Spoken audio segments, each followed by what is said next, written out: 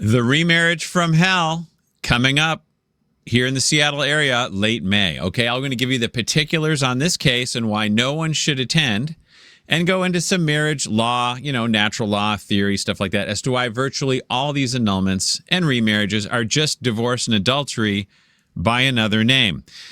I'm John Farrell. You're watching Annulment Proof. So past the Dutchess and give me those eyes. Past the Dutch, you got me hypnotized. You're number one. I just wanna be your only life. To me, it's crystal clear. I'm in love is life. I'm in love is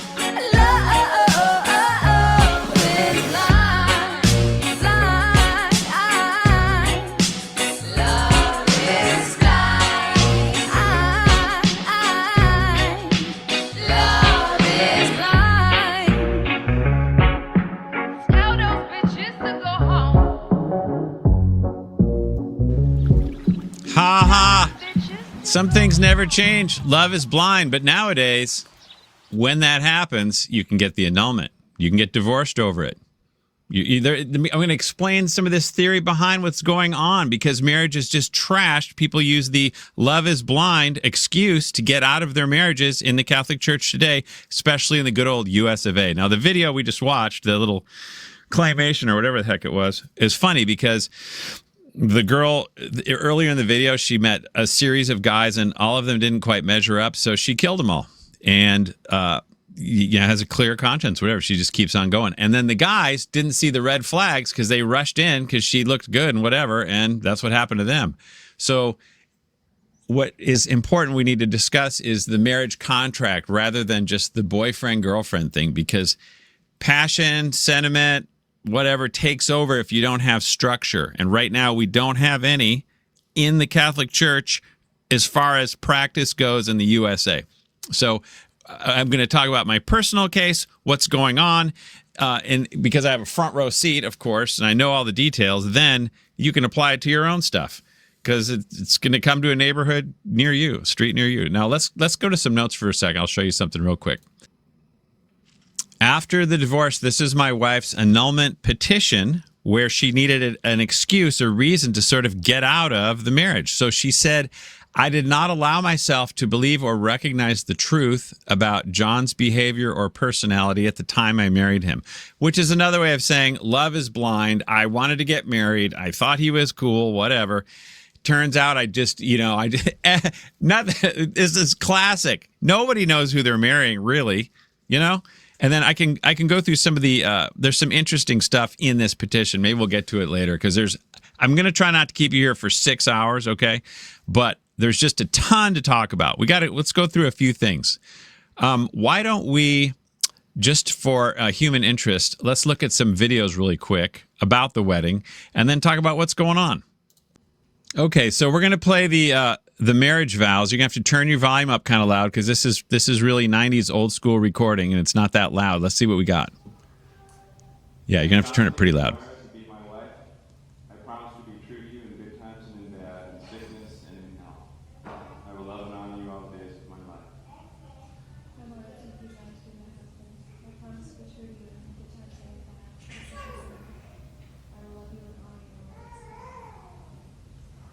You have declared your consent before God in this community. That's Father Spitzer, by the way. So we just both said the vows. Obviously, that was December 30, 95. Everyone seemed to know what they were doing, and when you say the words, the vows take. Okay.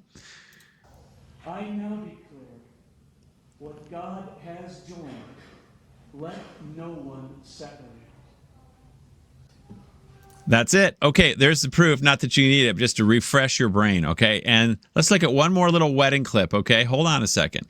All you guys, all y'all from the Mercer Island, all you homies from the Mercer Island hood in the 90s, it'll have fun watching some of this. You should go back to the wedding video, too. There's a lot of stuff in there that's kind of cool. Anyway, hold on a second. Okay, so this one you're going to have to turn up also, because she explains how she's like, yeah, if I didn't say the vows, they never happened, but we did say them, right?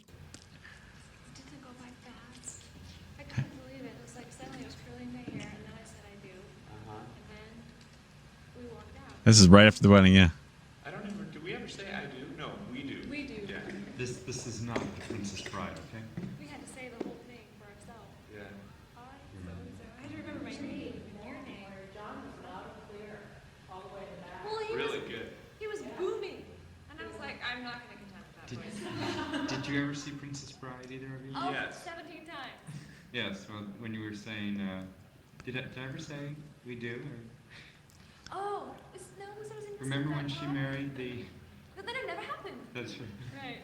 That's right. If you don't say I do, it never happened. But we said it and it happened. The church teaches that when you say the words, it means it, unless you have hard proof from before that you were lying or whatever. And the words are to the object of consent, which is children. So speaking of, there's a few of those to talk about. Hang on. Okay, so this is our family, probably 2006, 7, 8, something like that. I can't. No, this guy. Wait a minute. I'm forgetting. I think it's 2010, right in there.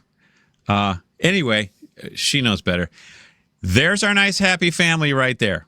As happy as we can get, anyway. It's just what it is. It's marriage, right? Okay, so here we are. Now, so Moira has gotten she did the divorce, okay, because she said she wanted out, whatever. Then from her vows, okay.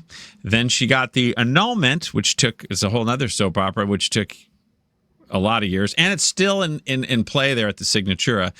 Then she meets Lord Byron right here. Now, this guy, here's his nice wife here and his 2 kids. This is called nature. The purpose of marriage is procreation, because when you do that, you need to keep the kids in a stable environment so that they can be educated. That's why the only purpose to the act is procreation. Otherwise, if you add more to that and say you need a bunch of qualitative effects too, then the kids get trashed in the absence of your quality or whatever.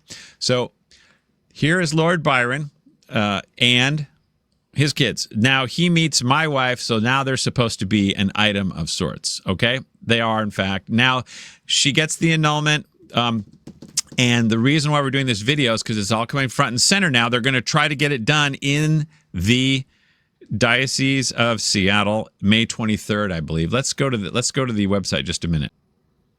So coincidentally, this is the new Catholic version of the knot. It's called Cana, and it's got the Steubenville thing going on, the vibe, all the celebrate love and all this kind of stuff, which we're going to get into in a minute. Speaking of Fulton Sheen, sorry, I have about 700 things to tell you, and I'm going to try to do it without taking all day. So I found, after I look at the new Cana website, I'm like, oh boy, there they are right there, okay? Then they're talking about the reception coming up. You can read all about this if you want to go there. Then they go to their crazy trip. All the while, he's got his family and his wife and kids. She's got her family, her husband and kids, but it's all Catholic, right? Isn't this a good time? Look at this, how dreamy, how romantic. Ooh, yeah. Dude, too much pasta, maybe? Okay, yeah, okay, so there's that. Hold on. What else we got? The registry. Okay, so this talks a little, they just go back and forth. You likely know that Byron and I are not setting up house for the first time. Really? Which makes our registry, like other things about our marriage, just a little different. It's not different anymore. Everyone's getting remarried. The divorces and remarriage is very common, okay, obviously. So we first considered bypassing having a registry altogether. Why would you do that? Because you're guilty as heck, because this whole thing is a pile of garbage. That's why. However, sin makes you bold, I suppose. Then we decided we would rather invite our friends and family to participate in our first marriage project. Oh, isn't that nice? Okay. P.S. Apparently, my kids don't want to go to this because they can just tell. It violates nature. And I'm going to explain why it does that. Again, we got a lot of things to get through. I'm just trying to give a little bit of background what's going on. Okay. All right. So blah, blah, blah. They got the house. They got a house going, and then she's praying about it and all this crazy stuff. I think that's it for this, right? But you can go through it and you can look. And there's her email if you ever want to contact her, whatever. Now, there's that. Hang on a second. So I talk about why this divorce and annulment and remarriage are from hell and they violate nature, which I can back up legally, technically, and theologically. But let's just give you a little proof on a gut level and natural level out of the mouth of babes. Okay, watch this. Mommy, I want my daddy not here. Mommy, I want my daddy not here. Mommy, I want my daddy, not him. So this is not funny, and they shouldn't have hearts. And this is really sick stuff. Obviously, you got the single mom here who is getting remarried, and the kid knows on a natural gut level, you're ripping my body in half because I want mom and dad together, and look what you're doing. So now you're seeing a kid in real time getting damaged for life, and will have to recover. This is child abuse from these wounds. This is not light stuff. This is real serious. This is why the devil is interested in divorce, because he can create wounds and expand his territory by getting into these kids and having them vulnerable, so they become alienated. Okay. Speaking of alienation, let's look at one thing real quick. This is just an illustration of parental alienation, because you've got mom hates dad and dad hates mom, and then the kid's in the middle, right? Nothing new here. Except what I wanted to point out is that, well, let me just finish. So the kid doesn't like this feeling, so he typically will go to a third party so he can avoid this, or he'll go to all mom or all dad, or some mix, as long as he stays generally not too close to getting ripped in half. You see what I mean? So his safe space is mom and dad together so he can deal. That's what he wants and needs. But when they are separate, you have this problem, okay? This is why this stuff is so bad and so unnatural. Unless for grave cause, then the bishop can rule based on divine law. The innocent spouse is supposed to get the kids. Let me say one thing about this real fast, just a second. Okay, so you saw the picture, the kid getting torn in half. It's not that the mom hates dad and the dad hates mom. It's that one spouse loves while the other spouse hates. That is why no fault is not Catholic. Fault-based is. That's where it all comes from. Because there's a contract, so publicly one person is hating and one person is loving when they're in every divorce. Publicly. Why do I say this? Let's look at where this marriage law comes from in the first place. In Deuteronomy 24. And he also hateth her that has given her a bill of divorce and hath sent her out of his house. Okay? So you hate when you send out of the house. That's what you're doing. It's not like, well, we both hate each other. No. He hates her if he sends her out. Okay? It's important for kids to know this, because they have to know where to put their heart with the innocent spouse. They're getting ripped in half. So what they do, like I said, they don't know where to go, and they need to feel better right now, because getting torn in half feels bad right now. So this is where the grown-ups in the room, especially the bishop, needs to manage this thing and give the innocent spouse the kids, which is what the church has always taught. I'll show you that in a second. Let's look at some more Bible here. Malachi 2:16. All y'all have heard this. Every single person who is listening right now has heard. It says in the Bible, God hates divorce, right? Everyone likes to repeat that. That is Protestant. That's not correct. That's not what it says. It says, when thou shalt hate her, put her away. So when you hate, you divorce. You put her away. By the way, putting away is separation. Divorce can never happen because the bond is for life. But when you do hate your spouse, when you do put her away, iniquity shall cover your garment. Therefore, you are denied the sacraments. This is the divorce guilt everyone tries to get healed from in the annulment. They say if we can just get that annulment, the divorce never happened. Wrong. It's public sin. It is manifest sin, and you have to make restitution for that. Okay? So there's that. Just a minute. I forgot what else I was going to say. However, you can say that like in the catechism, it says adding remarriage to the already trauma of divorce just adds more problems.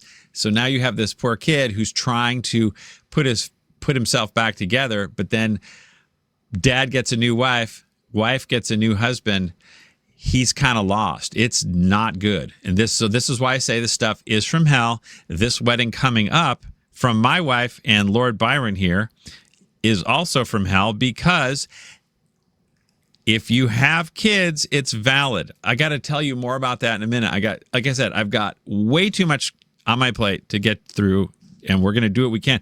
So, and the nice part is, since it's on YouTube, you can always go back and check the notes, and you know what I mean. Let's go to the next picture.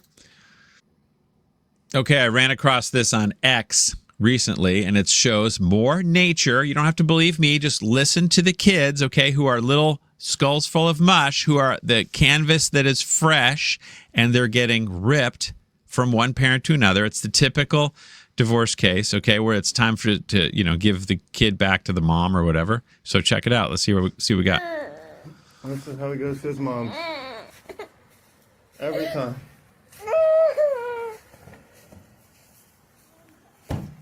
This stuff's really tough.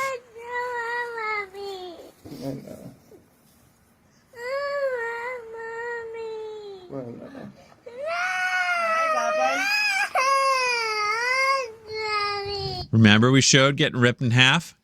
This is it. This is what you get, okay? This is the stuff. This is why people don't want to talk about this. This is why the priests that facilitate these annulments and stuff. This is the trash, the garbage that is going on, which is why they get uncomfortable when you ask certain questions. This is the sick stuff behind the scenes. Is it by the loves? I know, baby. I know. Back and forth. Not natural. Not natural. Love you. Court ordered. This is why the innocent spouse should get the kids. Now, there. Hey, whoa, shoot! I messed up. Just a minute. Where'd it go? I messed it up. I'm gonna hang on a second. Where do you go from here? I know. I think I messed up. I wanted to point out. Sorry, I fast forwarded too much. Let me just keep going.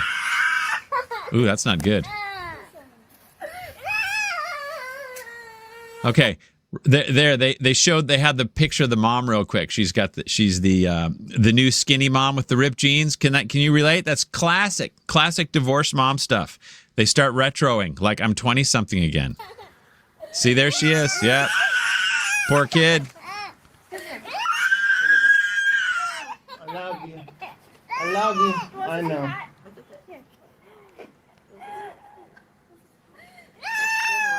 I love you. I know. Okay, what could possibly go wrong? He'll adjust. Oh man, that stuff, that's very profound, real bad. That's sick. It's going on everywhere. And you can be Catholic and do it now and go to heaven and go to communion when you do that to your kids. No problem, because love wins. That is love wins is the sunny side of no one has any rights and children have no rights. By the way, I keep trying to talk to Ruth Institute about this. It's brick wall time because they're so addicted. They have to have their NFP. They can't talk about it. The NFP is the root of this stuff, which I can also talk about. But let me point out one thing real quick about how the innocent spouse are supposed to get the kids. Hold on. Okay, so I was doing a little digging, a little reading about canon law, and I was looking at the old code, okay, which this is the stuff that's always existed. And they finally got put into a code in 1917, but the church always knew this, taught this, said this. It's the way it was. And everyone kind of got westernized or whatever, industrialized in 1917 and finally put it in writing. And it's also what James Fishback, the guy running for governor in Florida, was saying. Like, the innocent spouse gets the kids. That's Catholic. Check it out. So Canon 1132 from I got to change that, the 1917 code, okay, which is the equivalent of 1134 in the 83 code. They just watered it down a little bit as far as language, but it's the same thing. The separation having begun, you saw some separations. You see those kids getting separated from their parents? You see those pictures? The raising of the children is incumbent upon, that means you have to, incumbent upon the innocent spouse, all right? Real basic. If there's a separation, there's guilt. Someone's hating. Okay? And someone is loving. The loving spouse gets the kids, the innocent spouse. And it's decided and figured out and adjudicated by the bishop via, while we're here, let's look at that. You know what I mean? We got a lot to get through. Okay? So, none of this back and forth. The back and forth, the every other weekend and the Tuesday and Thursday night is super sick. Now, it happened to me because my wife said, I want the divorce. And, you know, there's other guys in the picture and, you know, whatever. I'm going, oh, by the way, Moira knows the marriage is valid. She knows it's valid. That's why she doesn't want to talk about it. She's not stupid. She knows what takes marriage and stuff. She's just running from her past. She's running from how she feels, which we're going to get into that later. A little Jordan Peterson and some other stuff. It's pretty cool. I spent a lot of time preparing for this video, so there's a ton. It's going to be really interesting. But the overall point I'm making is that this whole wedding coming up, don't go. Follow your conscience. Just because the church says it's valid, or the first one was invalid and the second time around is going to be ground. You got to think for yourself. Yes, it is legitimate. Yes, the church has authority to do this. But like Saint Joan of Arc, they can be wrong. She's known as the saint who got burned twice by the church. The judgments can be wrong, and in this case, they're almost all wrong. They are wrong if you got a 1095 annulment and you have kids. All of those annulments are wrong. Moira's annulment is wrong. And I have no reason to think that Lord Byron's annulment isn't also wrong because it was got to be a 1095. He's got the kids. What's the problem? Who didn't consent? Who was incapable? If you can make a baby, you are capable. If you know where babies come from, you have all the knowledge you need. You're not blind to where babies come from. You're not blind. You don't need love. And I'm going to give you the theory. I can also prove, you guys, I can prove why these annulments are incorrect and why adding love to the requirements is incorrect and how it logically won't add up. We'll get there. Let's go to Canon 1153. We're going to talk about why in today's canon law you still have to have the bishop's permission to separate and why you have a right to maintain common life. Okay. A spouse who occasions grave danger of soul or body. So if someone is, giving you a hard time, you can separate either by a bishop's decree or if there's danger of delay on your own authority. Everyone's heard that a ton of times, right? Yes, but you still must have due process. You still have to follow up because this is divine law. What God has joined, let no man separate. And there's an exception clause, Matthew 19:9, except for adultery, which is a blanket term for grave danger of soul or body or other, anything like that. Now, in all cases, when the reason for separation ceases, the common conjugal life is to be restored. Now, when one spouse bails, the faithful spouse can say, okay, fine, he or she left a week ago or 6 years ago or whatever it is. I think the reason for separation has ceased. Therefore, the common life is to be restored, which means is to be restored. So the default is not you have no rights. The default is you do have rights and you have to be together because of what you saw those little kids experience. This is so traumatic. And it also says in the catechism, the trauma the kids experience. You don't want to give this. This is why divorce is just sick. And now the whole annulment industrial complex is just dishing them out. And these kids are getting trashed, all in the name of God. And it's super Catholic, right? This is why I'm telling y'all, don't go to this wedding. You're giving credence to this. I'm going to abandon my kids, mess them up, get a fake annulment, now marry some other guy's wife. Lord Byron, he's got kids, I got kids. We all have big families, and we're going to blow. He doesn't have a big family. We're going to blow it all off to pursue what? Number one, good old number one. That's what we're going to pursue. Talk about entitlement. The innocent spouse. Okay. I talked too much and I forget what I was going to say. I'll be right back. All right. So in all cases, when the reason for separation ceases, the common conjugal life is to be restored. That's right. Unless the bishop says otherwise. So there needs to be the investigation, like I said. And here's 1154, which we talked about earlier, which is the same thing as the old 1132. When the separation of spouses takes place, provision is always in a timely manner to be made for the due maintenance and upbringing of children. That also means that the due maintenance and upbringing is done by the innocent spouse, because you can't have the guilty spouse doing so. The kids can't go back and forth. The back and forth is out because there's 100% innocence and 100% guilt in every separation. So there's no back and forth. That trashing that you saw with those kids earlier, this goes on everywhere. This is called love wins, no fault. Kids get ripped. 1155, the innocent spouse may laudably admit the other to the conjugal life when he renounces his right to separation. Yes, so you only have a right when there's grave cause, and that grave cause needs to be adjudicated by the bishop. So there's an innocent spouse in every separation. There it is right there. This is why this new definition of marriage can't work with reality or nature. And you can see it with those little kids crying. And there's a bunch more videos like that. I could have spent here, could have spent a lot of time playing all these videos of all these kids going back and forth. It's bad. Also, I'm going to show you something about what Moira said about her separation. Hold on.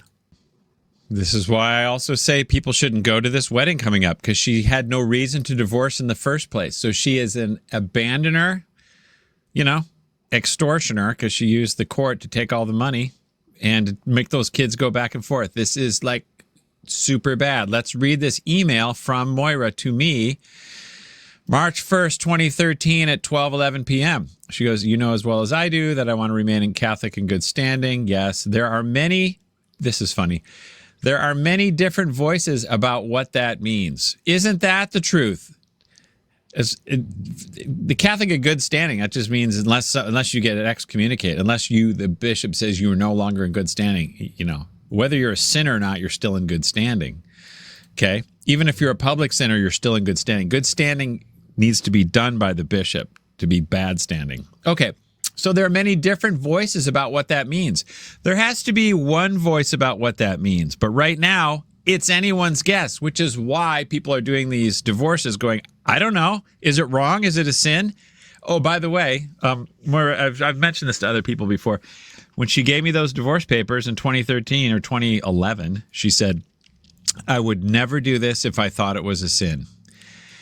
And I'm going, isn't it a sin? And then when you talk to the priest, he'll be like, wow, we don't have anything to do with that. That's a civil effect. I'll go into all that later, okay? But no, it is a sin. And the answer is you can't do it. But now, nobody can judge. No fault, no sin, many different voices. You have your opinion, I have my opinion, it's all fine. But so far, I have done everything in compliance with the church and intend to continue to do so. No, she never got a decree of separation. She just left, even though she said those vows. And like we showed in the beginning, even though the volume was low, she goes, if I didn't say it, it never happened. But she did say it. She knows it's valid. She knows. That's why she won't talk about any of this stuff. Nor will Lord Byron talk about any of it. He's just after someone else's wife, and he knows it. Doesn't want that conscience pricked, baby. Nope. Oh, I did see Lord Byron after church one day because he's hanging out with my wife at oh, shoot. Someone's calling on the phone. Who could that be? Let's see. Hey, John, is this John Farrell? Yes, sir. What's going on? How's it going? This is Alex Ranzer at CoStar LoopNet. How you doing? Oh, CoStar. Hey, I sold the property. Listen, I'm making a video. Let me push pause for a sec. Just a minute. I was a real estate guy about some land I was selling. Okay. As you know, good standing. Okay. But as far as I've done everything in compliance with the church and intend to do so, that's not true. No. You have to live with your spouse till death, and you can't. It's for better or for worse. Otherwise, for better or for worse means nothing, because when it gets worse, you just say, I'm not feeling it. And I'm going to, like the girl in the beginning of the video, she just killed off the people she didn't like the feeling. Okay. Can't do that, but that's what's going on. It's like legalized family murder. And now you can't pardon until death. So we'll just kill them legally. That's what we do through the tribunal. The tribunal's not really excited about talking to me either, if you can imagine that. No, they run nope. Okay. So continue to do so, both in regards to my personal responsibility to our children. Okay, well, that is to raise them Catholic, and then the innocent spouse. So she's kind of saying I'm the innocent spouse. She got the education rights because the civil judge gave them to her. He has no authority to do that. Education rights of kids are divine. They come from nature and God. Therefore, only the bishop can adjudicate those rights if they're going to be taken. This is why the innocent spouse gets the kids. And the politics of this divorce and this annulment position, well, brother, that reflects my own integrity. Yeah. If you don't know that already, okay, yeah, got it. No, if you want integrity, then follow what the church says, and that means get the separation decree, never divorce, separate sometimes if you have to, with due process of to find out what happened. We're going to get into more of this narcissism thing in a minute, okay? Let's keep going. So she kind of wanted to not get she didn't want to go, this is before Pope Francis even. She didn't want the annulment for me to appeal it to Rome because, of course, Rome overturns all these fake American annulments based on Canon 1095. I wasn't feeling it. Love is blind, and you're not capable of love, and all this crazy stuff, right? So Rome always reversed all these American annulments. That's the way it always was for a long time, especially under Pope Benedict. But even in the 70s and stuff, they were more Catholic back there at the Rota. It was the Netherlands, like Amsterdam. That's where the annulments started off getting really weird, and they were condemned, but they kept going anyway, like communion in the hand. And it came over to the USA. And now it got really out of hand in the 1970s. So she says, let's look, John. If you just keep the annulment in the USA and not take it to Rome, then that will be faster and easier. But then listen to what she says. So if we do that, then if the annulment is not granted in Seattle, I will agree to take up residence with you again and live together. So she is admitting right there, there's no reason to live apart. There's no reason to separate. There's no grave cause. There's no adultery. There's no making life unduly. There is no reason. The reason for separation ceases. You must move back together. And this is because all those little kids and their hearts need a mom and dad together so they're not ripped in half. That's what's up. So this is why the separation is child abuse. Unless you have grave cause, and then the innocent spouse gets those kids, so you don't rip them in half, okay? They got to stay in one place. They got to stay with the innocent spouse or with both innocent spouses. But not back and forth. Sorry, it's not even funny. So, anyway, this is like a key point in this video. I want to remember this. Everyone going to this wedding, look at Moira. I doubt she didn't have, it was so funny in our wedding, she never had a veil on. I didn't even occur to me. Okay. Why she didn't. I think could be a feminist thing. I agree to take up residence with you again. So she is, like I said, real basic. There's no reason for the separation to continue. There was never one in the first place. It's just typical marriage stuff. By the way, it's the NFP, stupid. That's what does it. You impose NFP, things are going to happen or not happen, and stuff starts to spiral out. NFP is like marriage killer. That's what it is. You heard it here last. I will agree to take up residence with you again. Okay. No reason for the divorce. She did it anyway. Because now marriage is a covenant of love. It's not about you have to live together, because that requires objectivity and rights. And we're not into legalism or rights or that's like old stuff, okay? No. We have such a deeper understanding today. And that deeper understanding is love, and love is the essential telos, is basically, when it comes right down to it. And I'm going to talk more about that theory later, because I can go off on tangents all day. Like I said, we're trying not to keep you here for 6 hours. Okay. All right. But I cannot agree in my conscience to receive a decision from church authority that states I am still married to you and live out according with that decision. What did she just say? But I cannot agree in my conscience to receive a decision from church authority that states I am married and live out of accordance with that. In other words, if the church says you're married, her conscience says she has to live in accord with that decision. All right. You're married until proven otherwise. What does that mean? Marriage is not just no adultery, it's live together. Remember those kids? Because the purpose is children. But if the purpose is love, the children are secondary and they belong to the state. The state rips them in half happily, giddily, gladly, so it trashes them so they can become furries and hate their parents. Right? This is why all this stuff about what you remember, many different voices about what it means to be a Catholic in good standing, is there's got to be one voice. And you want to try to get that voice, you want to try to get the truth, good luck. That's why I started an Annulment Proof channel, to bring you this truth and back it up with the receipts, rather than just saying this is my opinion, this is how I feel. I got 200 videos on this stuff. You can go back and watch it, and I'll try to get to what I can. P.S. Anything I say, any questions you got, put them in the comments. I will respond to all of them. Not only will I respond 87 times to one question. If you want 87 follow-up questions, no problem. Okay? As long as you don't use bad words, we're cool. Okay, then she says, I will trust the answer given, from God.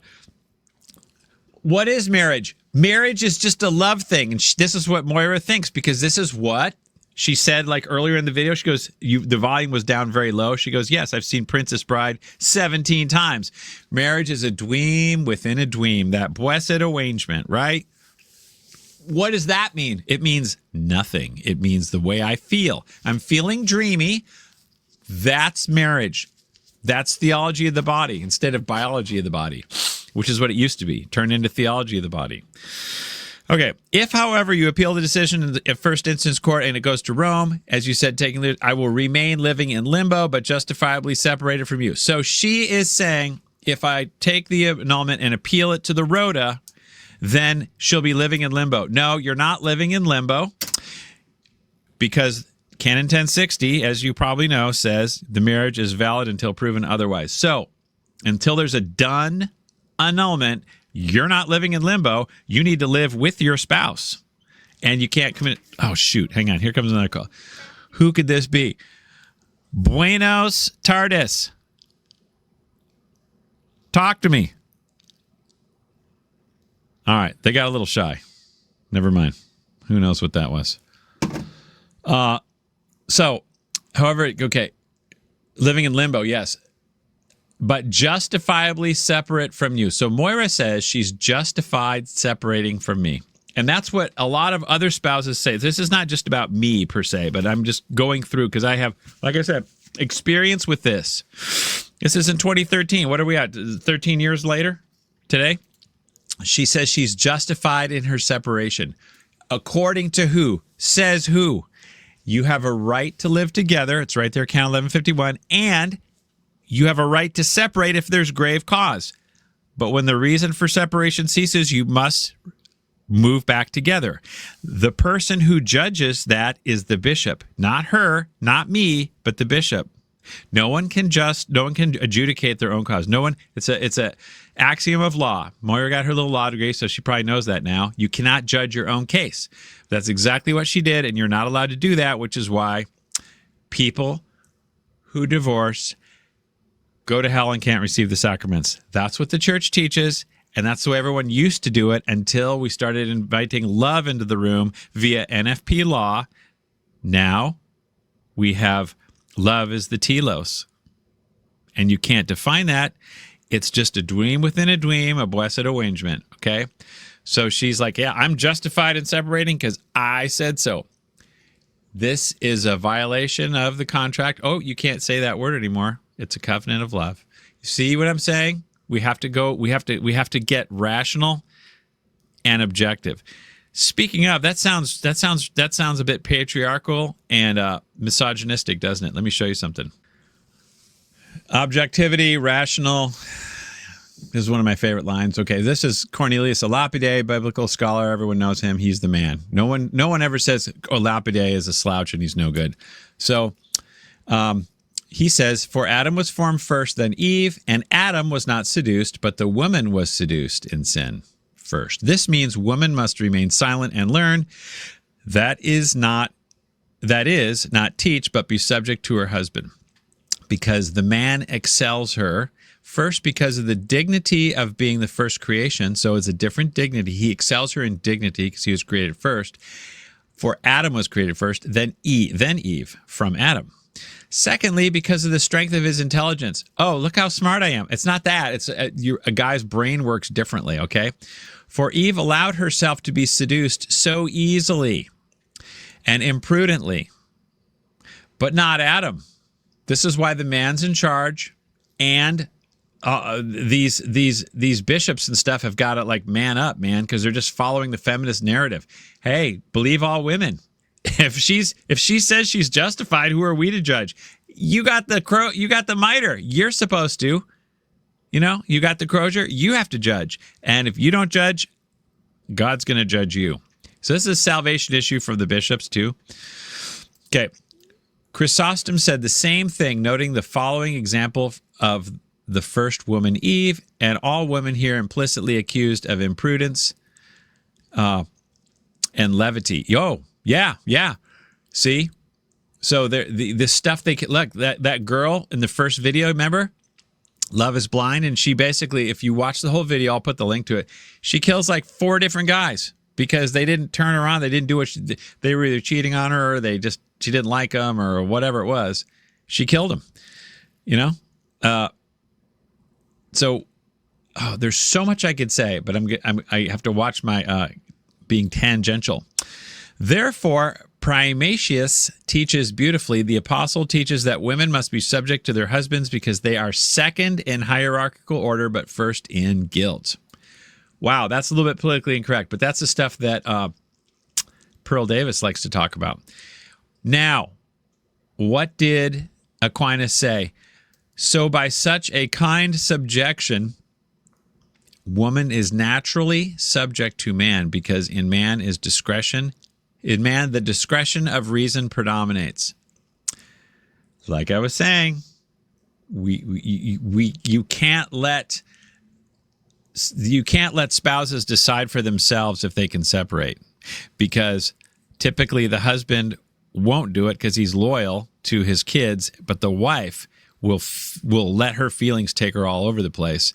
And this is not ironclad, but it typically happens, and then we have to have something governing it. So while I'm on that topic, let's have a related video just a minute. It's just some guy on YouTube. Let's see what he's got to say. Me. And yeah, there is that saying that a man will sacrifice his happiness for his family and a woman will sacrifice her family for her happiness. And that is true. You see that everywhere, especially me. What did he say? A man will sacrifice his happiness for his family, but a woman will sacrifice her family for her happiness. That's like straight up Pearl Davis. That's like true. And it was also backed up by what I just said in my notes. Okay. While we're on the topic, let's do the Pearl Davis clip. It's not long, but we'll get it going here real quick. It seems like men care about what's true and the correct information, where women care about how it makes them feel. When they're wrong, they're going to personally attack, where men, they might fight. It seems like men... Yep, okay, got that? So men want to do what's right, and they'll try to figure it out, and then the woman will personally attack. And this is why, because of the nature of man and woman, you can't let self-separation be legitimate, because this is why it's feminist law. So I keep trying to tell Timothy Gordon, you allow NFP, you necessarily allow feminist separation law. This is why all the feminists, the witches, they do witchcraft. They want no fault divorce. No fault is love wins, is the new code of canon law, the way it's interpreted, it's so tricky how, and we're gonna parse a few of that stuff too, a little bit of that. Let me see what else I got in my note. Just because I was kind of losing my train of thought, let's paw through a little bit of this annulment application from Moira, and we're going to show you some of the weaknesses and some of the crazy, the anti-Catholic, the non-Catholic, non-natural law stuff in a typical annulment petition. Okay, so here we go. We already read this part. I didn't allow, my love was blind. That's why I got married to John. Love was blind. Kids are going to have to figure it out. Sorry about that, right? Okay, the obligation to respect confidentiality of the other person. Yeah. Okay. My submission to this petition, declaration of annulment. Hang on, let me push pause. Okay, here we go. That all rights of my former spouse. Stop the music right there. So this petition says the rights of the former spouse will be protected, and that my former spouse may be made aware of the content of my petition. He is allowed to exercise the right to review the testimony and the testimony. Yeah. Okay, stop right there. All rights will be protected. Number one, they're not, because you have the right to maintain the conjugal life. You also have the right to to a separation trial, because you have a canon law 221. You have a right to bring this to trial. Okay, all this was bypassed. None of it happened. This is the only reason Moira could be prancing up the aisle at St. Brendan's Church, Bothell, Washington, May 23rd. By the way, I'm finishing my annulment to St. Brendan. It is that guy kicks booty. You want a powerful annulment, a real beefy annulment? Look up St. Brendan. It's good. I also, while I'm thinking of it, I personally think that this marriage will happen. It'll be the last nail in my cross. Okay, I've been living the 5 sorrowful mysteries for a long time, and I think this is Jesus says, "Why have you forsaken me?" on the crucifix. This is it. I don't see any reason why it's going to not happen, although God may decide otherwise. But because I'm praying for that. But I'm not saying, oh, we can't let this happen. No, it probably will, but good will come of it. Which reminds me of a poll question I want to ask you guys. So I think this whole thing is a major train wreck, and a lot of these people are asking the question, why are they even going through with this? What is the point? You're just, you continue to alienate the kids this way, probably in both families. Now they got to deal with this unnature. It makes the kids into zombies in a way, Catholic zombies, if they don't get a grip on reality, because Christ and the church aren't one. There can be 2 or 3 churches and everything's good. And you know what I mean? It's like, whoa, things get messed up.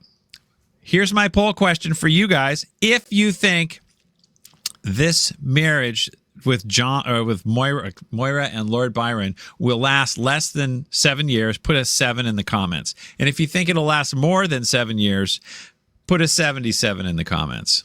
All right, so let's get back to this for a second. Let's check this out. Let's see what we got. Anyway, all the rights of my former spouse. Okay, they quickly call you a former spouse. This is before there's any annulment. So you're married until proven otherwise. They don't even see that. They basically take the civil thing as real. They say they don't, but they do. So you have a former spouse because the state says so, because the state trashed everything. Oh, it's so sick. But they say, hey, you have rights, but you're a former spouse. You don't have any rights of a spouse. Oh, yeah, you do. That's why when you come knocking on the door saying, hey, I'd like a separation decree, please. Oh, you're not a spouse. You're a former spouse because the state said so, and that's what we're saying right here. It's a giant snow job. Why do you think the tribunal doesn't want to talk to someone like me? No way. I'm trying to give you guys some memo here so you can do this yourself. Any questions? Don't be shy in L comments section. That's Spanish. All right. View my testimony. Okay. That pre-marriage counseling is a necessary part of any preparation before entering Catholic. So this is all about they know everyone just wants to get the new spouse. That's what they're doing. It's all about adultery. And I don't want to be called an adulteress, so I'm going to get this annulment instead. Pre-marriage counseling. What they're going to say is, yeah, you weren't capable. We know it's going to be a 1095, pretty much. So you weren't capable because love is blind. But we're going to show you how to not be blind to love anymore, and we're gonna hug you in therapy. And now you're going to be ready for. You're going to be capable of marriage. And you know what?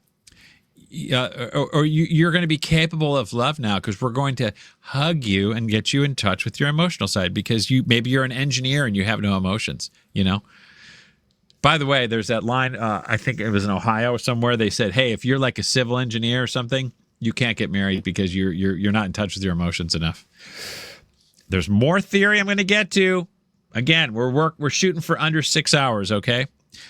Now, no assurance can be given as to the time. Yeah. All right, got it. Anyway, so this is just a bunch of crazy. I could probably talk more about this, but let's keep going. Here's another poll question I came up with. If you guys are in favor of this marriage, if you think Moira and Byron should get married, I want you to type a 1 in the comments. And if you think they shouldn't, I want you to type a 2. Okay? We'll see what we get. Take the pulse out there. Communion antiphon. The Lord who may abide. This is Psalm 15. Lord, who may abide in your tent and dwell in your who may abide in your tent and dwell on your holy mountain, whoever walks without fault and does what is just. This is why you can't go take your divorce to heaven. You've got to comply with due process because the Bible says you have to, with the exception clause. And marriage is now publicly governed by the church ever since like the 900s or whenever that was. Let me see what else we got. Heck, we could go through that 3 to Get Married book. That's a whole nother story. That's a whole nother. I was reading some Fulton Sheen recently, man. That's not so good. 3 to Get Married. That's why I called the video. That's why I called this video 3 to Get Remarried. Satan is the guy who you need to get remarried. If you bring God into it, you're going to have to go back and follow your conscience and get this stuff straight. That Moira said, "Oh, I'm doing everything I'm supposed to." No. The problem is you can just get away with it. Sort of like cruising over the southern border when Joe Biden was president. I'm doing everything I'm supposed to do. You just cruise right in, because we're kind of looking the other way. That's all that's going on. We don't have open border anymore because of Trump, but we do have open border marriage. And Pope Francis made it worse, and it's continuing now because we can't. They'll never shut the border on marriage until they get rid of the NFP. NFP blows it open, and you can't shut it because you have to have objectivity in order to do so. And love as a telos has no objectivity, so you can never shut the border on this remarriage stuff again until you get rid of the NFP. So we're trying to you have to kind of take marriage into your own hands is what I'm saying. And this is why typically these wayward spouses, when confronted with the truth, they just bail. They won't talk to you. What did I write here? Permanence is optional because consent is impossible. Yeah, that's right. If you can't consent, then you don't have. It doesn't have to be permanent, and that's exactly what Moira did, and that's what a lot of other spouses, tons of them all around the country, are doing. They're like, "Well, I don't think it's valid, so I'm gone." Because if consent, the consent is basically impossible today because you're consenting to something that can't be defined. By the way, the church has ruled and teaches that private authority can never be used, even if you even if you suspect your annulment, your marriage is invalid. You are not allowed to separate, and I can give you the receipts on that too if you want. I have it all in writing. Okay. Now, 1 Corinthians 6:10, nor the effeminate, nor liars with mankind. Okay, basically extortioner. That's the word I wanted to get in here.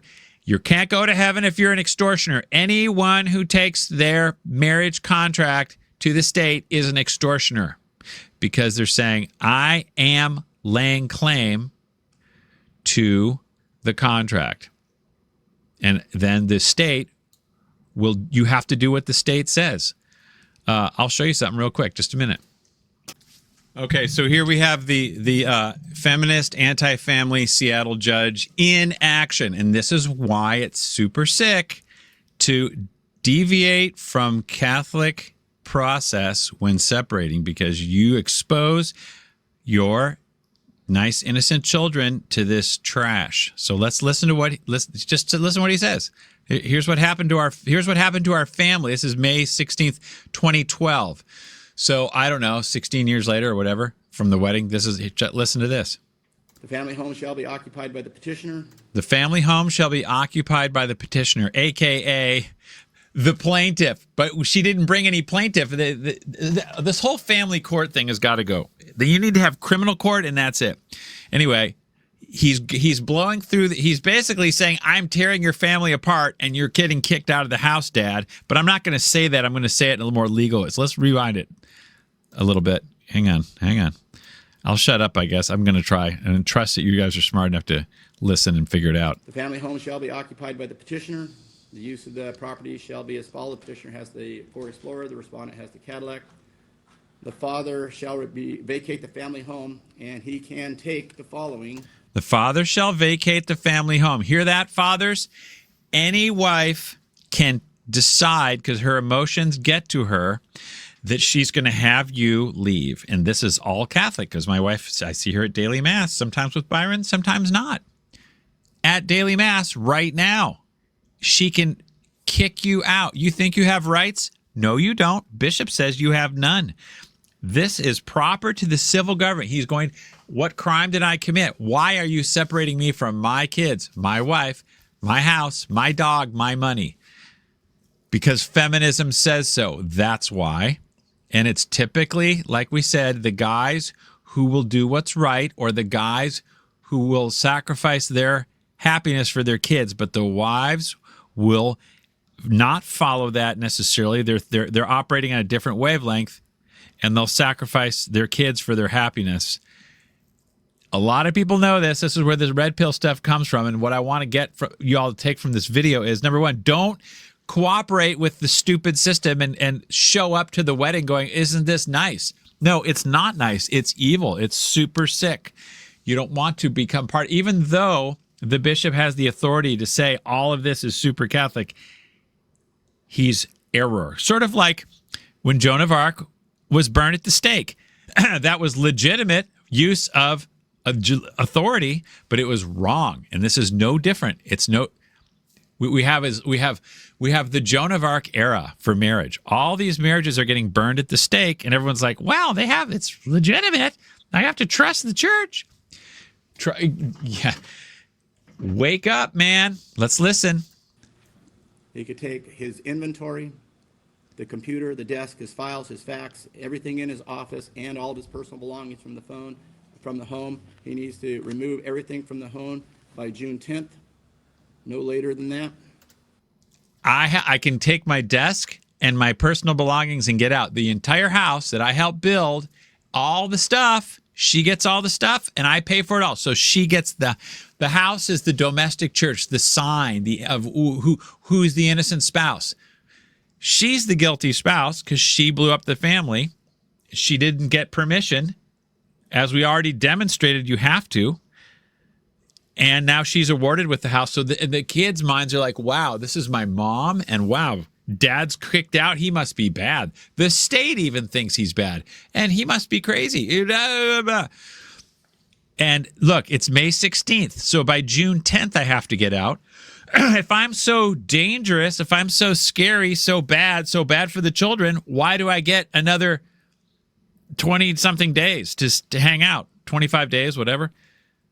Get me out immediately if I'm so bad. No, because I'm not. Because there's no crime. There's nothing wrong. It's just feminism. That's it. Feminist says, feminist gets. I still remember, even after this happened, the kids couldn't even believe it. They were just like, they don't care. It's not that they don't care. They can't care. They have to look the other way. So I would continue to, wrestle with them at 6 p.m. every night after work, and then all of a sudden, you're out. And the cops are going to take you if you don't leave. So that's kind of what happened. The husband, when I was in that courtroom, I was like, I was gaslit too. I could tell. I was thinking, okay, this isn't right. I feel like I'm Christ in front of Pontius Pilate here. There's nothing I can say, but I didn't realize kind of the situation I was in. This is simply a kangaroo court.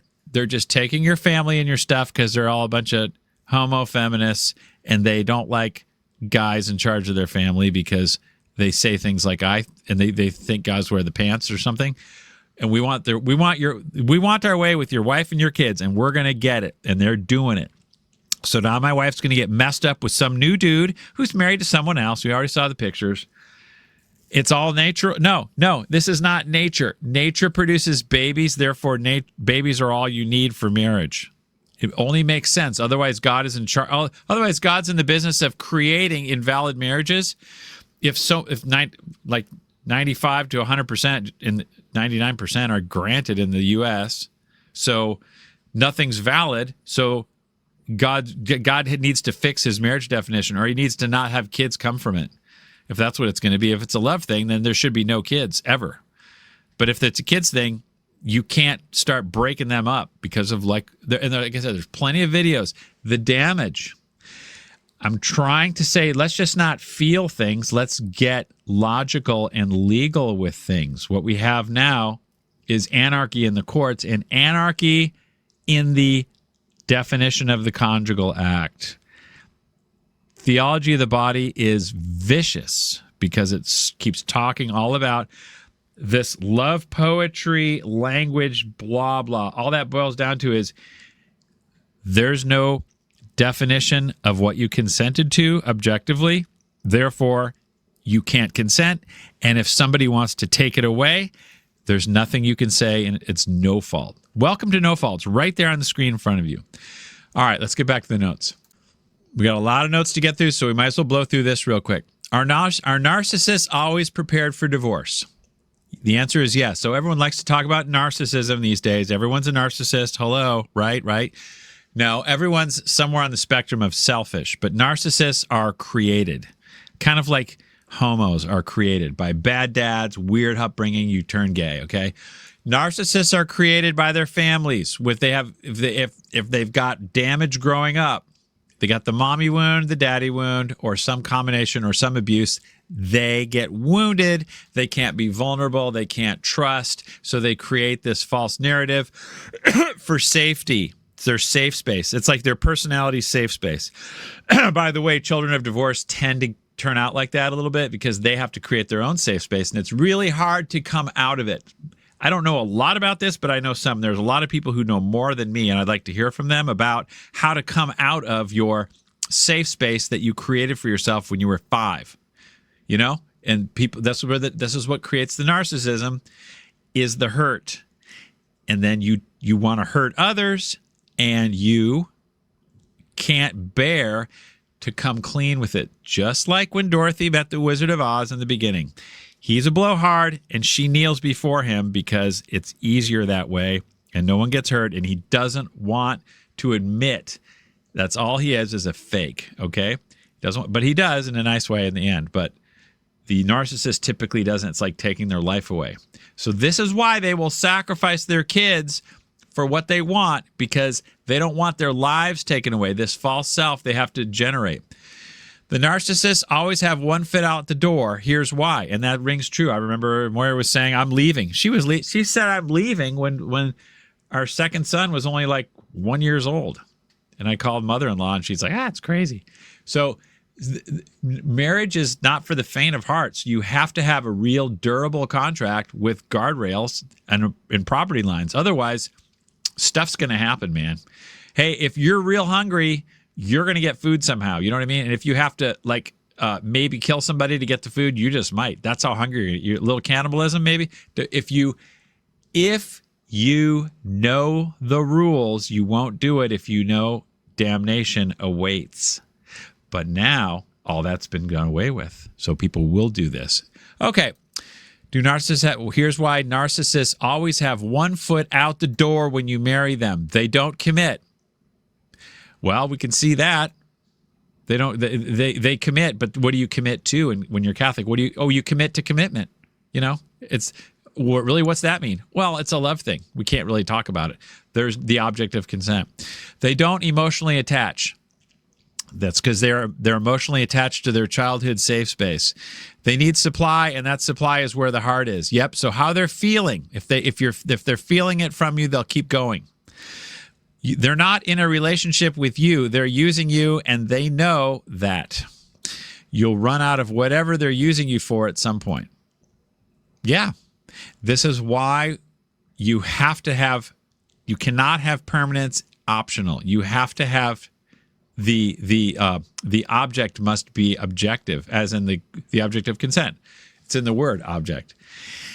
If consent is to a total gift of self, we don't know what that means legally, and therefore people they find a workaround. They say you're incapable of total gift of self. So, no permanence. Poof. Okay? And when they feel strongly enough, they'll say, I'm bail. I'm going to bail. And like Moira said, she's like, I'm totally justified in doing this because you're such a crazy dude or whatever. But since there's no legal object that's been defined, there's no rights. So people can say, yeah, I'm going to do this and I'm not violating a right because I've judged, because there's no one else who can say what is right and what are the rights. We can't say. If you ask any tribunal today, can you enumerate the rights and obligations of marriage? They can't. Can you define the rights and obligations of marriage? They can't. Do you have to consent to the rights and obligations of marriage? You do. What are they? We don't know. Quote me on that. I'll back it up anytime. Okay? So even these new vows, Moira's going to, oh boy, that sounds like a crazy idea. She's going to take new vows. These remarried people take new vows. Till death do us part. Didn't we say that once before? What does that mean now? Are you capable now? Can you actually back it up? You can only say I do once. Sorry. I got more to say on that. Let's keep going.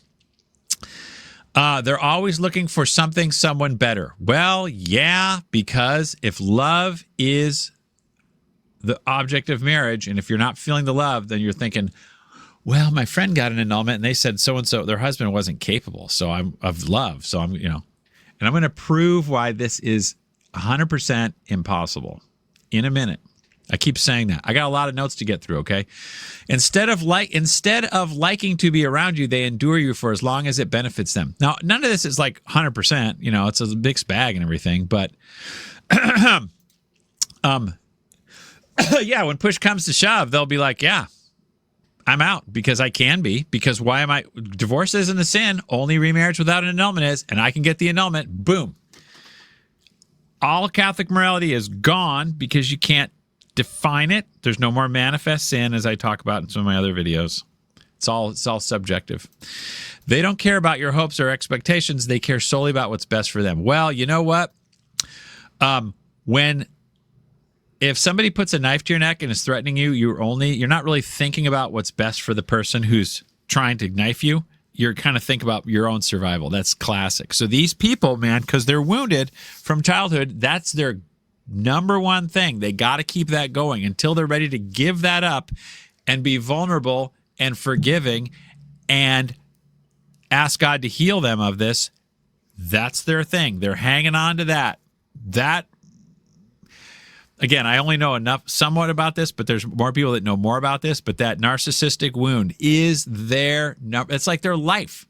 You cut oxygen off to that, you're killing them. They're like, get away from me. So I got to show you this video by Jordan Peterson about this. So when a spouse tries to bring some truth to the situation, it's like you're taking a knife to their neck. Get away from me. Get away from me. I don't care what you say. I don't care how logical this is. You are hurting my wounded child that I am desperately trying to not get touched. Because I've set up my life in such a way that this thing is my new status quo. Don't get near. And that is all that's going on. But like Father Ripperger correctly points out, you have to be healed of this to get to heaven. There's no wounded people in heaven. You have to let God in. This is why you can't have any grudges. You have to live your state in life. And this is why this is all demonic. All the divorce, annulment, remarriage, treadmill, conveyor belt is demonic, because instead of people having to actually trust God, be vulnerable to God, forgive their parents, forgive whoever it is, you don't have to. You just trash your spouse and go get a new one, and then another new one, and then another new one, and then another new one, like Rose Sweet, okay? Yeah, 3 annulments, 4 marriages. Why not? They really hate you. A narcissist really hates you. Well, I think so, because they divorce, the ultimate act of entitlement. The ultimate act of entitlement. Narcissists are entitled. Oh, really? Yes, they are. If you're entitled, you take title of the marriage contract and you do with it what you want. So what did Moira do in this case? She felt entitled to the marriage contract. She took it to the state. She says, I'm in charge. This is what we're going to do. And there's nothing you can say about it because it's no fault. Okay? Forget the Catholic part. Forget all that canon law. All that divine law, all that stuff that, St. Augustine said, Aquinas, all of it's out. It's no fault now. Love wins. Thank you, JP2. Let's throw more love at the problem. They really hate you. As we said earlier in the video, this God hates divorce stuff, Protestant, total Protestant. I remember my little son showed that book. It was the Legionnaires of Christ Bible, man. Too bad. He showed it to my mom, my wife. Look, Mom, God hates divorce. No, it's when you hate your spouse, you put them away. So they do hate you because if you're going to put away your spouse, you hate them. I've often thought that you should never marry someone with an annulment anyway, because they've already demonstrated that they're not in it for life. Someone who got an annulment, especially a canon 10, because marriage is for life, they're going to stick with their vows or they're going to remain single. If they're going out and remarrying, quote unquote, then they're already signaling that they can't do marriage. They don't care about marriage. They just care about how they feel, because marriage is till death. And if they're still breathing, they're obviously, manifestly, for the world to see, not doing it. They're saying, hey, I'm going to follow my own gig. So when for better or for worse, but now we're just going to go like Gregory Popchak and call it for better forever. And when for better doesn't quite happening, you're not capable. Out. That's why I say I really think you've got so much working against this Lord Byron and Moira thing. So much. His family, Catholic. Her family, Catholic. Guilt. There's so much pressure against anything working out because there's no foundation. That's why I say less than 7 years. I really doubt it's going to hang on. And if it does hang on, it's only because out of convenience. It's the pain of breaking up is going to be so great that they're willing to take anything other than break because the pain. Whereas when you first get married, there's an incentive to break up because you A, get the new spouse, B, you get all the prize, you got the cash and prizes, like we just saw in the courtroom. And you know that divorce is not a sin. Particularly, you get the annulment. Apparently, they'll say that the annulment gets rid of all your past sin. Moira has to make up for all the extortion. She can't take the extortion to heaven with her. I don't care how many Byrons she meets. She has to make restitution for the extortion. How are you going to give me back all my education rights? You know what I mean? Oh, by the way, while I'm thinking about it, so what does someone do if they get annulled? You know what I mean? They get the annulment, they get remarried, right? Whatever. And then one day they wake up and they're like, this isn't really my spouse. So I have to make public restitution, but I divorced my real spouse and I took all their money or the kids. And how do I put that back? Well, you get your annulment reversed. You have to go back to the tribunal and says, I lied on all this stuff. I did know what I was doing. It's all wrong. New grounds are entered. They vacate the annulment. They get rid of it. Now you're back to married. Now you go get a separation decree.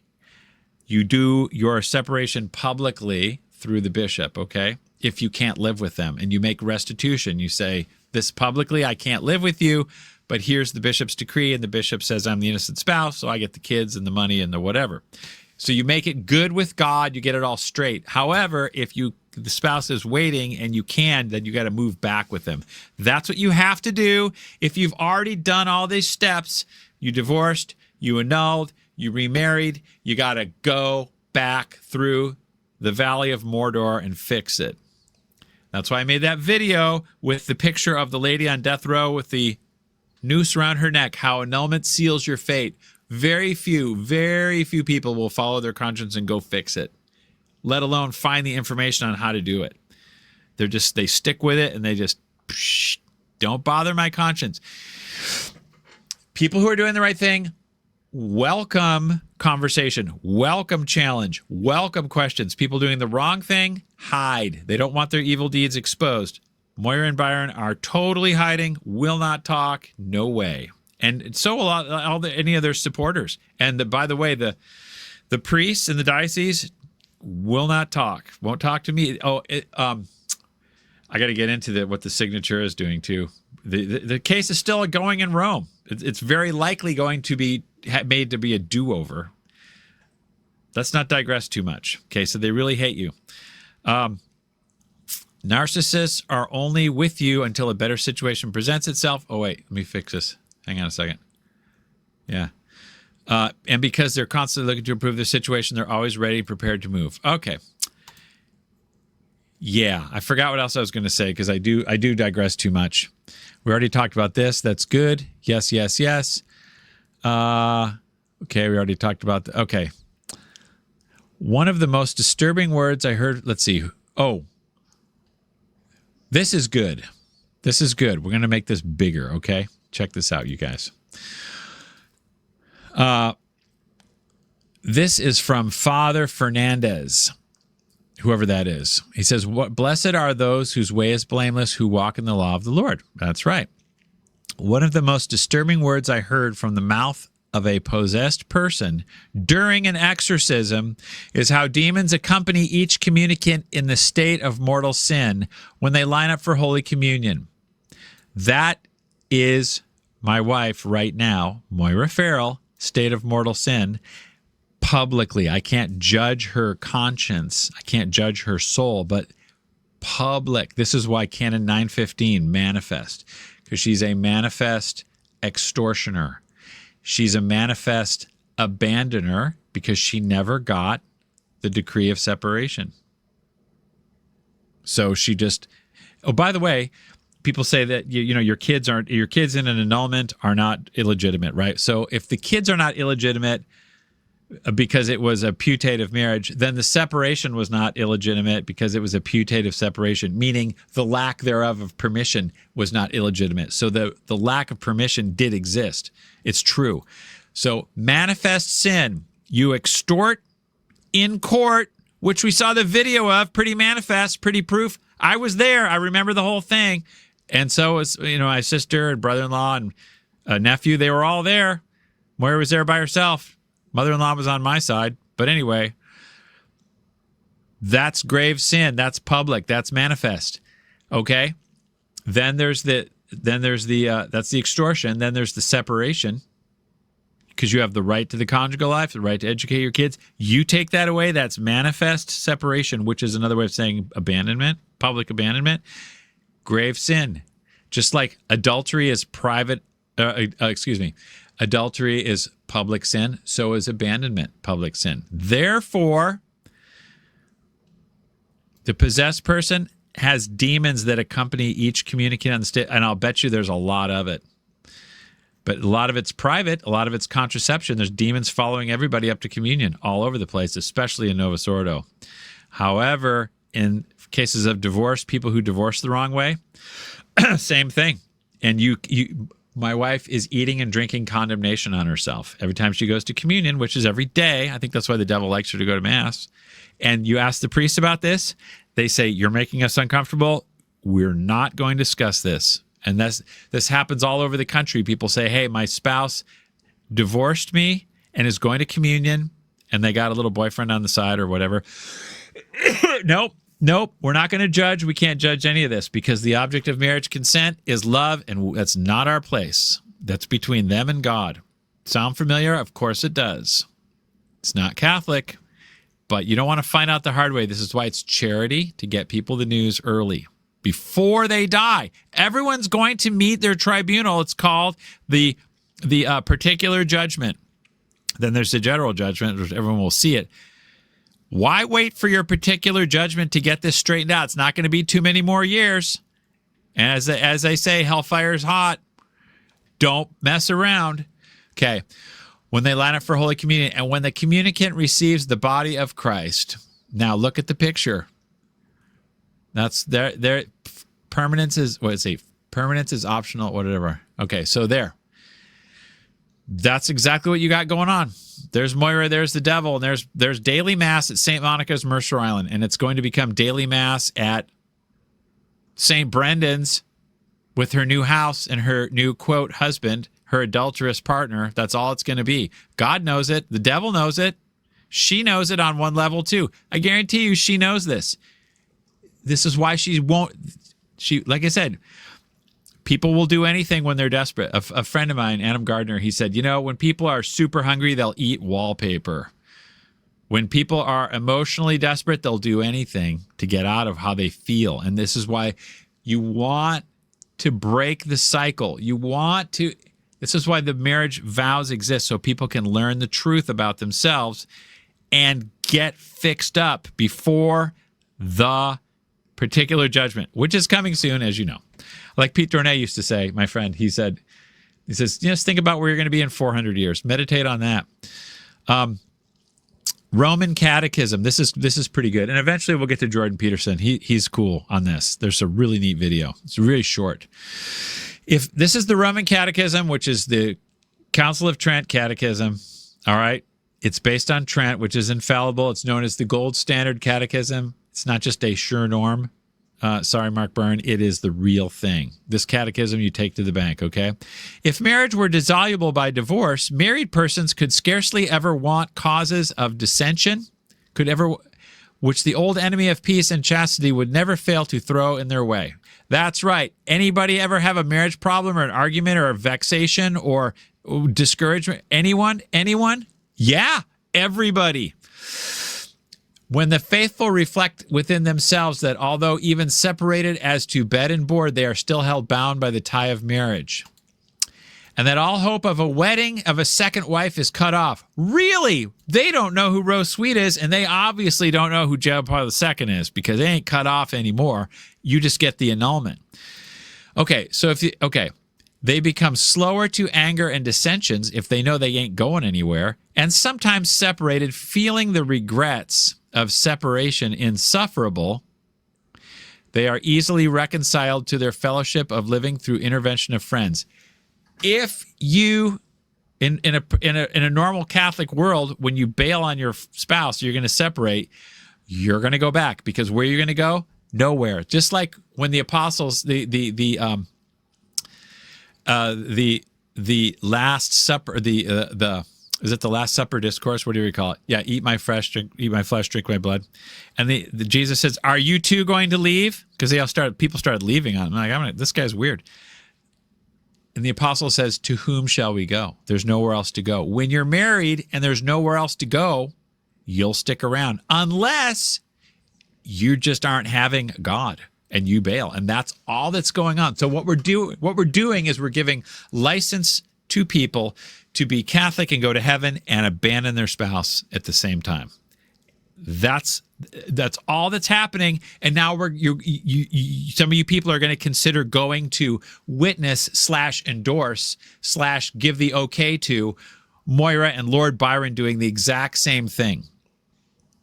It's bad. That's why you should not go to this, because you're going to be part of the problem. You're giving your thumbs up to this unjust separation and this adultery. Byron needs to go back to his little wife and kids, which you saw in the picture.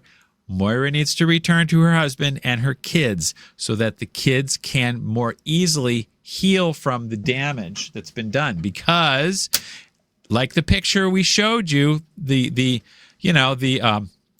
kid getting ripped in half by the parents who are going different directions, or one parent is staying, the other half is, that child is more easily healed, even if they're grown up. If you have mom and dad back together, then they can more safely unpack their bags with a mom and dad together and sort it out. But if you have separate, it's it's really hard. So eventually I'll get to the stuff about the what do you call it? The signatura, who is still judging whether they're going to redo this whole case or not. And I think it's a legal gray area, which is why I still have my ring on. But should Moira go through with this wedding, which I hope she doesn't, maybe she'll have an attack of conscience, or maybe providence, maybe God will intervene before then. I doubt it. I think just like Christ on the cross, it's going to happen. No matter how, Garden of Gethsemane, and that's God's will, every limb was nailed. And I think I got one more limb to nail, and it's this hand right here. I think that's what they're going to do. Then I'm going to take my ring off because publicly the bishop said, I'm not married and I don't have a wife, so why am I wearing a ring? That would be like a lie. That's a public, even though I know she's my wife for life. I know it, but publicly, no. But right now, the signatura has all but already declared that they're going to redo the whole annulment, in which case Byron has to be recalled. Sorry, we got to get you out of there. It's like maybe they would recall it on the honeymoon. I don't know. They may decide in 10 years. Who knows? I'll show you the paperwork in a minute, okay? But that's what's going on with the ring. Right now, I think that if the bishop were really doing his job, he wouldn't be allowing this because because the signature, like I said, is on the verge of redoing the whole annulment anyway, because it was all a Pope Francis rubber stamp nothing burger anyway. They never even talked about it. They just rubber stamped it in a 2.5-year process. The whole annulment took like 10 years or something. Whatever, 8 something. Let's keep going on this and we'll see what else we got, okay? Let's look at our little notes. Maybe I could find Jordan Peterson. Let's look for Jordan Peterson really quick. We're only going to play the first 50 seconds of this video. It's 4 minutes. It's really good. It's good. Even though Jordan Peterson is not, he's got problems. It's not perfect, but he makes some decent points here. Let's check it out. The other thing about marriage, this is really worth knowing too, is that I learned this in part from reading Jung. It's like, what do you do when you get married? That's easy. You take someone who's just as useless and horrible as you are, and then you shackle yourself to them. Okay, did you get that? That's exactly right, because he doesn't have the Catholic disease. You take someone who's just as useless and miserable as you are, and you shackle yourself to them. And everyone laughs because they know it's true. No one's perfect, okay? You have to be perfect now to consent because Christ is perfect and the love of the church is perfect and all that stuff. The obedience of the church is perfect and the love of Christ is perfect. So you have to be perfect in order to consent today in the Catholic Church because love is total, right? Total gift. Nobody can do it. So you take someone as useless and miserable as you and you shackle yourself to them. And then that's why they call it for better or for worse. Otherwise, for worse is meaningless because it's only for good, right? Right. Okay. Continuing. And then you say, we're not running away. Oh, yeah? What if the marriage isn't valid? Then we're going to run away. But no, this is normal Catholic stuff that he's saying. Everyone else knows this. It's like everyone else knows that NFP is Catholic contraception. Who's not Catholic? Everyone who's not Catholic knows that the annulment is really Catholic divorce. Everyone knows it. Everyone knows that the remarriage is just Catholic adultery, but they don't say it. But there's so much propaganda, it's hard for them to figure it out sometimes or whatever, but it's like obvious. So I'm talking too much. Let's go back. It's really good video. Listen, horrible as you are, and then you shackle yourself to them. And then you say, we're not running away, no matter what happens. Yeah, well, that's perfect, because then you don't get to run away. And the thing is like he says, it's good because you don't get to run away, because you may have a narcissistic wound that needs somebody to help you get straightened out on it. And that's going to require a foundation that can't be run away from. Kind of like when you go to jail, if the cops pull you over, man, they got to handcuff you and put you in the back of the car. Otherwise, you're going to run away and you're not going to get straightened out, okay? You're not going to go to rehab. if marriage has no contract, has no law, has no boundaries, has no definition, you're going to bail. It's like the police trying to arrest you and saying, hey, this is a voluntary arrest. We don't want to, you can't force anything in the law. So please get in the car. If you don't want to, we'll come back later and see if you want to. No, it's the law. You have to. So this is the shackles of marriage. Shackle is a physical thing you put on and you're handcuffed and you can't get out. Oh, really? That sounds legalistic, cruel, harsh, and forced. It's called, if you freely enter it, that's what you get. It's all gone today. Need I say more? If you're not catching on to why I'm saying what I'm saying, put it in the comment section. Tell me what's going on with your brain there on that. Go, Jordan Peterson. If you can run away, you can't tell each other the truth. That's right. Because if you tell someone the truth about you and they don't run away, they weren't listening. Now that line takes some unpacking. If you can tell, so let's rewind it again. Hang on a second. The truth. Because if you tell someone the truth about you and they don't run away, they weren't listening. If you tell someone the truth about you and they don't run away, they weren't listening. Sounds like the first video we played at the very beginning of this video with the little girl, the blonde hair girl, killing all those guys. She didn't tell everyone the truth. They didn't listen because she didn't tell the guys the truth that they were going to get killed, which is why they hung around. The guys didn't tell her the truth that they were going to like cheat on her or be abusive or whatever, or lame. Otherwise, she wouldn't have entertained them in the first place. So this is why all love is blind. All these marriages are people entering for no reason. And if somebody actually, when it was time to get married, say, this is going to be extremely bad. I am going to do A, B, C, and D, and E to you. Do you sure you want to go through with this? Everyone would say, no way. No. Not going to do it. However, if you can enter a durable contract with somebody who fears God so they know they're going to hell if they bail, now you have something. But we've got nothing today because love wins via NFP law, which means your marriage contract is nowhere to be found or defined. So you got nothing. That's why you get married in the church today. You've got to inform yourself of the contract because your bishop's scared to death because he's going to have to uphold nature and law, which he can't without getting rid of NFP, which he'll never do. So we're stuck. We're stuck. It's like saying we're going to uphold our country and we're going to have open borders and we're not going to answer any questions. That's all we're doing. We have open borders marriage, but we're going to be pro-marriage and we're not going to have any questions answered. Have a nice day. That's exactly what's happening. And so if you don't have someone around that can't run away, then you can't tell them the truth. That's right. You can't tell them the truth. If you don't have someone who, wait, let's replay that. Someone around that can't run away, then you can't tell them the truth about you and they don't run away, they weren't listening. And so if you don't have someone around that can't run away, then you can't tell them the truth. If you don't have someone that can't run away.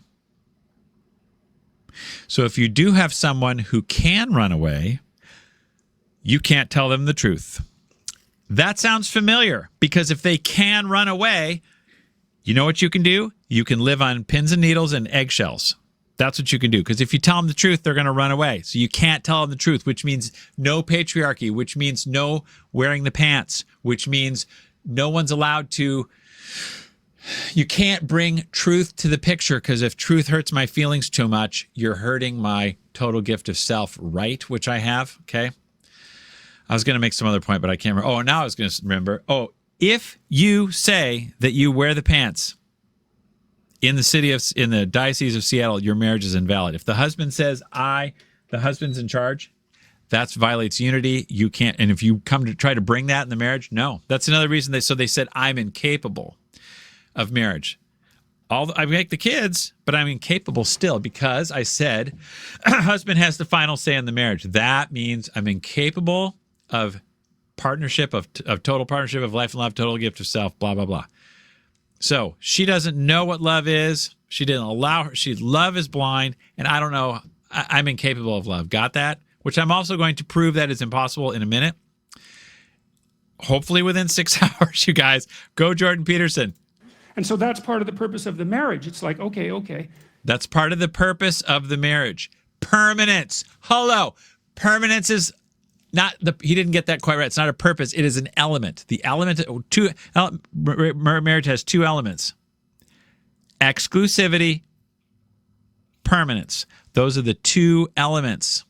The purpose is procreation, but it has two elements: permanence and exclusivity.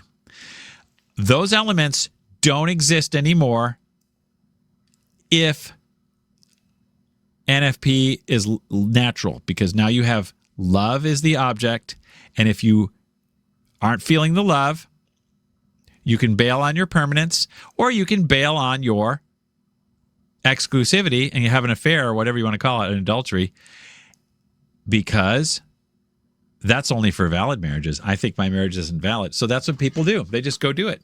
And who's going to say anything otherwise? It's private now. It's like this. I can't judge. No. And even Pope Francis, like I've said in other videos, he had to admit, he's like, yeah, if marriage is definitionless, then so is adultery. And all we try to do, what we do now is we want our NFP, we want our gay marriage. So what do? We trash real marriage, and we just do legal workarounds, and we call it, we use stupid words to call things invalid when they really are. I know that didn't sound real sophisticated, but I can back up anything I say. And if you want to challenge me, please don't be shy. You can even come on the channel. I'll bet on you, you bet on me. It's a losing bet. We both know that. But given our current circumstances, we're unlikely to find anyone better. That is a great line. We're a losing bet. Given our current circumstances, we're unlikely to find anyone better. Everyone thinks the same thing pretty much. They're like, yeah, this is good and I like this, but time is short, and is there somebody better out there? Yeah. Okay. Better looking, more money, better personality, better everything. There's always somebody better. Where are they? It's time to get married. This is good. I like this. Let's do it. No one's perfect. And so you take a leap, but you have to leap into something solid, not something ethereal, which is all it is today. It's sick. It's just sick. These kids are getting just that, like this. In the 1950s, there was a report done by I can't remember which Catholic university up near Chicago. They said the kids are being just tortured. The kids are being torn apart by the divorce courts. And you saw the videos of those kids earlier in this video. That's right. It's called the ethereal purpose of marriage. We need an ironclad one, an objective one, like shackles that bind. Procreation is definable. That's for sure. There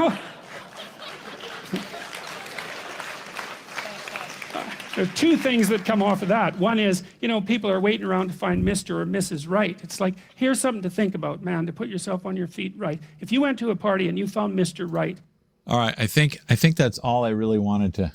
And he looked at you and didn't run away screaming, that would. I think that's fine. That's all we really need. The whole video is good. You can watch the rest of it. Let's go back to some of these notes. All right, so while we're here, we can talk about Father Noiseau. And some of you know him. He came on the channel month ago, 2 months ago, and talked with me about this. And he agrees with me on these things. He's one of the few priests who kind of came out of the closet and said so. But he wrote something very interesting, and as I was speaking, I was like trying to say, look, you have to go back to Trent, or you have to really get and apprehend your own Catholic faith, because you're not going to get it from the bishops these days, especially on marriage. The answer is no, we're not going to give it to you, and even the pastor, the priest won't. They won't talk about it. Some of the FSSP will, but it's not. They're still pretty skewed because they're under the bishop, and the bishop is heavy NFP. So there's not. NFP is direct violation to marriage law. So it's real tricky politically. You want to get between somebody and their NFP, you're taking your life in your hands. God's providence has allowed that all of us living in a spiritual whiteout. That's what we have right now. So today, it's real tough to get the Catholic faith. The catechism, the CCC, they call it a sure norm, but the norm is not precise. And the norm is based on Vatican II, which is poetry, not dogma, doctrine, as far as the new stuff is concerned. which is where we get all this good of the spouses is nature stuff. Okay, yeah, we know what a whiteout is. All right.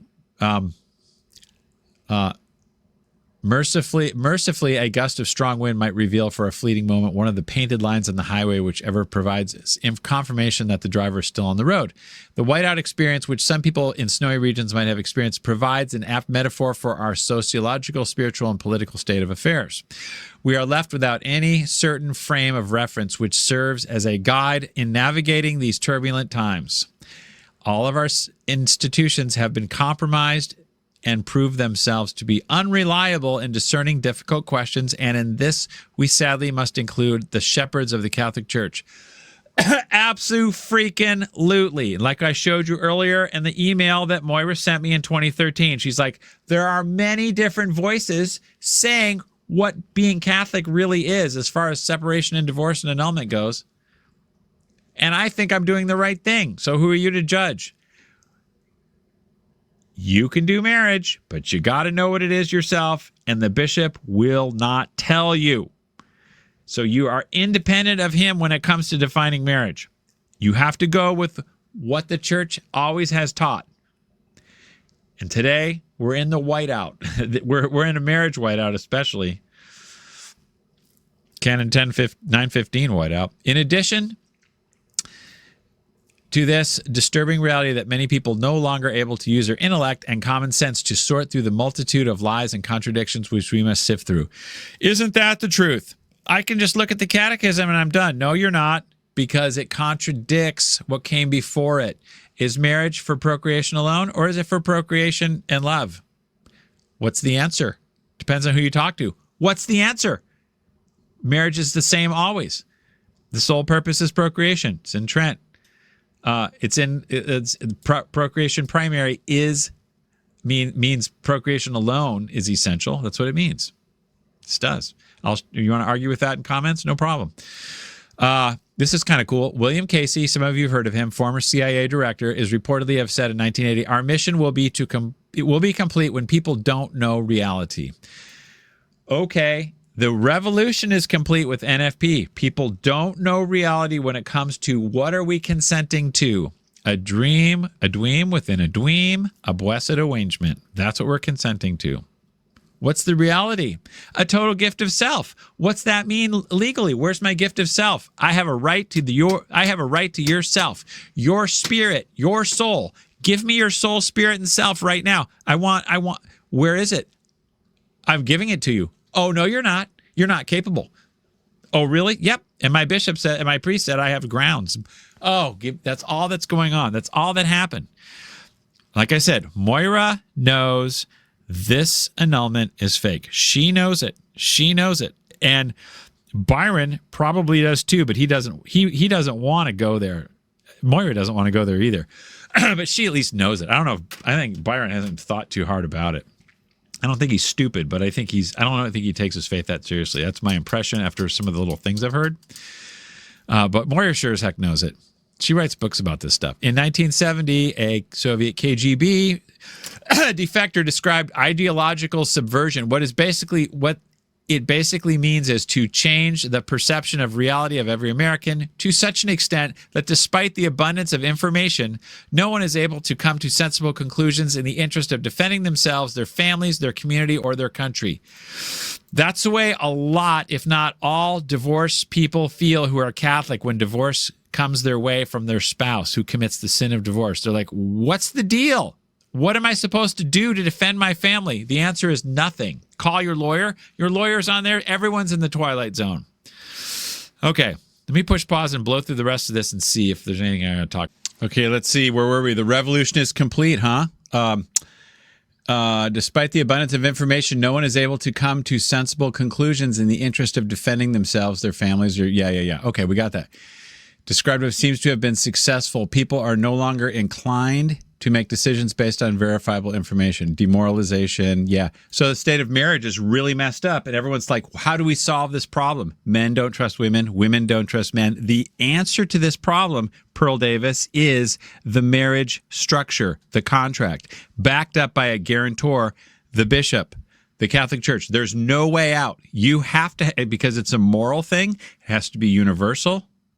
and it has to be able to be enforced with something other than the state, and that is the Eucharist. So Catholics are the only one to save marriage. This is the good news.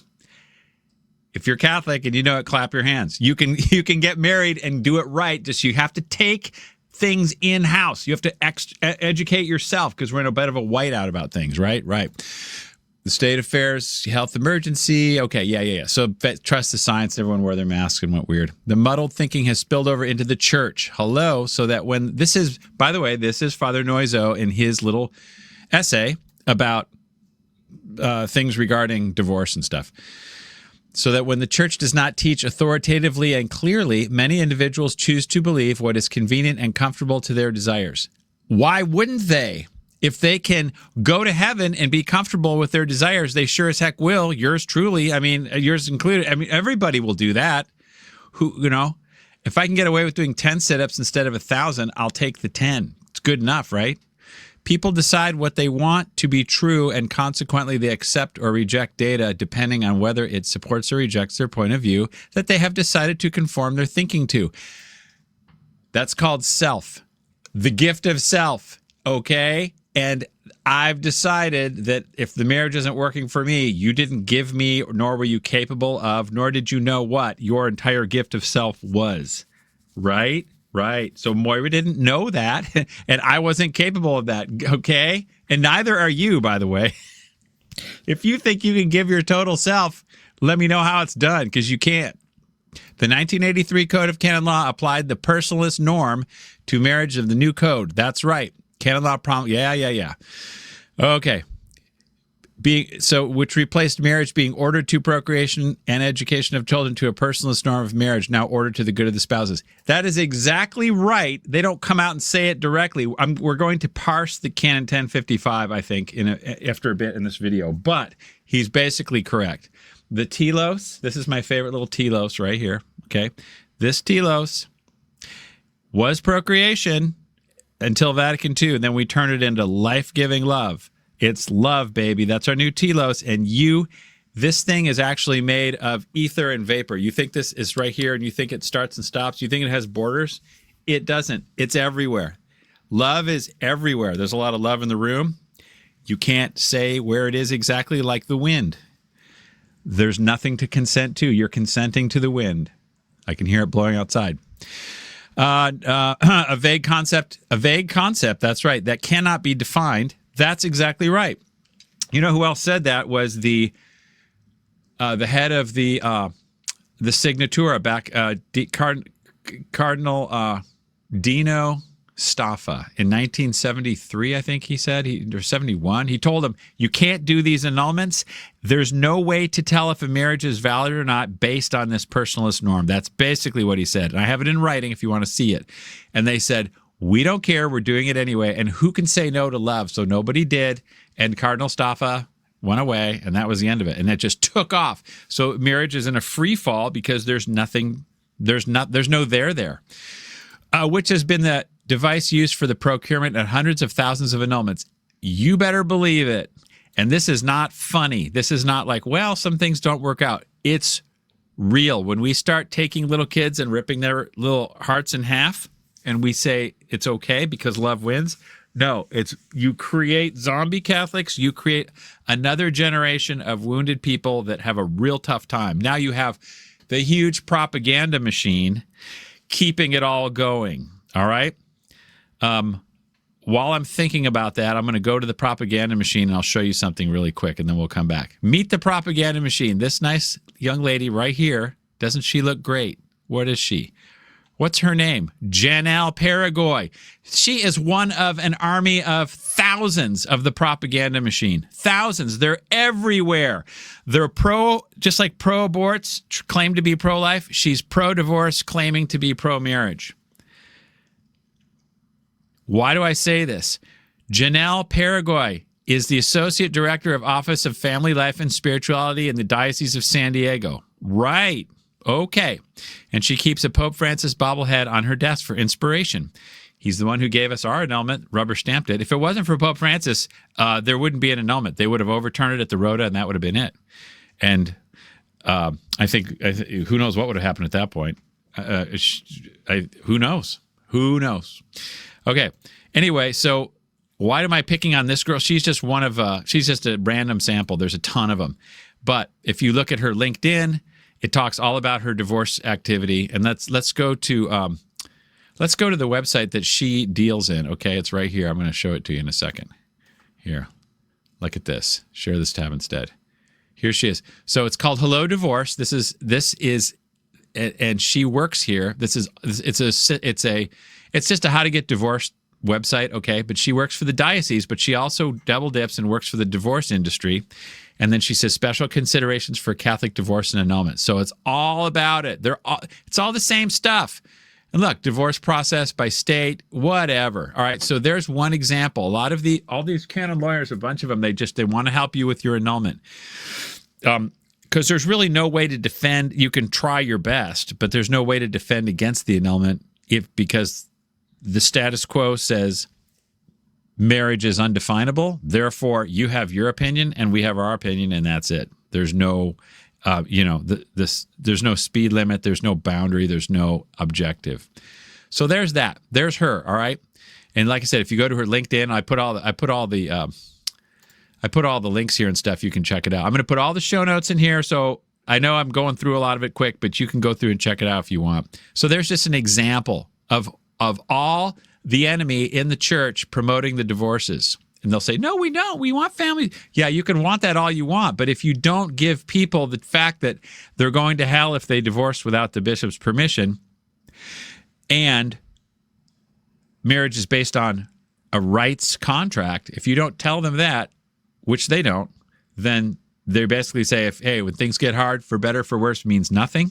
And the kids get trashed because people will follow their feelings. They just will. All right. Now, we discussed Planned Parenthood versus Casey, which you've heard about. That's where Chief Justice Anthony Kennedy said some crazy stuff.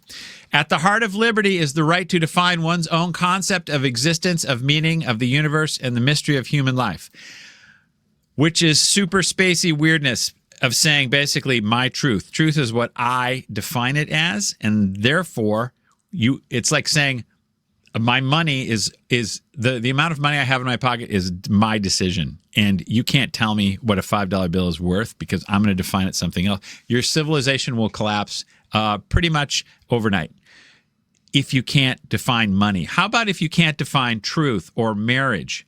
What do you think's going to happen? It'll collapse in a few generations. That's what's going on. And you can't put it back unless you get back to the gold standard, which is divine law and natural law, which means you must have objective truth, which means you must have infallibility, which means you must have the Catholic Church. So none of this religious freedom. We need Catholic truth. Okay. We already talked about this. Canon 1132, once the separation began, the raising of the children is incumbent upon the innocent spouse. All right. And I think we talked about this canon law a little bit. Now, what do we got here? Okay, canon law, this is the Catechism, 1649. Remember how I said earlier that the Council of Trent said it's easy to get people to reconcile. Just let them know they can sleep under a bridge or they can get back home. Those are their options because that was the way it was. But now we've opened up, it's no-fault divorce, and you get an annulment, and you get a remarriage. People are going to take that deal. Okay? Turn this on a little bit lower. Shoot. Turn it down, buddy. All right. Anyway, hang on. I got to fix this heater. So here's what the Catechism says, 1649. There are some situations in which living together becomes practically impossible for a variety of reasons. In such cases, the church permits the physical separation. Not grandma, not you, not the spouse. The church permits it. Therefore, the church must judge the separation. That means the bishop, the local ordinary. Okay. The spouses do not cease to be husband and wife. That's right. So they're not free to contract a new contract. The Christian community, that means you are called to help these persons live out their situation in a Christian manner. Yeah, just like we said. So that means they have to go back together. And infidelity to their marriage bond. Yeah, okay. Live out their situation in a Christian manner, which means they have to move. That means the canon law says they have to live together unless the bishop gives the cause of separation. If he doesn't give the cause of separation and one spouse says you got to come back, then you got to come back. Because the burden of proof is on the one who is leaving. It's not on the innocent spouse, the one who is staying. So the default is living together. The default is not live apart. This is why this whole personalist norm is so bad, because you no longer have consent in marriage. You have the perpetual right to perpetually be consenting. So every day is a new marriage consent. Do you want to live together? Do you want to have kids? Only by consent. See? So there's nothing there because it's love. Love can't be forced. If love is the edifice, the telos, you must consent to marriage every hour. If you don't have to do it because you can't force me, because unity is the new edifice, the new structure of marriage. Consent, please. If I don't consent, you can't force me. Nothing is forced. Okay, so the marriage vows are meaningless. This is why if you start allowing NFP, you have to say the personalist norm, and you have to say love is number one, which means you've consented to nothing, and there's the permanence is optional, and so is fidelity. So is exclusivity optional, because you're like, hey, I can be out if I want, and I don't think it's valid. There's no contract.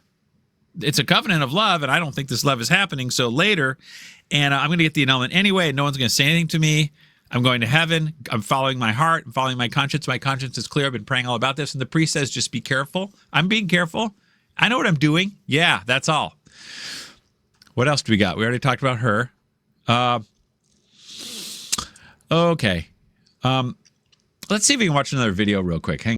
This is just one of those, hit you between the eyes YouTube people. I don't really know who she is, but she said something worth sparking up a conversation. Let's see what it was. I can't remember exactly. She's just testing you all the time. She wants a masculine man who runs the show and puts her in her place respectfully when she needs to be put in her place. That is the truth. And let's rewind that. Go ahead. Something got messed up. Hang on. Let's fix this.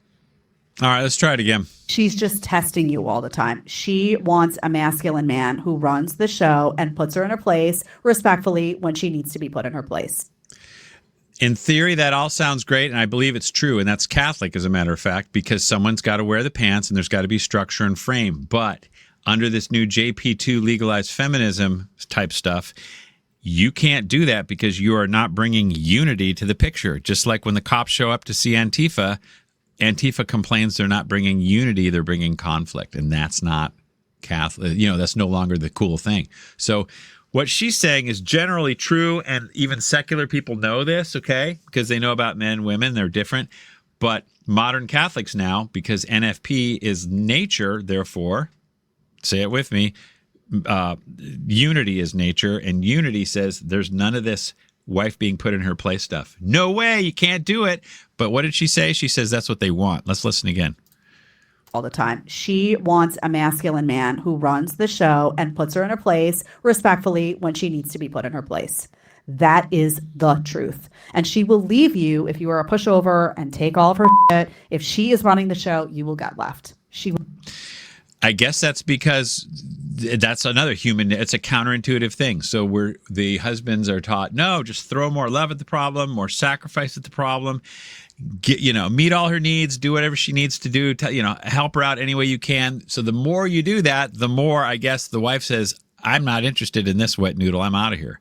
See? So it's really weird because you're damned if you do, damned if you don't. If you say, this is crazy, or we're doing this now, you are a misogynistic, controlling narcissist. And if you say, honey, whatever you want, happy wife, happy life, then you are a simp, loser, weak, no respect, replaceable guy. So you can't win. Therefore, you want to get what marriage is lined up in the beginning instead of getting the Princess Bride version, which Moira and I got back in '95. Hello, JP2, we love you. Oh, I got sent a book from Father Noiseau yesterday in the email about World Youth Day night, whenever it was, in Denver. My friend Boyd and I went there. That was pretty. Okay.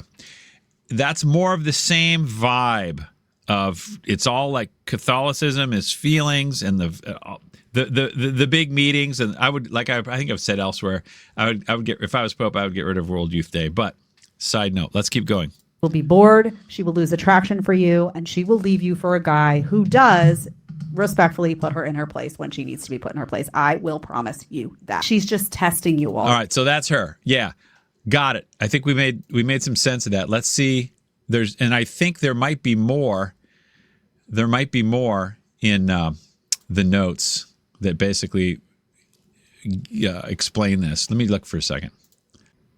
Okay, yeah, here's some stuff on a related note. So this is a little article I found. We'll go through it real quick. It says she doesn't argue to resolve. She argues to protect her ego. And I guess either that's the narcissist thing or that's a female thing or a little of both. I don't know. And Freud explained why. Freud spent his life studying people, exposed the truth about themselves. Psychological tools. Hold on. If you ever argued with a woman who twists every conversation as an indictment of you, you are not dealing with logic. Okay, projection. She accuses you of everything she is guilty of. Freud identified projection. All right. An uncomfortable truth about herself. The mind takes that truth and throws it onto someone else. So the woman who is pulling away emotionally accuses you of being distant. The woman who is hiding things accuses you of being secretive.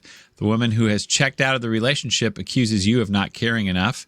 She is not describing you. She is describing herself and handing you the bill. This is what the lady was just talking about in the video when the guy's like, okay, wait a minute, let's be logical here. Sorry about your feelings. This isn't right. We're not doing this.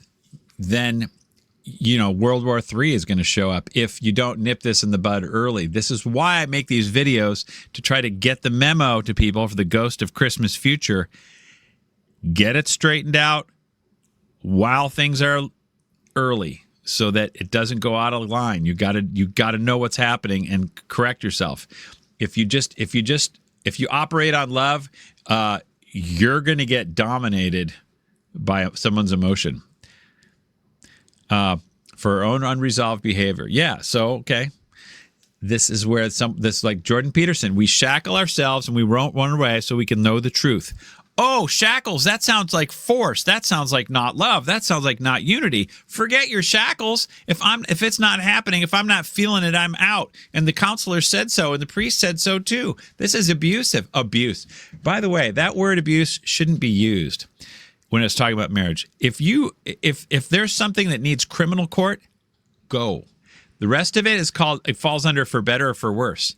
And if you're going to have a heart attack due to the emotional problems or whatever, you can go to the separation courts. That's what they're there for. And they all got done away with. I'm still, so by the way, I'm still waiting for the separation court with Moira. I've been trying to do that since the beginning. Like, if you think there's something wrong that needs to be resolved, why trash our family? Let's take it to the separation court. And of course, Seattle Archdiocese doesn't want anything to do with that, because they've already redefined marriage as love, which means there's no justice, which means there's no objective behavior, which means whatever happens has nothing to do with truth or fault or anything, just whatever. And of course, we talk about people, no one wants to be held accountable. That's what the separation courts are for being held accountable. That's why you go to small claims court. You stole my money. I'm here to collect it. Well, what is the truth? And that's where the judge has to find out. Give me the evidence, right? All right, this is not an argument. This is psychological displacement, rationalization. She always has a reason, and the reason is never her. Logical sounding explanations. She cheated, but you were emotionally unavailable. She lied, but you made her feel unsafe telling the truth. She disrespected you, but you provoked her. By the way, I never raised my voice to Moira, called her a name. Nothing. And a lot of guys can say that. They try to keep it cool. Every failure has an external cause. Every consequence somehow circles back to something you did first. All right, whatever. It goes on and on. I think we kind of, you can read it all. It's pretty good. She didn't manipulate you. Okay. This goes on and on. Anyway, I think we got the main point. Let me find out what else we got to look at in our note. I found something else I highlighted. Sometimes people express the exact opposite of what they actually feel because the real feeling is too threatening to admit. And I think that falls back to that the narcissistic wound. You know, they don't want to go there, so they'll say anything so that they don't have to. I suppose that's what they're talking about. Again, I'll put this in the show notes. You can read all this. It goes on. It's really good, but it helps to figure out why we must have marriage structure. Otherwise, here, the ego wins. That's exactly why. And the moment you start apologizing for how she feels instead of what you actually did, the ego wins every time. Okay? You cannot resolve someone out of a position of their ego built. That's right. And what are you dealing with when you're dealing with total gift of self? It's called ego, because give me yourself, which means I want you on my terms. And if I don't get you on my terms, you're not giving me yourself. And if you're not capable, and if I don't get yourself on my terms, which means do what I say, and the kids won't get hurt, and I won't blow up the family and take all your stuff. Okay? Typically, this is a feminist thing because most guys come out of the box ready for logic, duty, sacrifice. Most women come out of the box ready for emotion, sentiment, and letting their feelings help them make decisions. Okay, this is just, it's the way it is. And we already talked about Aquinas and Lapide, and a bunch of other people already know this. It's hard to articulate. It's not politically correct at all, but men's brains work differently. Men's constitutions work differently. That's why they're the ones in charge, because they're the ones who've got to make the hard-headed decisions, okay? The general of the army is not a girl for a reason. Okay, goes on and on. Rationalization, denial, they're automatic. Let's go. Okay, no amount, which means no amount of logic, evidence, or patience will dismantle them in the middle of an argument. Because you are not arguing with her, you are arguing with her armor. Sounds right. It's not about, that sounds super familiar. So if she has armor and you don't, she wins. And she's got armor, baby. But the armor that you have is called your frame. It's called the marriage contract. And it's called, if armor can withstand some things, but it can't withstand God. So if you do not operate according to authority, you don't go to heaven. And that's not a good deal. Not a good idea. So your armor is kind of nice, but it's not good enough. However, if everyone goes to heaven, no matter what they do as far as their ego goes, and they can go to heaven and divorce, then they're going to do it. They're going to do it. Just like the fall in Genesis, after even Adam and Eve ate the fruit, her desire will be for her husband, meaning she's going to wear the pants. The armor does not respond to reason. It responds to threat. What are you going to threaten your wife who's hiding behind her emotional armor with? Tough guy. What are you going to do? Call JP2? Maybe get some theology of the body going and some lava lamps? No. You have to go to separation court, and those that do not abide with what the judge says go to hell. They're denied the sacraments. That's the threat. That's all there is. So if you're doing everything right, you're fine. But if you're going to live in adultery, you're going in marriage sin. If you're going to do something against the marriage, you better straighten up, or you're going to hell, objectively determined by the judge, not your mind. So armor doesn't respond to reason, it responds to threat. And today, the patriarch has 0 weapons, nothing. So he's got to be sure to rein. It's like, how could you govern a society if the cops had no guns? You'd have to make sure that you raised everybody really well so that they wouldn't grow up and become the criminal element. But we don't have to do that, and it's kind of hard anyway. So the cops have to have the guns. They have to. Otherwise, we have anarchy. In marriage, the husband has to, quote, have the gun, so to speak. And the way this works is you need a gentle society in your castle, and this needs to be groomed. It needs to be nurtured and brought up that way. If you don't, you're going to have somebody who can threaten you, but you can't defend yourself. And they'll say, listen, husband, give me unity, or I'm going to start killing. Just like the girl in the beginning video, she killed all those men that were near her that she didn't like what they did. She killed them all. You have to watch the whole video. I can put the link. It has some language I don't really like, but anyway, you got to have some art. You've got to if the head of the house has no way to enforce anything, he's dead. He can't do anything. He also needs, so this is where the church needs to back you up. So you've got to get a God-fearing person to marry so that they know that if they transgress, they're not going to heaven. Otherwise, good luck. Lots of luck. You got nothing. Really, you don't. And it's just a luck of the draw.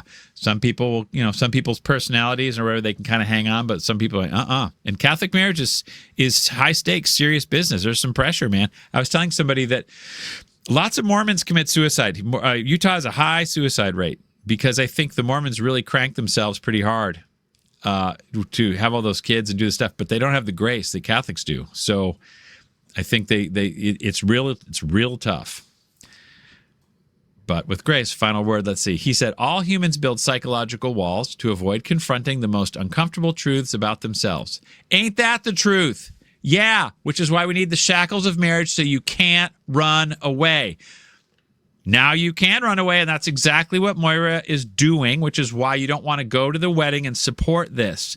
You're inviting it on. You're patting on. You're affirming her in her sin of abandonment, extortion, and now it's adultery, and the annulment is fake because it's based on lack of love, which is no basis for an annulment because love has zero to do legally with marriage. And I'm going to get to that canon eventually if I can stop talking, okay? We'll get there. So this is why you don't go to the wedding. And it's not just about me or my case. It's about everyone's case out there because it's all the same thing. Just like you're not supposed to go to an out-of-church wedding, a Catholic beach wedding, that where the bishop doesn't say it's okay, says it's not okay. You can't go because it's a public celebration of fornication. That's all it is. So an annulment wedding, which is what Moira and Lord Byron have, is basically, it's a public celebration of marriage. However, if you follow your conscience and use your head, you can see that it's fake. So to add that on, to get into that is not good.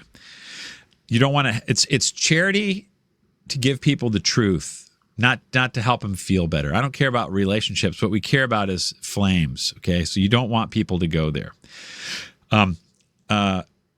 Her own mother said, "Yeah, it doesn't." She agreed with me recently. I was talking to her. She goes, "It doesn't serve this wedding, quote unquote, serves nobody's best interest. Nobody gains from it." Okay. You are in a psychological war with someone whose ego has decided you are the enemy. Why am I saying that? That makes perfect sense.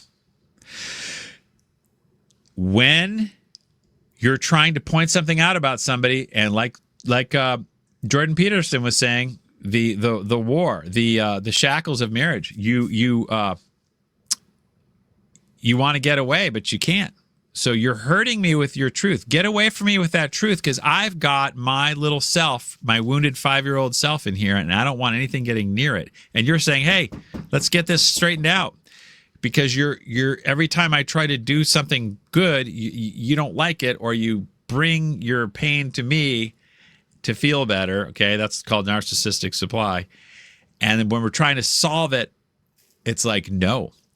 But it needs to be solved, which is exactly why when we met with our FSSP priest, Father Segudo, he said, hey, John may be a goofball or whatever, but he's trying to do what's right, and you can't break up the family. You're going to mess up the kids and continue the cycle. So you have to basically lance this boil, Moira.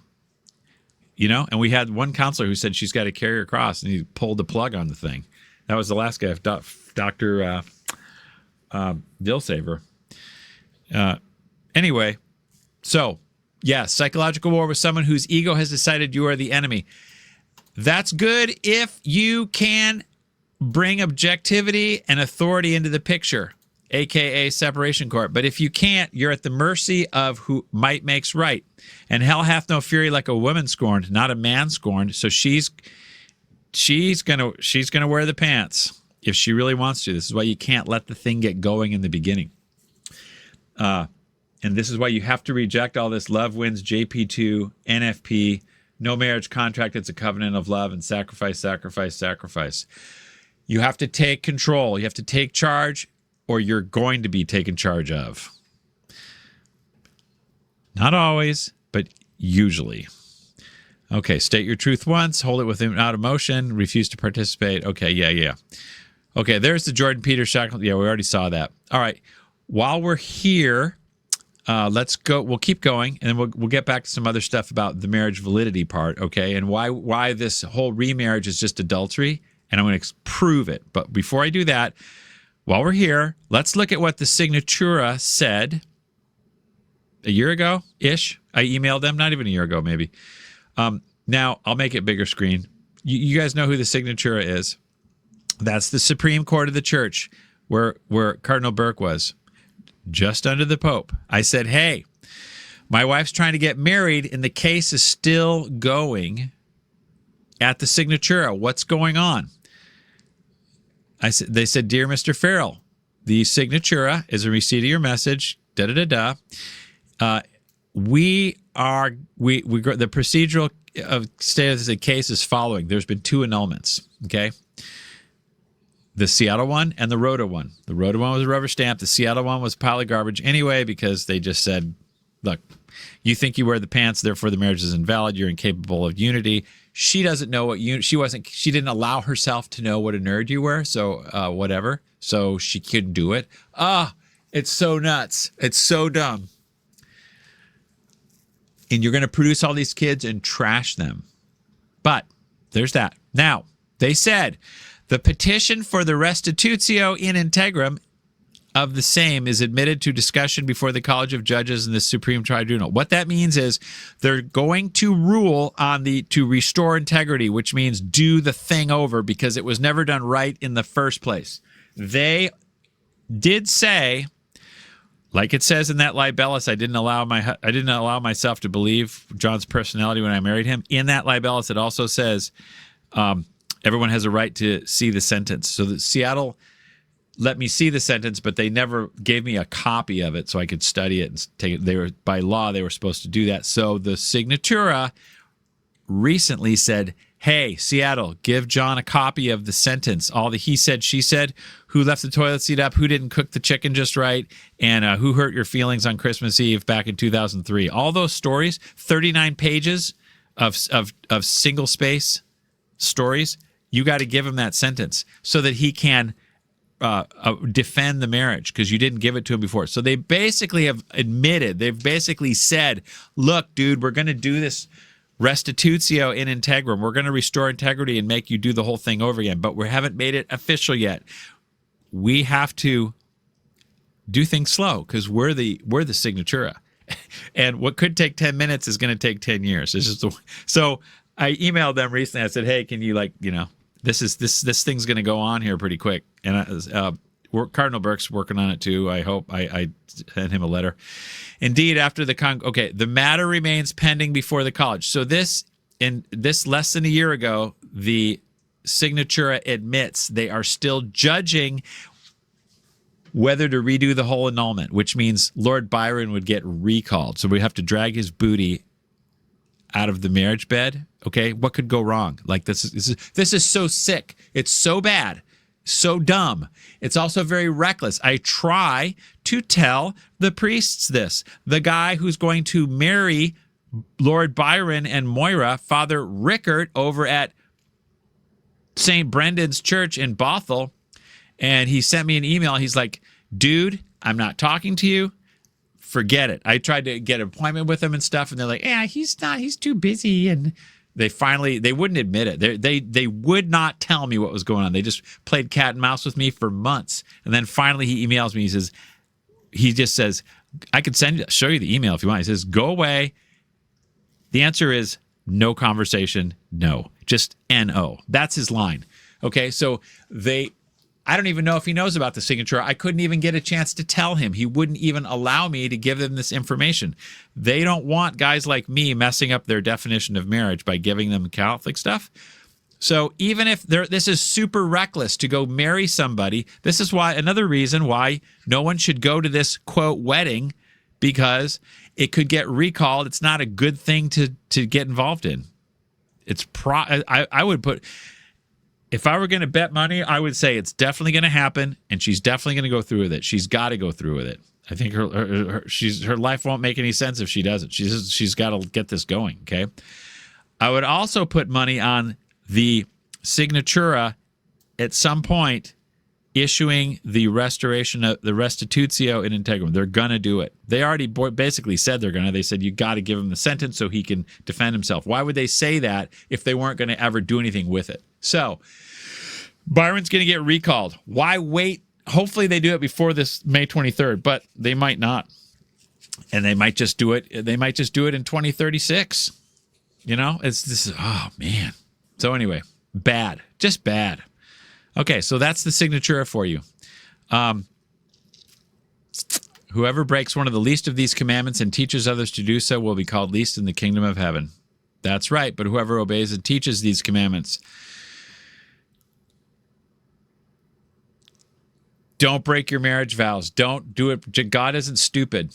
Most people know this stuff, but they when you want to do something, you'll find a workaround. You just will. So let me push pause. Like we're going to go back and talk about a little theory as to. I'm going to prove to you guys. I'm going to prove to you why this consent that Moira and I did is valid, and why this annulment is an erroneous judgment, just like Joan of Arc's execution was an erroneous judgment. All right, so this might not be an exhaustive explanation, but it's going to get most of the points. So people say you have to be able to love or you can't get married. You're not capable of consent if you can't do charity, right? Right? Because love matters. Love wins. Love is a part of marriage. Love is essential to marriage now after Vatican II, blah, blah, blah, go to the spouses. So what does the Bible say here? Matthew 5:46. For if you love them that love you, what reward shall you have? Do not even the publicans have this? The pagans, all right? In other words, even pagans can love. They can. Every pagan is capable of loving who loves you. However, every baptized is capable of charity, which means loving when you love your enemies. So when someone hates you, you can love them. You are capable. If you are baptized, last time I checked, Moira and I were both baptized, you are capable of charity, of good of the spouses. To say that you're incapable of something which your baptism proves you are capable of, obviously you're capable of it, and you know what love is. You know what everyone knows what charity is. The point is that if you try to legally define the level or the amount or the type of charity, it can't be done, okay? It's like I always say, it's the legal definition of good hair day. You can't do it. So let's look at Aquinas here, what he says. I answer that marriage was instituted especially as fulfilling an office of nature. What was that? An office of nature. Okay. Yeah, that means nature means nature. Yeah, it doesn't mean charity. Okay. Wherefore, in its act, the movement of nature must be observed according to which the nutritive power administers to the generative power,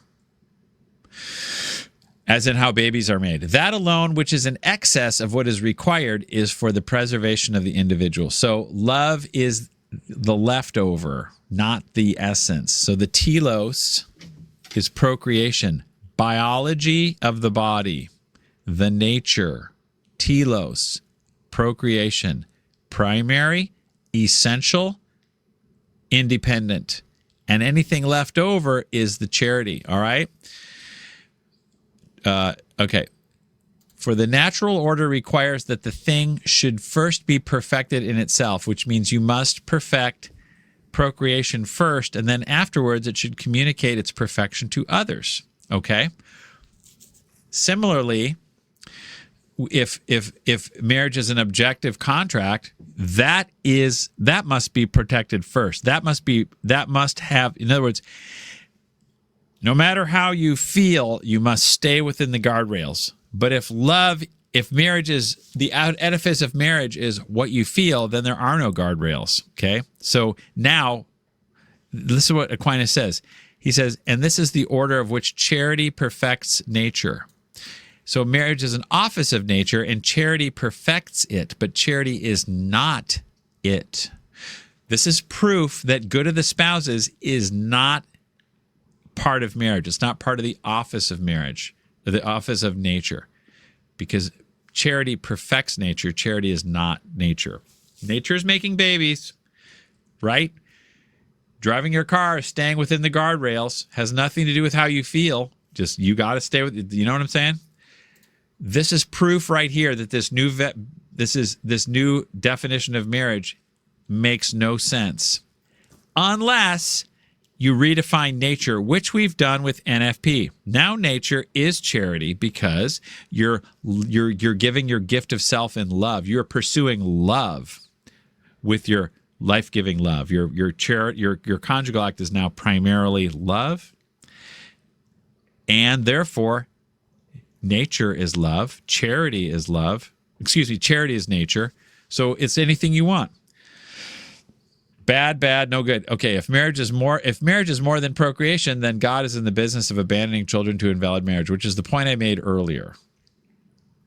If we have to have more than biology to qualify for marriage, then you're going to have a bunch of kids out of born to invalid marriages, which means all these kids are going to get trashed. That's not the design. Hey, man, I can't think of an analogy right now, but basically, if it's not good to be able to produce kids if you can't take care of them. So if it's not good to be able to produce kids if anyone can get a marriage annulment and get out of it. In other words, it's just legalized divorce. It's legalized feminism. That's all that's going on here, which is why you don't want to go to the wedding, because you're sponsoring it with your presence. Even though it's, quote, legal, and even though Joan of Arc did legitimately get burned at the stake for being a witch or whatever she was, it was legitimate. It was done with authority, legitimate authority. It was the wrong decision. So you don't want to go to the Joan of Arc burning process. You don't want to go do this, not to show up to say this is great. No. And a wedding, when you show up, you are in favor of it. So this is sick stuff. Moira needs to get back to her family. Lord Byron needs to get back to his family if they want to go to heaven. That's what they got to do. It's just nature. The rest of it is fake. They could get their annulments reversed if they wanted to. And I think Moira's going to get it reversed anyway by the signature. And then it'll be awful fun to argue it now. And after the stuff I know now about what marriage is defined as. Now, let's look at Canon 1095. This is called the loose canon, for those of you who don't know. Basically, all the annulments, they call them McNulments, I do anyway, are Canon 1095. This is how we get through and annul all these marriages. We say that there was not enough love in the room, or you didn't understand what love was, so you couldn't get married. Sorry about those 11 kids. They're going to get just demolished emotionally and spiritually from it to one degree or another. The following are incapable. You have no capacity for marriage. If you those who lack sufficient reason.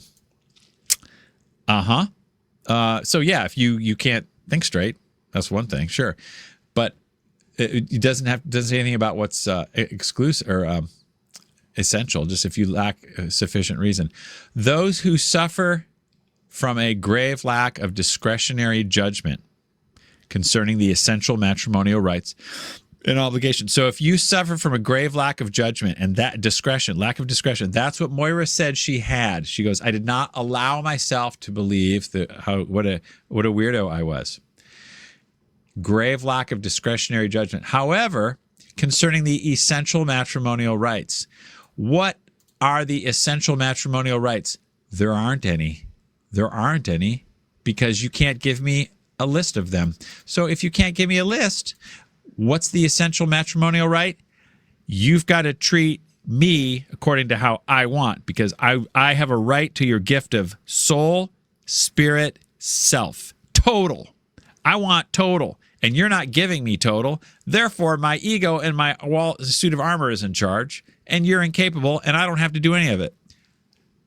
There's the problem right there. That's why it's fake, and the reason why the essential matrimonial rights, now that they call good of the spouses the essential right, which can't be defined, there's no way to consent to it, and therefore the annulment is fake because you couldn't consent anyway. So if that's clear enough, any questions, get back to me. Okay, so this is the part 3 that they put on me. Those, because of causes of psychological nature, are unable to assume the essential obligations. Notice they didn't say rights, but rights and obligations go together. So you can't, you're such a caveman, you can't do the essential obligations. Well, you know what? If you can make kids, you can do what's essential, because it's an office of nature. But now, if nature is love, because it didn't used to be, but we know so much more now, don't we? We're so much smarter now. In 1965, that's when we really got smart, in the age of Aquarius. And so the essential obligations are now limitless. Total gift of soul, spirit, and self. That can you put a measuring tape on that? No, you can't. And if you don't give me that stuff, you're not capable. Boom. No one's capable. It's all fake. Trash the family, trash the kids, promote adultery, and we'll call it remarriage, and we'll celebrate that. And that's what you're going to go do at St. Brendan's on May 23rd. You're going to go celebrate this trash. No. You're not helping. You're hurt. We have to help people who get married live their state in life. And sometimes that cross really, really bites hard. It's difficult, the cross. But that is the solution. This is where salvation is, right here. It's not in getting rid of it for something better, quote unquote, because that's how you're feeling. And that's all that's going on with this new marriage thing. And like I said, it's not just about me and my family. It's going on everywhere. So you can duplicate any of this information to your own case, because the little demons that write these scripts are all the same. Canon 1055. This is more wordsmithing. The marriage covenant. Stop right there. Marriage is a contract, as it says in the Catechism, which we'll get to in a minute. But anyway, the marriage covenant, where they get a partnership. So now we have two words which are messing up the definition of marriage already in Canon 1055, creating tons of confusion.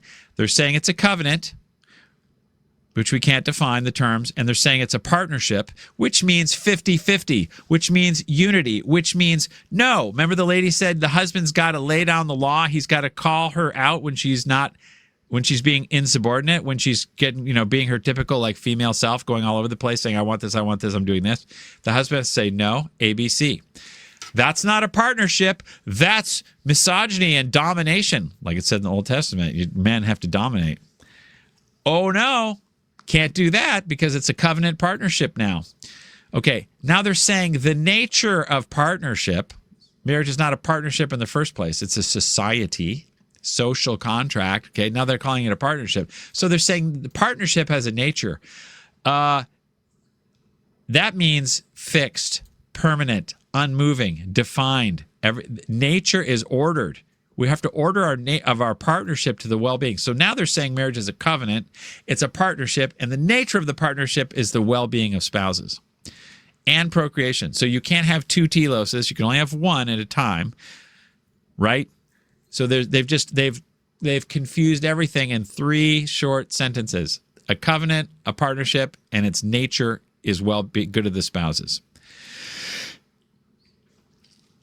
This is weapons grade ambiguity.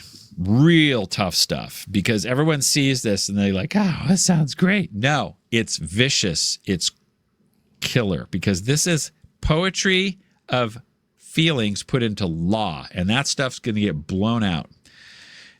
Let's keep going. Okay. Consequently, a valid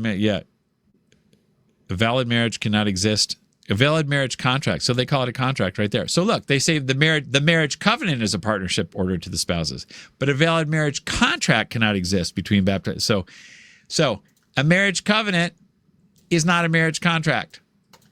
It's not. A contract has terms. A contract has legal terms that are finite. You cannot have a contract to infinite. I'm going to contract with you to mow my lawn, and that lawn must be the best mowed lawn ever in the history of the universe, or I'm not paying you. How are you going? You cannot define the terms of that contract. So the guy mows the lawn perfectly for you. Nope, it's not the best. I'm not paying you. Perfect. No, you can't have a contract like that. It must be finite. It must be, you got to have something defined.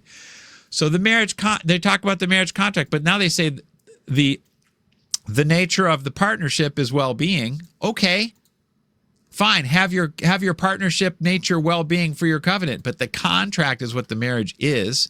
And Leo the 13th in Arcanum said marriage is the contract itself.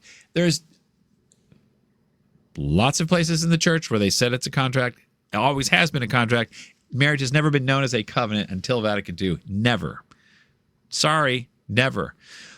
So, a valid marriage contract cannot exist between baptized spouses without first being a sacrament, without that very fact being a sacrament.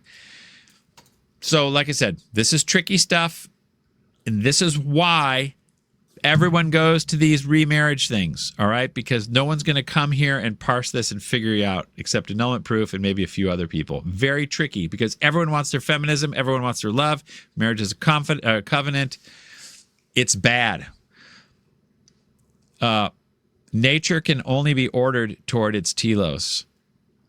You know what I mean? The conjugal act has a telos, it's procreation. It's not ordered to this. But a partnership covenant could be ordered to whatever you want. But that's why they say it's 50-50 and it has to be a unity. It's a hijacking of the definition of marriage and giving it feminist license. Whoever wants out can have out because nothing can be forced because unity wins. And unity means perpetual consent. So like I said earlier, every consent is only as good until the next consent is required. You know what I mean? You have to, in other words, there's no more marital debt. There's just perpetual consent. So you have no right to anything. You just have, you can just ask. You got to keep asking. Ask all the time. Hey, do you want to stay together today? Do you want to continue living together today? Because if you don't, there's nothing I can do. That's exactly what the bishop is saying. It's so sick. The kids have a natural law right to parents living together. They do not have a natural law right to the parents getting along great. That would be good. It's charity. God's in charge of that stuff, but the contract is not. There's no natural law right to parents having a great relationship. There is a natural law right to parents living together because those kids by nature need mom and dad, in the same place, in the same emotional place with as far as the kid is concerned. They don't really know all the stuff that's going on with the parents. They want mom and dad in the same house so they can emotionally place themselves with that structure. And when you rip it apart, you see those kids, like earlier in this video, crying. Serious. That's some permanent heart wounding right there. And that's got to get healed, but that's a big problem. And usually the devil moves in when there's wounds and sets up shop. Sound familiar? You've seen it. Everyone's seen it. It's bad. This is why all this love wound stuff is super nasty. That's why you got to be bad cop sometimes, because if you let this stuff go and just give everyone hugs, the devil says, thank you for that. See what else we got. This dovetails with 2384 in the Catechism, okay? Divorce is a grave offense against natural law. Yes, it sure is, because we've already discussed marriage is an office of nature. So when you rip it in half, those kids get ripped in half. It claims to break the contract. That's right. It sure does. Now, that divorce means the natural law that you're dealing with is those little kids crying. You're taking mom and dad and their nature and you're ripping them in half physically, right? And the court is separating you physically at the point of a gun, a physical gun with bullets in it aimed at your head. If you don't, do what we say. It claims to break the contract. That means whoever files for divorce, who initiates the separation is the one who is laying claim to the contract. You can't do that because the Bible says, let no man put asunder. You're claiming to break the contract. I don't have the authority to lay claim to it. Moira doesn't have the authority. No spouse has the authority. No mother-in-law. Nobody. Nobody has the authority to claim to break the contract. The bishop can alter the terms temporarily as long as it's in accord with divine law, which means the innocent spouse gets the kids. You have to judge guilt and innocence, which is why they had separation courts. This is where fault-based divorce comes from. Separation courts, because you can't break that contract. But anyway, that's the contract part. Now, let's check this out. Remember we talked about covenant up here with 1055? Look, so divorce does two things. It breaks the contract. Mom and dad physically separate. Their money goes away. The house gets separated, and the kids get separated physically. The contract is to live, freely consented to live with each other till death. Notice it's not something you have to consent to every day. It's a one-time consent deal to live with till death. And also, that also means a one-time consent to the marital debt. One-time consent. You don't have to ask permission every time. You have the right. Not anymore. Not if we have unity. Not if love is number one. Not if NFP is legal. Then divorce, I put also in here. Number 2, divorce also does injury to the covenant of salvation. That's just language that they use. You don't have to use that language, but you can. What is the covenant of salvation? Anyone? Which sacramental marriage is the sign. Okay? So now we're dealing in signs and wonders. Look, the covenant of marriage breaks the contract, but it breaks the covenant of salvation because Christ and his church, marriage is the sign. Unity, that's the unity part. Christ and his church, that's a sign. It's not literally Christ and his church, your husband and wife, but it is a sign of. It's modeled after. It's an icon of. So it destroys that icon, that sign. So they're saying that procreation is the covenant, dude. This is the problem. You're taking covenant language, you're taking sign language, and you're making it nature. You're turning a covenant partnership good to the spouses, and you're making it, and you're using the word nature in there. And we know that marriage is an office of nature. That's what Aquinas says, and he's correct. No one can disagree with that. Marriage is an office of nature. But now we're saying, no, it's an office of covenant and sign at the same time. What is it? We're not going to talk about it. And when you ask people, what about divorce? Is it claiming to break the contract? They'll say, no, not really going to talk about that. Not in this country. Yeah, I can't talk about that. It's complete denial. And Moira took advantage of that loophole. And I remember, like I said, it was like 7:30 in the morning or something. She goes, here's the divorce contract. I would never do this if I thought it was a sin. And I'm like, I don't know if it's a sin. I don't think so, because no one talks about this anymore. It is, but the priests won't go there. They have everything they've been taught is wrong now. All this stuff about NFP, all this stuff about contract, marital debt, divorce is a sin, sacraments for divorce, out. Nope. But if you can do NFP, you can do contraception, you can do sacraments for divorce, you can do sacraments for adultery. You can do sacraments for abandonment because there's no objective telos. There's no objective object of consent. Okay, let's see what we got. If a husband separated from his wife approaches another woman, he is an adulterer because he makes that woman commit adultery. And the woman who lives with him is an adulteress because she has drawn another's husband to herself. So that was right there. They got this in the C.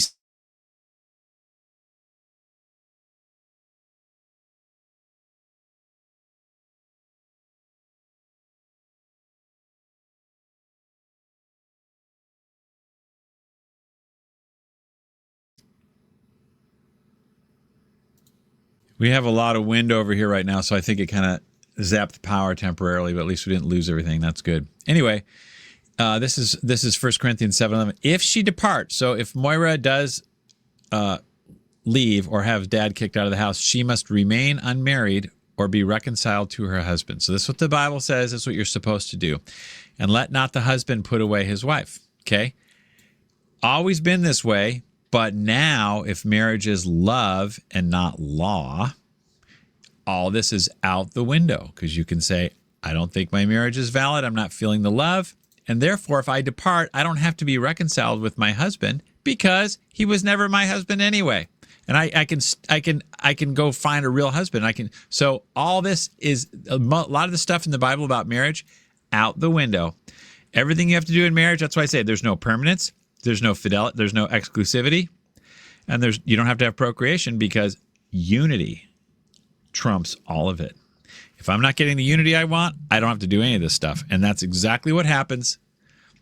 And that's Moira and I are like the poster people for this, because we all went into marriage with like everyone else, high hopes and, everything's going to work out fine and everything like that. But of course, a lot of these fissures underneath come to the surface, stuff you didn't even know about, stuff that's like, wow.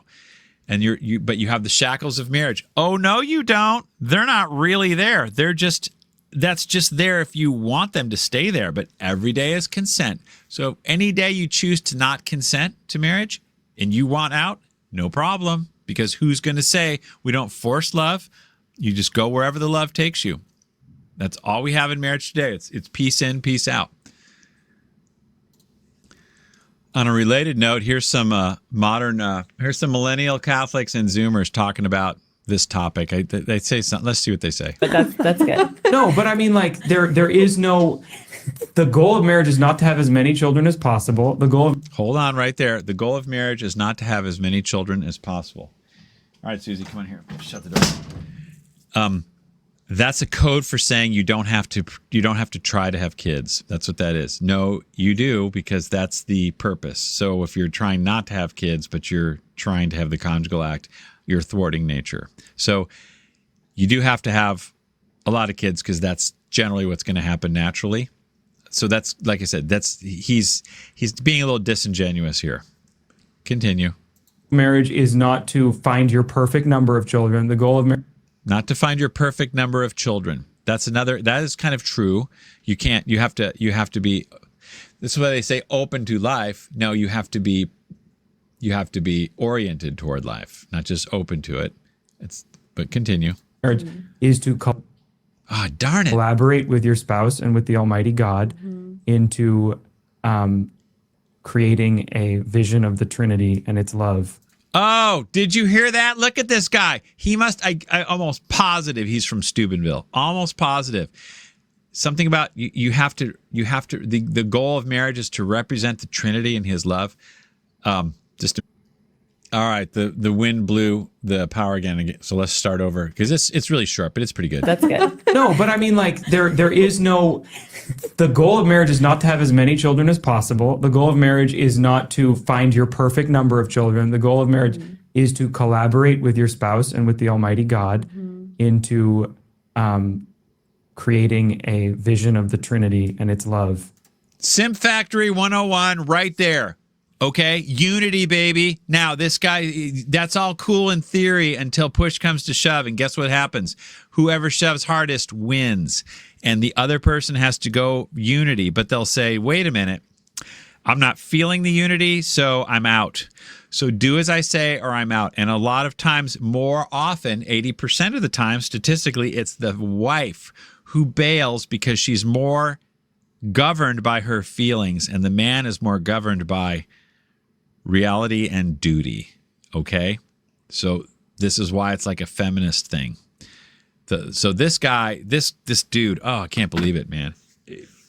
Total Steubenville right there. He's just saying what all the little girls want to hear, man, but it's bad. In a family. But that's good. No, but I mean, like, there is no. I think that was it. The goal of marriage is not to have as many children as possible. The goal of creating a vision of the Trinity and its love. Yeah, I guess that's it. All right, cool. So now we know there's still a few kids who have been re-educated here, which is why we got annulment proof going on. Just a little historical side tidbit about Lord Byron. I guess he was, a Protestant 17th century, 18th century guy in England, kind of a poet dude, but he was a little bit homo, he had some problems. He was kind of like Oscar Wilde a little bit. You can read about him. So this is from Wikipedia.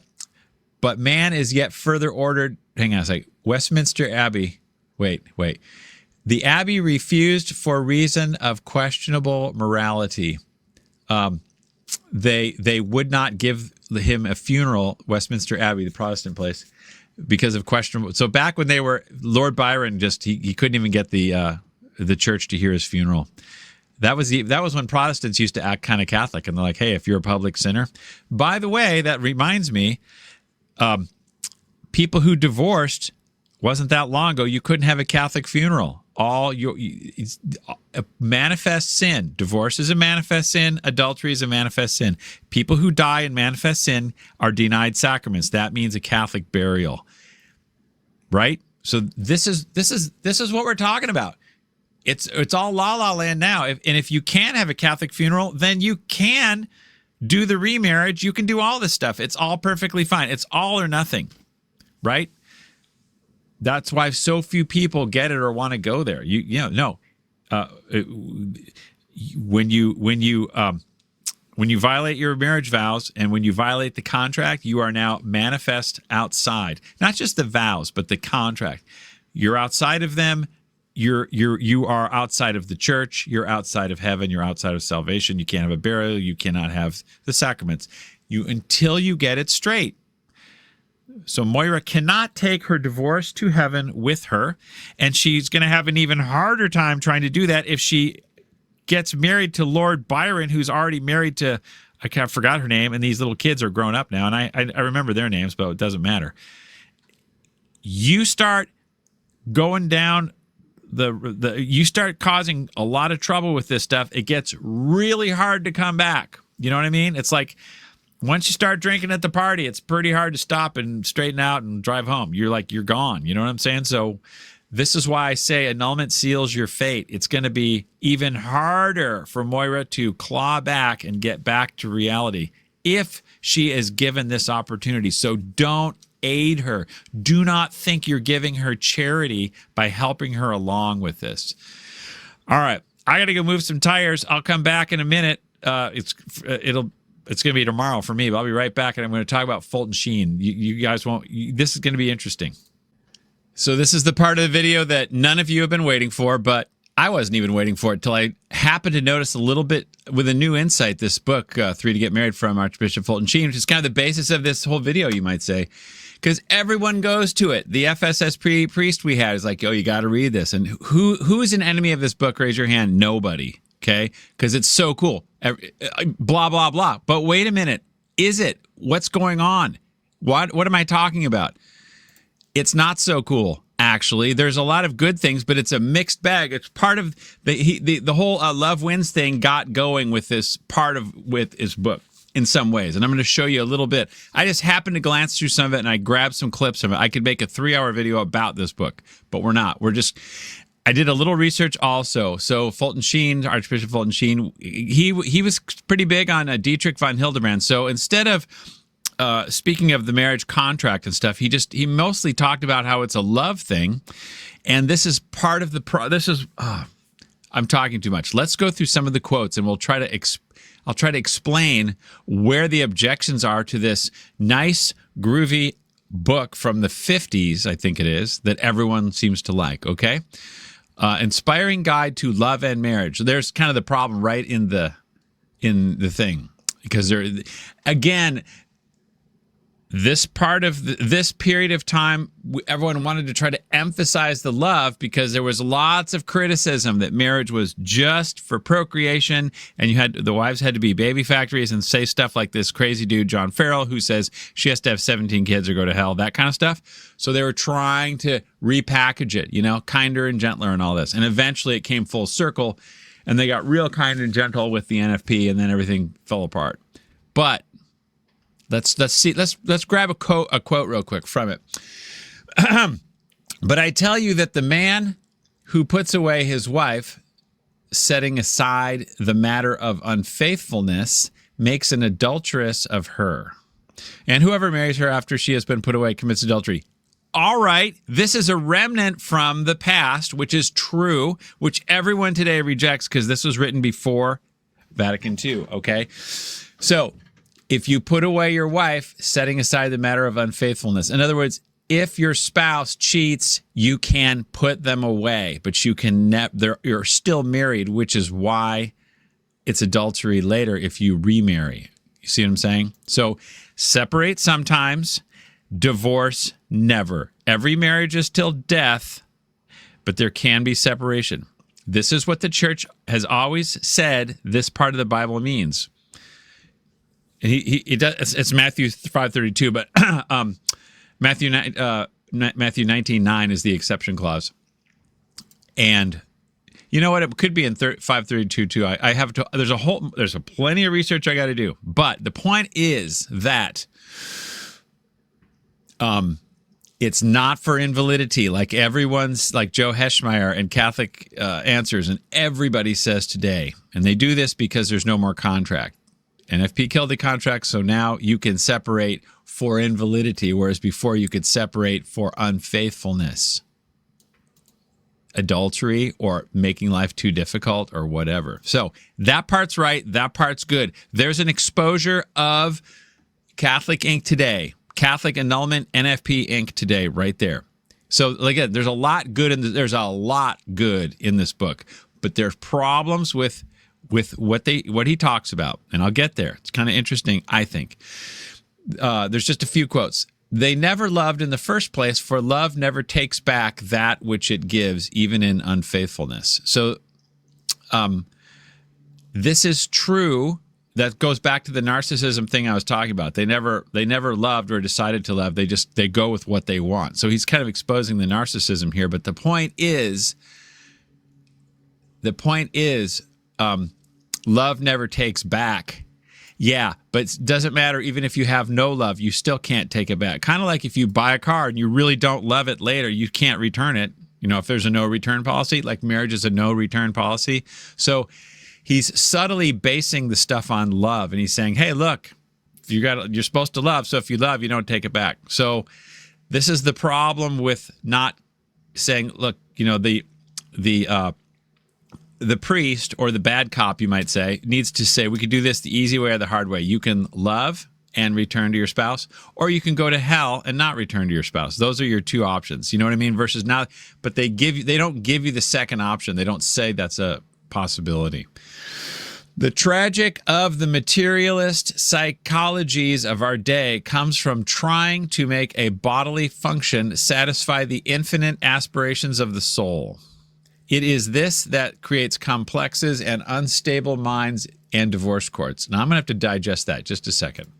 Okay, this is more good and bad, largely good. But he's saying, look, if you're trying to go Christopher West all the time, and you're trying to crank your conjugal acts into some outer space experience of some sort, you're not going to get it. And what happens is you get let down, and then you say, something's missing and all this, and your mind starts to get goofed up a little bit, and you head to divorce court. So that's the tragedy of the materialist psychologies. Okay, so when you make too much on the bodily function, you know, the relation of husband and wife.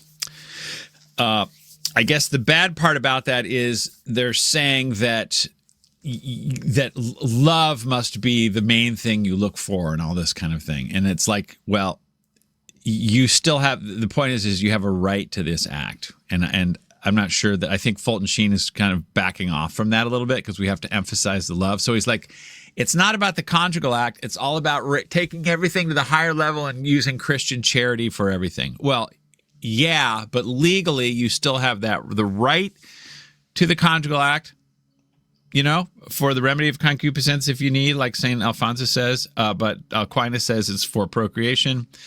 I got to do a whole video about Alphonsus and Aquinas and where they're the same and where they kind of part ways a little bit, because it's pretty interesting. That's going to take a lot of brain work on my part to get there, but we're going to do that, I think, next. And then another one on vasectomy. I got some new tips on that people have been telling me about. It's a little more clear. However, this reminds me, this quote right here, this materialist philosophies, psychologies, and how it messes stuff up. Check this out. So this is the 1944 decree from Pius XII, before he got into NFP, and kind of goof things up big time, he explained that this Christopher West psychology will mess you up, which is exactly what Fulton Sheen is saying, Archbishop Fulton Sheen, because he says, look, these quote unquote Christopher West works, they say these guys are saying the primary purpose is the complement and personal perfection of the spouses through a complete and mutual participation in life and action. Mutual love and union of the spouses to be nurtured and perfected by the psychic and bodily surrender of one's own person, and many other such things. Give me yourself. I need yourself, right? And that's kind of what they were saying in the Lila Rose Zoomer marriage ideal video we saw half hour ago or whatever. Same problem.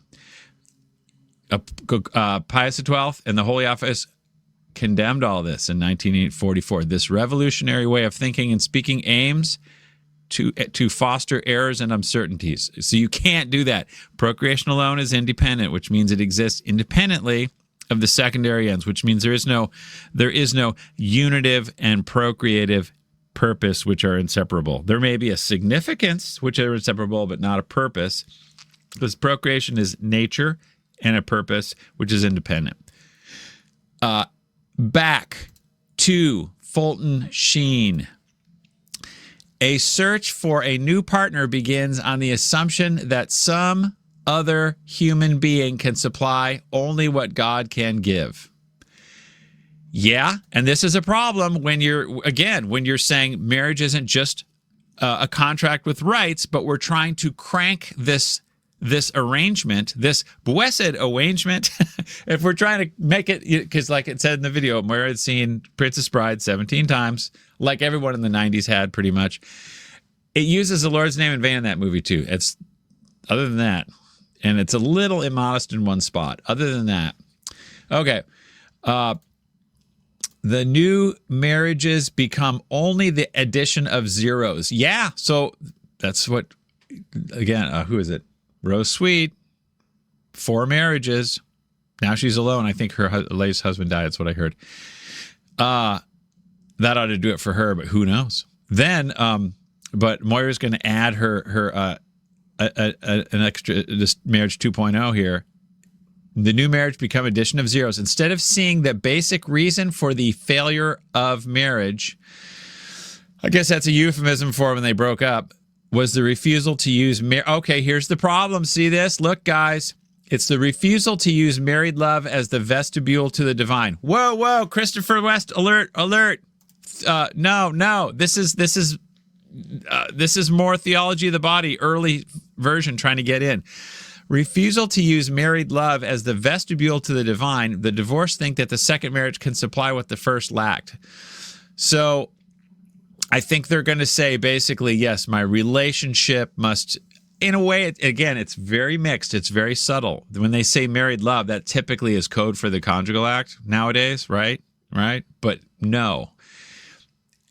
Okay, any charity, anywhere, you can try to, I guess, people tend to, why do pagans donate food to the food bank? It's to feel better, right? There's no hell or heaven for them. They just want to feel better. So they're trying to feel, but they're never going to get satisfaction just donating to the food bank or whatever they're going to do, or protesting, no kings or something, right? Anyway, the very fact that that a man or woman seeks a new partner is proof that there was never any love at all. For though sex is replaceable, love is not. So, that's kind of dovetails with what I said about how people who get annulments, you don't want to marry them, generally speaking, because they typically got the canon 1095 annulment and they have kids, but now they're saying they're not capable of marriage. So is marriage love? Because if it is, it's basically I get a right to yourself, and you can't define it, and this feminist eats you alive on that, right? I'm going to show you at the end of this. Hang on a second. So The very fact that a man or woman seeks a new partner is proof that there was never any love at all. There's always love because everyone's capable of love. The pagans are capable of love, and the baptized are capable of charity. So there is love. People choose to not love. So this whole basis of there wasn't any love, oh, baloney. There always is some, unless it's a forced marriage, kicking and screaming or something. You know, an arranged marriage. This is dumb. This is more Fulton Sheen trying to thread the needle. He's trying to keep Dietrich happy. It's not good, but it is good too because he's total mixed bag on this. But it is sort of proof that if you're just going to go from one annulment to the next, or whatever, you're not interested in marriage. You're interested in yourself. There's a good quote for you right there. Okay? If you were interested in marriage, you'd be interested in vows and charity, right? Because charity goes with the vows, and you'd be interested in the contract, and that's right over the body. So if you're backing away from that stuff, you just are you're self-worshiping. There's no salvation outside of the church. There's no salvation when you separate extra ecclesia, which is what Moira did and everybody does today. So you have to make public restitution for your separation. This again, it's kind of like, well, if you're still in town, you can sort of meet somebody and give them the money back. But if you hitchhike to the other end of the country and take a boat to the other end of the world, it makes it really hard. So a remarriage is sort of like that. You're sort of taking a boat and waving bye-bye. That boat's not coming back. It's really hard to swim back across the ocean. Real hard. People just don't do it. They stay in Laos or wherever they're going to go, so to speak. The absorption of the I. Okay, what is this? The absorption of the I into thou. Wait, just hang on a second. The absorption of the I into the thou, or the thou into the I. In divorce cases, this is called mental torture or domination. Really, it is egocentricity in which one ego, or as Fulton Sheen would say, ego. I go, my ego. One ego loves itself in the other ego. The I is projected into the thou, and it is loved in the thou. The thou is not really loved as a person. It is only used as a means to the pleasure of the I. Okay, it's kind of confusing. Basically, he's saying it's not about the gift of self. It's about the taking of self. That's what he's saying. All right, got it. My ego went. Hello. Yes, this is the problem when you start identifying the contract is I got a right to yourself. Give me yourself. And if you don't give me yourself per my definition of yourself, I'm out. No contract, no nothing. I get an annulment. And I get to do that all over again until the next person figures out that I'm only interested in self because I still am. You know what I mean? Why am I not going to be? Because if I'm no longer interested in self, I'm going to be like, dude, I got to figure out my vows. The reason why you're not interested in self is because you get grace and you got to go back, and it's called a reversion or a conversion to God's will, which means you have to undo the big mess that you made. And if you're going to make a bigger mess with annulment, it's really hard. And that's why I made that video about how annulment seals your fate. You'll find it on my YouTube channel with the lady with the noose around her neck and how she goes into Alice in Wonderland and falls into the hole. That's what Moira is setting herself up for. God's got all that. I mean, dang nab, we'll see what happens. Okay. I did day 6 of my St. Brendan's novena. Like I said, that novena is worthy. It's good. You got to check that out. Okay, at least the version I got. This is okay. Yeah, I, thou, I. As soon as the other ceases to exhilarate, the so-called love ceases. Sound familiar? Everybody has heard that before. That's right, which is why you cannot have, quote, love be the contract. Because people say, you're not loving me. If If someone comes to me with tough love, I'm like, get the heck out of here. You're just being a selfish, controlling, dominating narcissist with your under the guise of tough love. Get out of here. No. That's not, it's objective. Okay. A right over the body is objective. That's the basis of marriage. That is the structure of it. Fulton Sheen, as I said, he's kind of trying to thread the needle here. And it makes it worse because it sounds so good. This is part of the problem with sometimes the devil doesn't come through the front door with horns. He'll tempt you with something you really want that sounds really good. And 3 to get married does sound really okay. The name, right in the name of the book, 3 to get married. It's 2 to get married. You only need 2. The contractors, right? That's it. It's a solemn contract. He sees the contract. He registers the contract. You're not getting out of it without getting out of God, okay? But they like to say 3 to get married because the Fulton Sheen is trying to get everyone on board with this whole, like, we need more love, okay? You got to own... the priest who we're Father Segudo, when we were kind of talking to him and Moira was having this trouble and it was like this marriage was on the rocks and stuff, he's like, no, I wanted her to own this problem. That's not good because you have to show them that's nice, but you have to show them the contract. Like, look, we can do this the easy way or the hard way, but there is no hard way. So you can do this the easy way or do whatever you want. There's the problem. So people say that I'll do whatever I want. Okay. As soon as the other ceases to exhilarate, the so-called love ceases. There is nothing left to hold such a couple together. That's because NFP says marriage is love. And I think this was done right about the time NFP got rolling, man. There is nothing left to hold such a couple together. How about the contract? And if you break the contract via laying claim to its terms on one's own authority, that is what will hold you together. You may hate the cops. You may hate law and order. You may want everyone's stuff. You may want to burn the town down. But if you know you will be drawn and quartered at noon the next day, that will stop you. Probably. It will. Even if you think, oh no, the cops need to work on their love offensive and try to love everyone harder so they stop doing crimes. Yeah, the cops should be kind of nice, if they can, but don't hold back on the old stick to the head problem thing if that's what it takes. There's nothing left to hold such a couple together because there is no third term. Okay, whatever. There may be idolatry when there are only 2. Wait a minute, I got to check this out.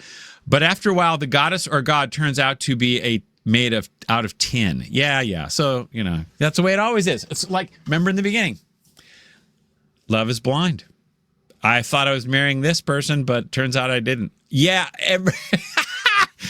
We both know you're as useless and miserable as me, but we both know it's a losing bet. We can't get anything better, so let's go for it. Everyone laughs because they kind of know it's true, Yeah.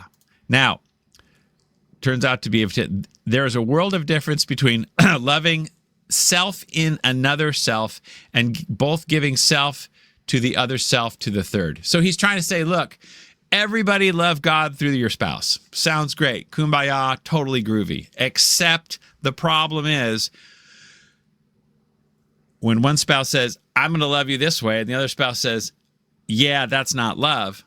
And you're like, yeah, it is. Well, no, it's not. Who's going to judge that? Well, God judges that because, look, we have to give both self and the other self to the third, a.k.a. God. So God is our judge. God is our guarantor of rights. My right to love is guaranteed by God. That's Protestant because there is no right to love. There's a right to the body. But nowadays, Calvin was the first to say marriage is a covenant because he fired all his bishops. And now he's like, who's going to judge all our marriage cases? Nobody. So they say it's a covenant between, so God is the new bishop, right? There's the problem with the book, title of the book, 3 to get married. It's 2 to get married. And the bishop, adjudicates the separation. Okay, there's more I could say, but it's just pretty cool. Again, there's so much in this book. We're just taking a few little paragraphs here.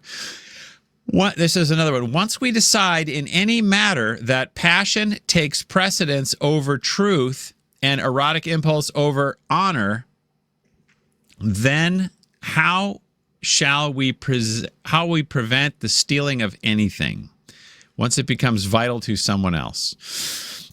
Once we decide in any matter that passion takes precedence over truth and erotic impulse over honor. Okay, yeah, so it's sort of like if you don't have a legal contract, if you don't have terms, then, and if passion takes precedence over truth, but if we're not defining truth, if there's no your truth and my truth, your love, my definition of self, your definition of self, then impulse is going to take over, and stealing will take over once it becomes vital to someone else. I'm going to go with Chesterton in a minute, but we're going to go with today's reading. Hang on.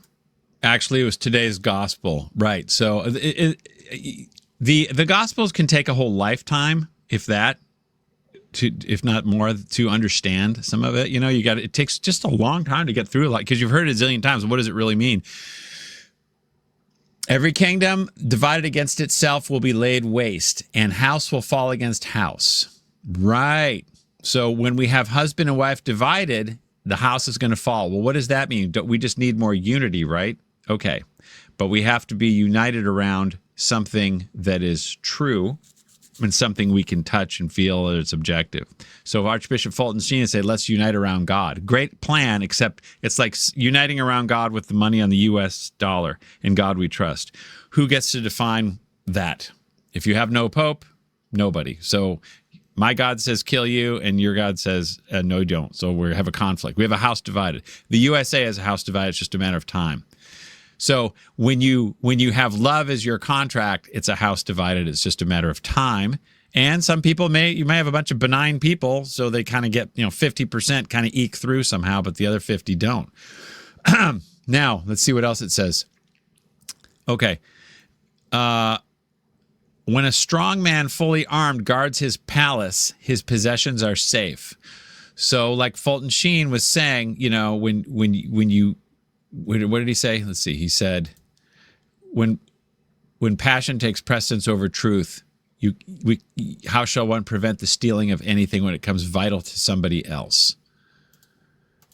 So if something is vital, you think your stuff is safe, you think your marriage is safe, except when somebody else stronger than you attack and overcomes you, he takes away the armor with which you rely. So that armor which you're relying on, your new marriage contract, is love. I'll just take that right away from you, because I got the guns, I got the bishop and the state are on my side, and I'm judging you abusive. I'm taking your stuff.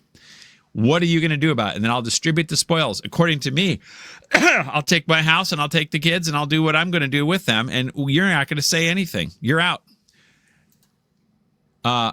You have to have, like, what does it say? Whoever is not with me is against me. So you have to be with God, which means you have to identify God's contract, and that's procreation alone, the right over the body. Otherwise, it's just a matter of time before, when someone's passion gets strong enough, they're going to blow through your stuff. So it's like a nation without laws. You're going to have somebody who comes and attacks you. And that's the way it used to be before things got civilized. So marriage has become uncivilized again. And we need to start forming, like St. Ignatius, the monasteries among the plains filled with Visigoths that run around throwing axes at everybody. Now spouses throw axes at each other in civil court, and the bishop's like, hey, guess you got to read 3 to get married, huh? Ha ha. They'll laugh like the ex-archbishop of New York, that guy, you know who I'm talking about, or whatever his name is. The guy who laughs all the time. I hate the laughing stuff myself. Back. Okay, as Chesterton, so hey, if I want something more than you want something, I'm going to take it, and what are you going to do? As Chesterton put it, numbers of normal people are getting married thinking already that they may be divorced. The sincere and innocent Victorian would never have married a woman reflecting that he could divorce her. That's right. He would as soon have married a woman reflecting that he could murder her. Yeah, it's like, I'm not going to marry someone who's going to murder me. They're not going to divorce me. Do you think I thought Moira would do this divorce me? No way. We both came from 9 kids. My parents weren't divorced. Her parents weren't divorced. We both went to daily mass. I think I married till I was 29. She was 24. It's like, where's the problem here? Marriage, yeah, you got 2 messed up people entering marriage. You know, what else is new? But marriage is this contract, and it will provide grace, and we'll have a bunch of kids. Okay? And, you know, she's into submission and stuff. I got to show you that video really quick. Just a minute. Hang on. I just remembered this video from, I think it's 1994.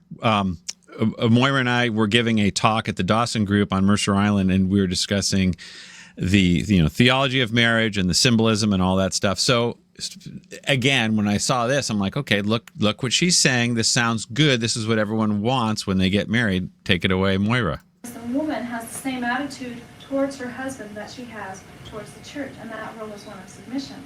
So her role is clearly defined. It's easily spelled out. It's coherent and lucid and without confusion. Whereas the woman... Okay. People are like, sure, I'll take that. That's good. That's what most people want. That's normal. And if she starts talking about your feminist stuff, I'd be like, hold on. But no, she's like, here I'm ready to be submissive, and you can be the man, and this is Christ in the church. I mean, I got the whole video. If you want to see the whole thing, I'll put in the links, I guess. Speaking of, this is what we were just talking about. Normal people getting married. The guy's not going to marry somebody if they're thinking he's going to divorce. If she's saying, I'll be submissive to my husband, she's not going to divorce, right? What are you talking about? No way. So you don't even think about it. Everyone likes to talk about, Catholic Inc. will say, never mention the D word. No, don't. No, you should mention it. As in, we're not going to do it because you go to hell if you do it. And there are no exceptions. You can separate with the bishop, but you can never divorce. I haven't mentioned it in this video, but I've said it plenty of other times. Never is divorce the only possible way, according to the 2383 in the Catechism, to protect your rights, because there's legal separation in all 50 states. The ones who do not advertise legal separation have it by another name, like Texas. There's different ways they do the same thing. They just don't call it legal separation, but that's what it is. You can always protect individual rights in marriage without going through a divorce. Always. Every annulment requires grave sin in order to get it. Right there. It's from hell right there. It's easily proven. Why do you think a tribunal wouldn't want to talk to somebody who knows this? They won't. They can't. They just no. If there's no other way to get a separation except a divorce, fine, but there's always a way to get a separation. But if you're going to, again, touch that contract, it's only the bishop is the guy who can do it. Only the bishop can claim the contract and tweak it temporarily because you got to figure something out. Otherwise, no. Better for worse. Stay. That's all. There's no reason for it. And like I said, she even admitted it. There's no reason to be separated. If they fired up the separation courts again, the annulments would go way down. There would a lot of these separations are frivolous, like the vast majority. They're just people who don't want to carry their cross. The cross doesn't sell. However, when you start doing a little bit of the Fulton Sheen Dietrich stuff, Christopher West, TOB stuff, we need to find your love language, and we need to pump up your intergalactic love experience. And if you're not getting it, we'll figure out a way to get it with a new person. People are going to take that. They get weird. They're like me. It's like a midlife thing. They got to have it, whatever, man. And then the kids get trashed, and then the people figure it out decades later, like that wasn't so cool. But they keep doubling and tripling down on their conscience. They're going to meet their conscience is going to come face to face with God in the end. So don't put it off. This is why God says reconcile with everybody. If someone has something against you, don't go to communion. Go reconcile first, because otherwise you won't get out till you pay the last penny. Okay? I got something against Moira because she is extorted. She's taken my kids. She's taken my education rights. She's taken my house, my dog, my money, and my reputation. And now she's got this new. I'm not complaining per se because I've offended the infinite God. So what do I have to complain about? But I'm just saying this is more of an illustration from firsthand experience of what's going on times 10,000 every week in the USA, in Catholic Inc. USA. What does Chesterton say? Okay, yeah, the psychological substance of the whole thing has altered. The marble has turned to ice. The ice has melted with most amazing rapidity. The church was right to refuse even the exception. The world has admitted that exception, and the exception became the rule. That's for darn sure. They ought to surely know that the foe now on the frontiers offers no terms of compromise, but threatens a complete destruction, and they have sold the pass. Chesterton is on the money. I'm going to push pause and digest this so I know what I'm talking about. Hold on. Okay. This is more profound than he thought, I think. The psychological substance of the whole thing has altered. That means the substance of the contract is altered from body, theology, the biology of the body, and now we call it theology of the body. So we've added all this psychological, spiritual goo to the marriage contract, which does not exist in nature. But it does now because we're trying to pump up the love, right? Because we're trying to say it's not just to be, got to have a bunch of kids. No, you got to experience the love, and that's what God is.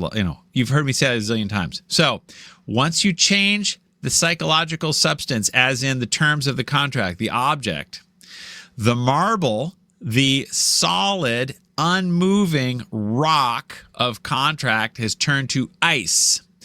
What happens to ice? The ice melts with amazing rapidity. Boy, does it ever. It can hang on for a long time if you try to, keep it going, but it's going to eventually melt because that's what it's going to do.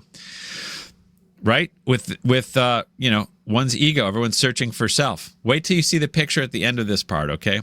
The church was right to refuse even the exception. What does that mean? No exception. All contraception is wrong because procreation is primary, because the object of consent is procreation alone. But and no reason, however grave, makes something that violates nature compatible to nature or natural. Marriage is an office of nature. Conjugal act is nature, bound by nature. Kids are the natural development, right? Right. So there is no exception to that. This is why you can't have NFP, because it's an exception for grave cause. Yeah, no. It's an exception. You can't have. So back when Chesterton wrote this, there was no exception. And Casti Canubi, no reason, however grave, can allow the exception. But now the world has gotten into it. How do I say that? Margaret Sanger is beating on the door of Pius XII. Hey. You got to give us love. We think it's primary, and you got to get, she didn't do this exactly, but you know what I mean. It was the political pressure. Dietrich, baby.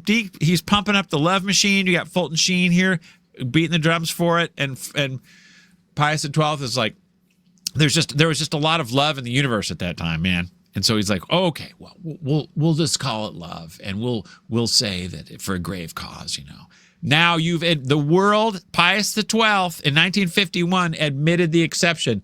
Oh no. And the exception became the rule. Oh yeah, Gregory Popchak, for better or forever, or whatever the heck. And you got to keep on it's NFP lifestyle. Now the exception has become the rule. Everybody has to take their NFP class to get married. We want people to know that love wins, procreation does not win. Right? Everyone's got it now. So yeah, love wins. Got to have your NFP, because if there's a problem, you got to throw the NFP at the problem. And people are like, why do I want to do that? Because NFP is lame, because nature says it's that time of the month, and that's when the hormones are there. But NFP says no, do the opposite. Then she thinks she's a Protestant, or she thinks she's a prostitute, and then he's like frustrated. And I heard some funny quote the other day, both from the Uncharted Catholic Man show that I don't like, but they said, yeah, the people doing NFP, they go to church, the nice family, and they hate each other. I'll bet you there's a lot of people that can identify with that. They ought surely to know that the foe now on the frontiers offers no terms of compromise. Yep. You want to try to talk to these tribunals about, wait a minute, maybe this Vatican II stuff, this love wins stuff isn't actually, no compromise. There is no compromise. Good of the spouses is marital essence, and we are not going to discuss anything that came before that. No. It's just they call it a development. Sorry, it's not. You're changing the essence. It's a changed essence, which is impossible, but Bruce Jenner disagrees, but threatens a complete destruction. That's what happens when you say development of doctrine, but it's actually a destruction of doctrine. And I think that's what the guy who just got turned into a saint, the Mr. Development of Doctrine guy, that saint. I wish my brain worked like Michael Knowles. He has so many names right at the, who I'm talking about. You know exactly what saint I'm talking about. Pope Leo the 14th just sort of put in a good word about him, canonized him or whatever. That guy. Hey, it's a destruction of doctrine. When you say love wins, when you say good of the spouses is the essence of marriage, when you say good of the spouses is nature because people aren't animals, you are destroying the edifice of marriage. Because as we proved earlier, everyone's capable of love.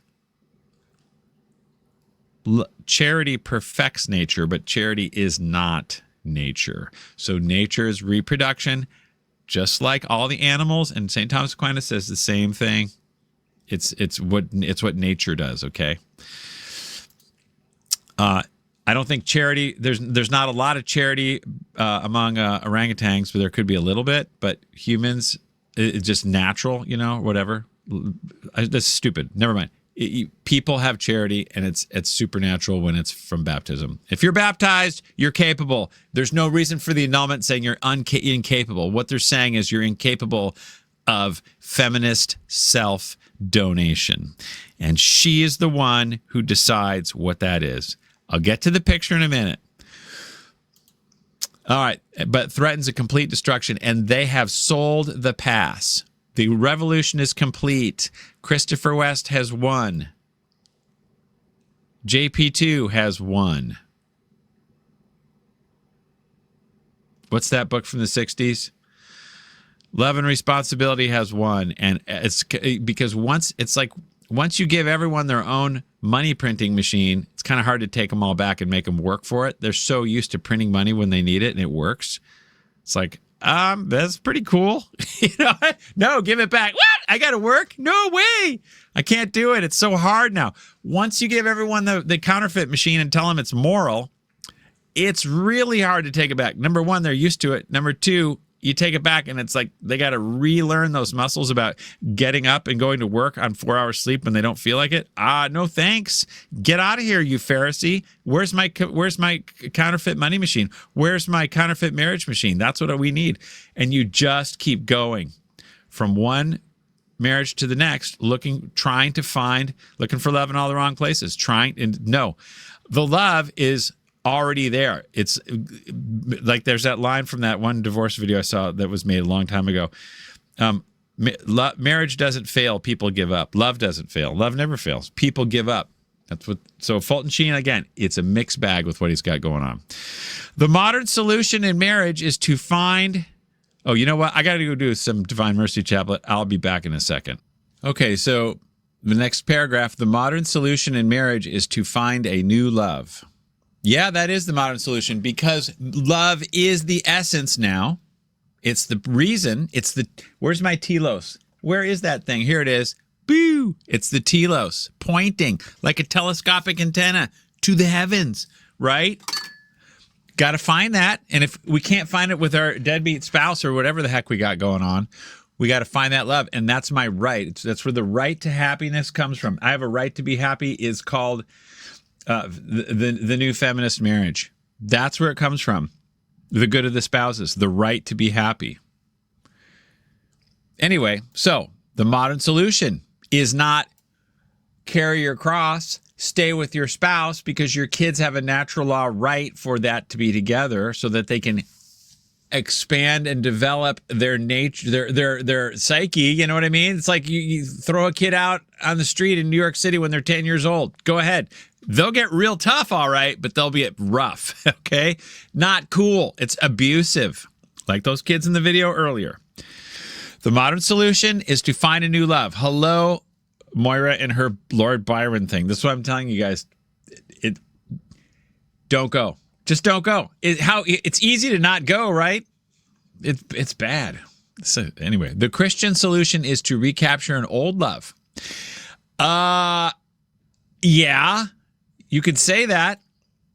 But it doesn't even have to be love. It's just the Christian solution is to live your state in life, Archbishop Fulton Sheen.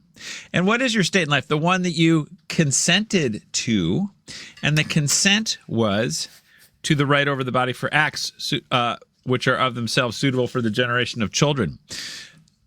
Not consent to love.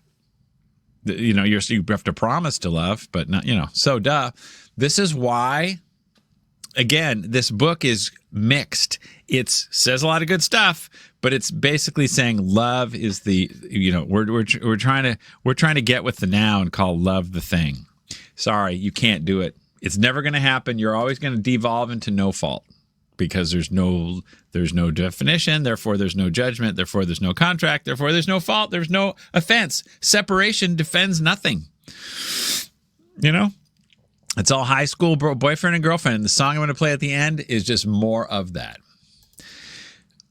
Divorce with remarriage is a sign that one never loved a person in the first place. Yes, that is correct. That is true. Because if you did love never fails. Charity never fails, right there in the Bible. Therefore, if you have charity, you don't divorce, nor do you, quote, remarry, because all you're into is yourself. Yeah, the annulment and remarriage is just a celebration of self. That's all. That's exactly what it is. Thank you. I just figured that out. Thank you, Archbishop Fulton Sheen, for helping us with that. Okay, but only the pleasure which the person gave. So, there again, he's talking about the conjugal act is about pleasure. Well, it's also people. You've heard it said, women like to get married, but they don't like to be married. So that's kind of basically true, sort of a rule of thumb. So they get into the status or what it can give them till they don't like the feeling, and then they bail. And that the poison of this is they are told that this self is the right. You have a right to the other's self. The Christian attitude is that one must now love the same person, but on a higher level. Yeah, that's right. This is a pretty high level right here. Right there. There's your high level. It's called no greater love than to lay down one's life. No greater love. So if you are capable of love, which you are if you're breathing, okay, and you're called to great love, there it is. It's not annulment. It's your state in life. There's your great love right there. Real basic. But you know what? You can reject this and get a new cross, which will be worse, hopefully, so you don't die outside of a state of grace. But you reject this, you're not in a state of grace, which is what Moira is right now. Public, manifest sin. I'm not, like I said, I don't judge anyone who's divorced. I don't judge them, but I judge the action, the sin, and it is objective. It's Canon 915 material. Obstinate persistence in manifest grave sin. Separation is something manifest. You can see two people not living together in the same house. That's a manifest sin. When one person is the one, as we showed in the court earlier, I got taken to the court, and the court says, take your stuff and get out, because that's what she wants. And we're going to do what she wants. Because feminists rule. Dig it, bro? That's what, and we're gonna mess up your kids for you. Isn't that nice? And you're gonna pay for it. And you're gonna pay for that guardian ad litem, so he can the homo ad litem, so he can tell everybody what a menace you are. Whatever. Anyway, listen. I've already said this before, and you already know this. Saints get lots of injustice, so it won't be long now before you're gearing up for heaven, right? So don't worry about it. But you got to get the right perspective, or it'll drown you. It'll kill you. A lot of middle-aged white guys dead from suicide because this will drown you if you're not careful. That's for sure. The Christian, to seek to overcome the depression by finding a new love is to intensify egotism. Ain't that the case? Seek to overcome the depression. Yeah, because people are like, oh, I'm depressed. This is not happening. I'm feeling bad. I got my childhood wounds. I got this, and nothing's helping. This marriage stuff bites because, we're handcuffed together like shackles of marriage, like Jordan Peterson says. And now I'm getting spoon-fed the truth about stuff, and I don't like that feeling. To put it mildly, I'm out. I'm going to find true love. This is not true love. This is fake. This is ego. You're forcing your whatever on. Okay, so anyway, and you have the Pied Piper here, which is the diocese. They're all saying, fine, go to counseling. If that doesn't work, if he doesn't want to conform to the feminism, get him out of here. This is why it's, like I said, statistically 80% female acting this way. And to make the other victim of that egotism under the appearance of devotion and love, and to make the other. So that's why it's important to say that it's not that God hates divorce. That's Protestant, because that means no contract. If you separate, you hate, and iniquity shall cover your garment. That's what God says. So you follow your ego, you hate. But you're doing it under the appearance of love. I'm searching for love. I wish I could get love, but I can't because I married this terrible person, and now I've got to go find the real love. So I'm going to fire my terrible person spouse and go find the real love. Yeah, dig it? The Christian solution is to conquer egotism. As I already said, the Christian solution is to live your state in life. Instead of discovering new love, it discovers the same love. The modern solution is to chase new prey. Yep, because the modern solution to 1 Timothy 2:15, she shall persevere. You got to have a lot of kids, or you're not saved. If you continue in childbearing, you must continue in childbearing. She shall be saved through childbearing if she continue. What's the modern solution to that? Love Telos. Oh, shoot. Let's see who this is. Just a second. Bueno. Hello, man. Yo. How you doing? Never better. Thanks for asking. My hair day's good. What's happening? I'm doing good. I bought some tires from you a couple of months ago. I was wondering if you're selling tires. Yeah, sure. You want to come over now? I was wondering how much. I was seeing if you have the right tires for me.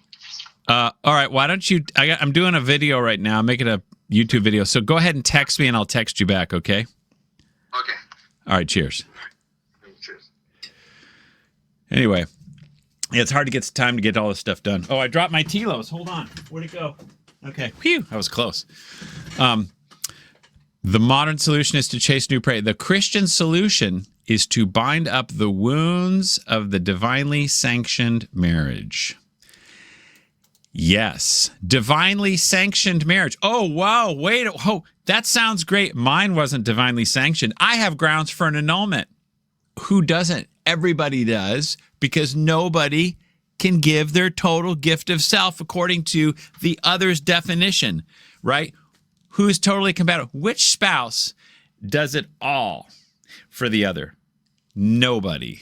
So nobody is divinely sanctioned. No marriage is valid. Therefore, the modern solution is the solution. Chase new prey. Blah, blah, blah. Okay? The Christian solution is to bind up the wounds. When but how should I put this? if you have no edifice to in fact point to, then which wounds are you binding up? It's like you get away from the source of the wounds if it's not real. Okay, and my marriage isn't real and it's causing me wounds, so I'm out of here. I don't bind this up. I don't go back for more torture and abuse when it's not even real. Okay, it's not a real. That's not true. That's not truly sacramental marriage. It's not love. You just bail. So Fulton Sheen, Archbishop Fulton Sheen, sounds great. The problem is he's not getting the edifice of marriage, the structure, the contract down. So he's talking about this. He's trying to appeal to love. Makes sense, except anyone can get out of it. They'll say that only applies to valid marriages. All this stuff, everything in the Bible applies to valid marriages. Mine's not valid, and I have grounds for annulment. And who's going to judge that? Yeah, you're right. Your spouse is blah, blah, blah, and that's what we've heard. So, yeah. Divine law, which forbids... Let me check this guy to see if he texted me. Hold on.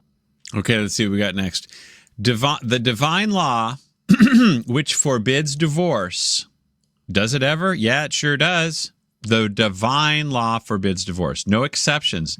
Every marriage is till death. There is no exception. It forbids divorce and remarriage. Also has a sound psychological basis. Well, that's nice, okay, but the divine law forbids divorce by itself, not just divorce and remarriage. That's like, because look, Fulton Sheen here is pointing to the obvious, like we're already doing today, which is, okay, everyone knows that adultery is manifest, except not anymore with the Mors Laetitia, but he was trying to say divorce by itself isn't manifest sin necessarily. And that's because of the new telos of love. Thank you, Dietrich von Hildebrand, JP2, etc. Right? Which has been condemned. They're doing it. And now if you have that new telos, divine law doesn't forbid divorce anymore. Yeah, it does. It doesn't forbid separation. Now they have the separation courts. But Fulton Sheen was kind of steering clear of some of this stuff. You can't find much about what he says about, like, bishop's permission to divorce. I don't think there is any. He doesn't say anything about NFP. You can't get, it's really hard. Has also a sound psychological basis. The permission to alter one love for another. The permission to alter one love for another while the first partner is living, the first spouse is living, is to permit the suicide of character. Yeah. People, you want authenticity? Then stay with your first spouse, the one you took the vows to. Remember earlier in the video, the vows. Those, yeah. Those who violate God's law run away whenever they encounter a difficulty.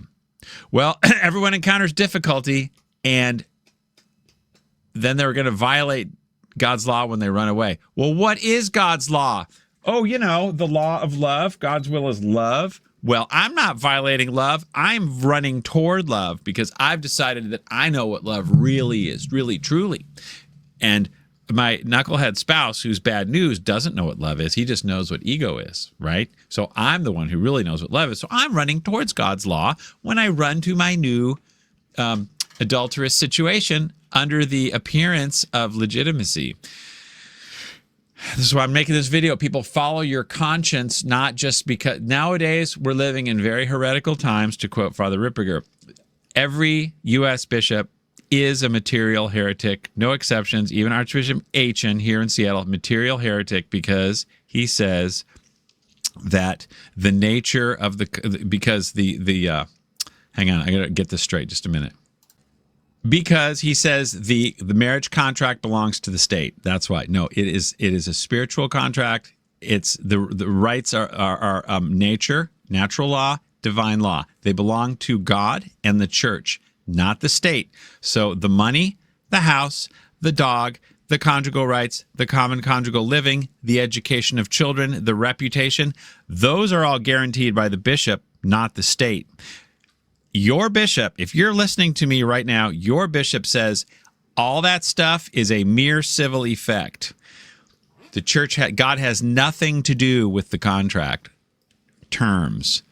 Only the sacrament, the bond, the unity, all this garbage stuff. That's all a significance, right? And that's why NFP is fine, because it doesn't violate the significance of unity.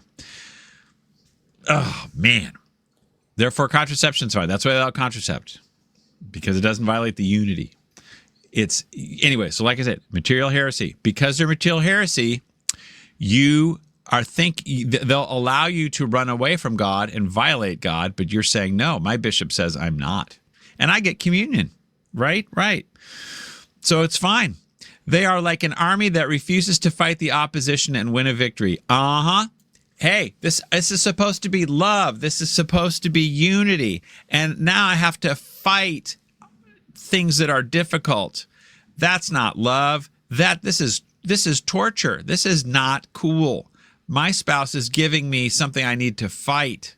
I don't like this. This isn't real. This isn't truly sacramental. And I have grounds for an annulment. Woo! Duh. When they come to that moment in human love, when they are given an opportunity to perfect their love in God and save their souls, they run to another human love and thus miss the chance at salvation. Are you saying people go to hell, Archbishop Fulton Sheen, for running to another human love? Is that what you're saying? Wow, that kind of sounds like what Moira's doing. Hello, and everyone else that does the same dang thing. We're not just picking on Moira here, but everybody. That's exactly what's going on, which is why the devil follows her up to communion every time right now. Manifest. She can go to confession all she wants until she makes public restitution. She's got manifest sin. Doesn't matter how many annulments she gets. You have to make restitution for those vows earlier in the video, which we all saw. You can't do that and take it back. Even if the church says you weren't capable, we've already discussed how capacity is only for what is natural, because marriage is bound by nature. It's a contract of nature, not love. It's not a love contract.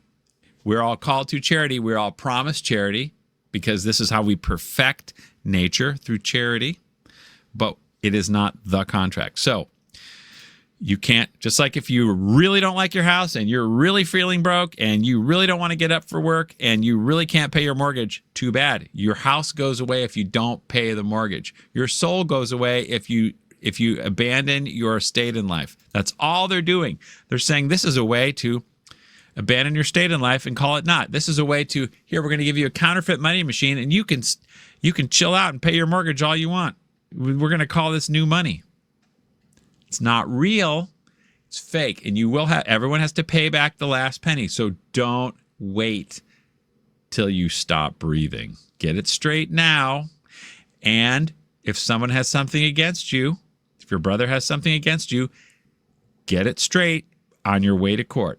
Okay?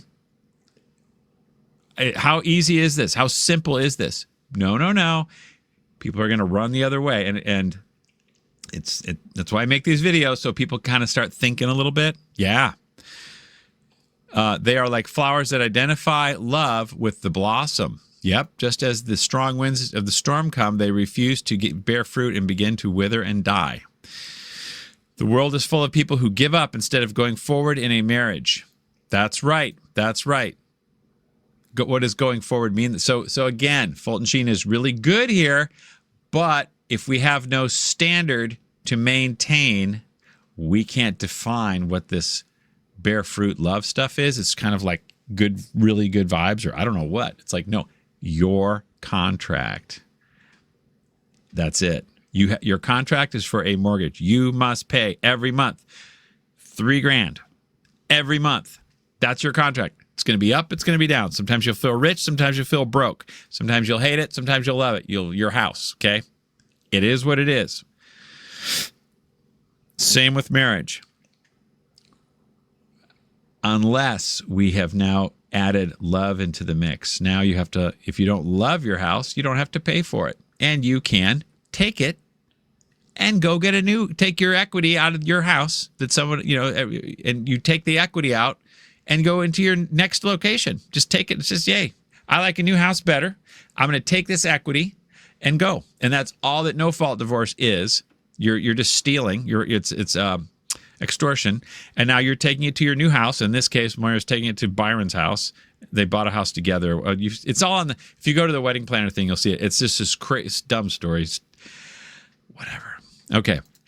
Instead of being loyal and faithful to a word, they break their trust and substitute sensation for ideals and mediocrity for sacrifice. Okay, they substitute sensation for ideals. Thank you, Archbishop Fulton Sheen. What is this ideal you're talking about? This ideal love? That reminds me, there's some song out there about that. Higher love. Take something about higher love. I'm going to find it just a minute.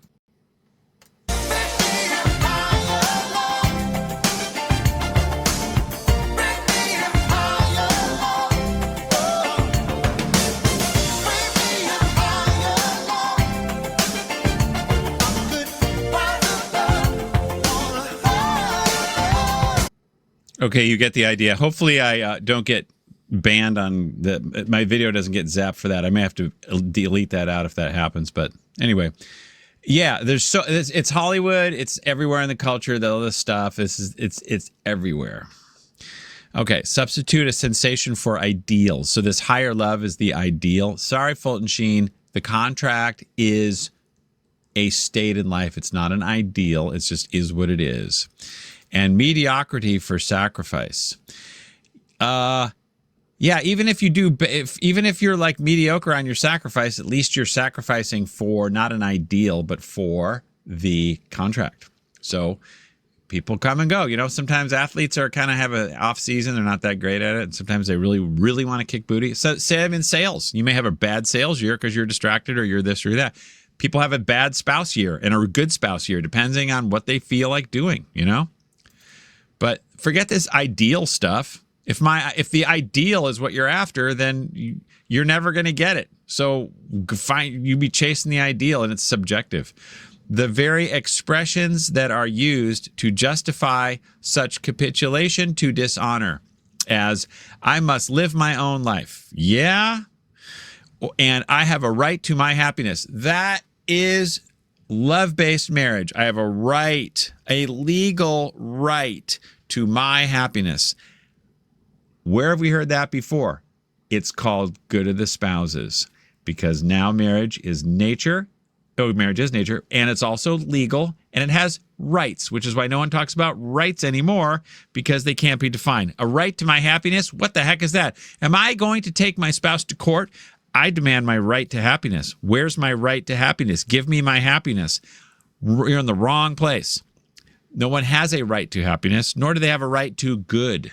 They don't have a right to love. They have a right to the body. That's all they have a right to. But charity perfects that nature. However, it's not something you can exact from somebody. Or you have the tyranny of ego, of self, of I must live my life. I have a right to happiness. And the bishop is more than happy to give you your right to happiness. That's the one. This is the sick part. This is the one right that they defend. The bishop, the material heretic bishop of yours, says you have no right to the body, but you have a right to happiness. That's the right he defends. You want happiness? We'll give you communion if you get a divorce. No problem. The kids, they belong to the state. The state will clean that mess up and turn your kids into, they'll give them Catholic lobotomies, you know, so that they can eat the catechism for lunch and just go to Father Mike Schmidt's concerts and stuff, you know, and Eucharistic groovy music concerts and everything, right? Whatever those things are, where they rent out the stadium and everyone pumps up the jams, that stuff. Yes, experiential. And if happiness is what you want, if that is your right, we're going to defend your right to the death. And if someone comes and says, wait a minute, they don't have a right to happiness, that person is going to get shown the door. But if you're pursuing your, quote, right to happiness, red carpet for you.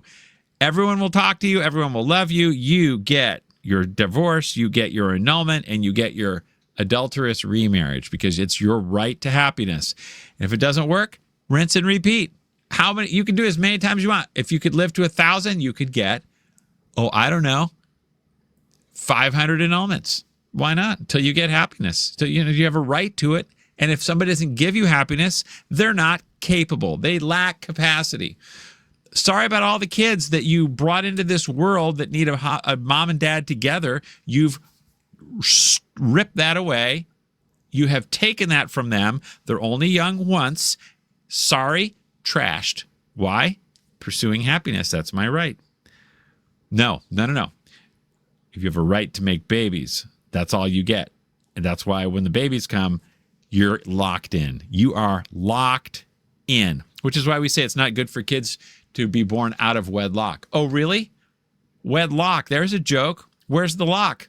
It's happiness. Out of wed happiness. Now it's the right to wed happiness. Kids are born out of wed happiness. So we have to just throw more happiness at the problem. You'll never get it. Never. Because it devolves into feminist takeover. Or you meet the occasional guy who's like major jerk face, and he'll take it, and then it won't work. Both people have to contribute. Like when you play a football game, you can have people, warring on the football field, but everyone knows who the ref is, when the game is, where that boundaries are, and what the rules are. Okay, and then there's shake hands afterwards. So, but if there aren't any rules, then there's going to be some wild stuff going on, and no one's going to play football anymore. They're like, forget this. It's out. Look at the marriage statistics. Out. They're done. No one. Why sign up for a contract where people are motivated and rewarded, motivated to get out and rewarded to get out? Okay. The ego must be satisfied at all costs. When ego is number one, which it tends to be, if not checked, it must be satisfied. If you really want something and people are getting put, like I've said, hell hath no fury like a woman scorned. That is powerful stuff. You know what I mean? So, and even if the husband, he has a big ego and he wants this stuff, so it must be satisfied, but it has to be tempered by, just like if I get really mad, I might want to do road rage, or I might want to throw a rock through the policeman's windshield. I might want to do that.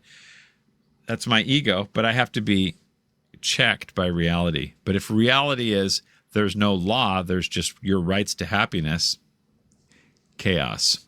Marriage chaos today, the house divided against itself. Even though it means trampling on another soul for the sake of a new thrill. That's just like the ego stuff, the narcissism stuff. They got it. They don't like themselves. They're unhappy inside. They hurt. They have wounds. Doesn't heal. The wounds keep bleeding. So they need to put that onto another person. So first they feel good from being with the other person. Then they visit their junk on the next person. This is why second, third marriages go down, down, down, because there's less interest in self-sacrifice. There's no definition of what they're sacrificing to exactly, which is the contract. It's out. So they're like, okay, you get two people who have obviously said, like in this Moira and Byron case, I'm not going to honor my vows. I'm going to pursue a feeling or pursue love. And if I don't get it, I'm out. And no one's going to get it. Ain't going to happen. And you have so much working against it. All the kids, all the families, all the Catholicism, all the lack thereof, and all the sentiment. It's like there's going to be major waves. That's why I say less than 7 years. Like I said in the poll question, put a 7 if you think it'll last less than 7 years. Put a 77 if you think it'll last more than 7 years. And I think I also said, put a 1 if you're going to the wedding, if you think it's good, and put a 2 if you don't think it's good. The Christian doctrine on the unbreakable quality of marriage is aimed at character making. The Christian doctrine wait a minute. Okay, hold on. The Christian doctrine on the unbreakable quality of marriage, as in it's permanent, as in it's till death. It's not an unbreakable, whatever, is aimed at character making. No, it's not aimed at character making. I guess it's aimed at the education of children. That's what it's aimed at. That's the primary purpose. It's not about you and your character making, although that can happen. That oftentimes does happen, just like when Jordan Peterson says you shackle yourself and you're not running away and you get to know the truth about each other. Therefore, your character gets shaped and you get made better. Yeah. But anyway, it wants captains to stay on the deck during a storm and not to jump overboard. Yeah, I may want that.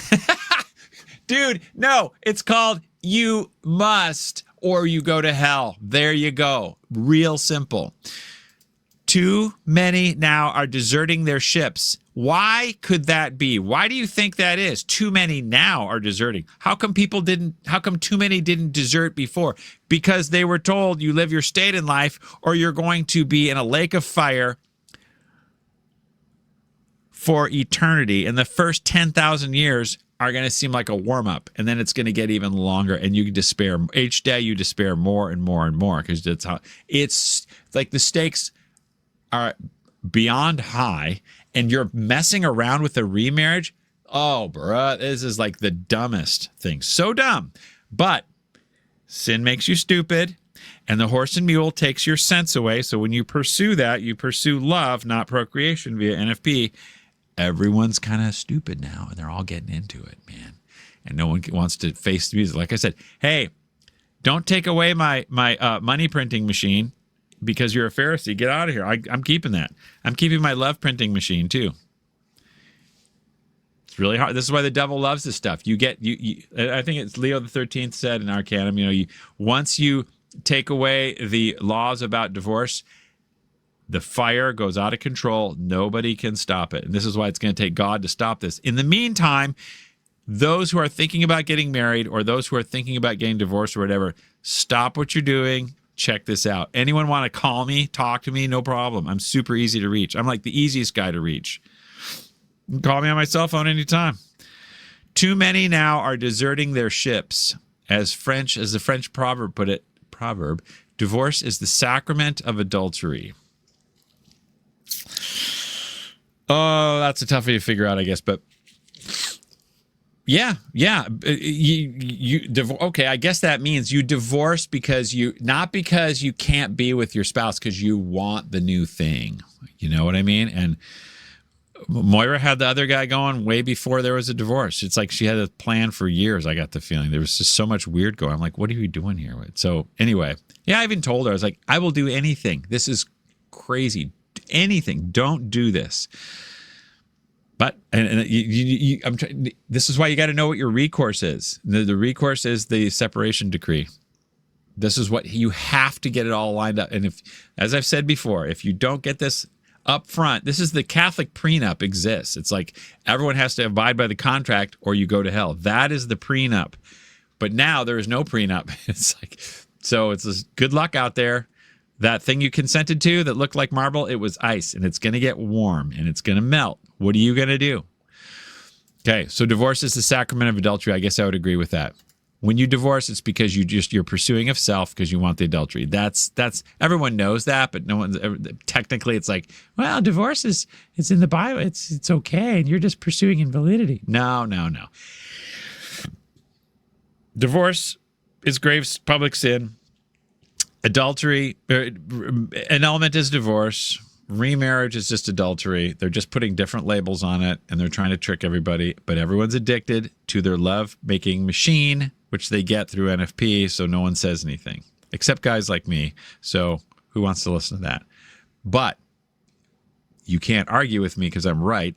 Anyone wants to? Please go ahead. Don't be shy in the comment section. And also, if you follow your conscience and ask questions, you're going to have to answer certain things, and that could get a little uncomfy. So the answer is no. And this is what Father Rickert over at St. Brendan's is doing. Everyone in the Archdiocese, except for a couple FSSP priests, which we'll talk to. The other guys, nobody will talk. No way, because they're guilty. They're doing the annulments and remarriage are divorce and adultery by another name. That's all it is. And when you expose the house of cards, the conversation is done. Under certain circumstances, there may be a separation. This is Archbishop Fulton Sheen. These are all quotes from his book, of course.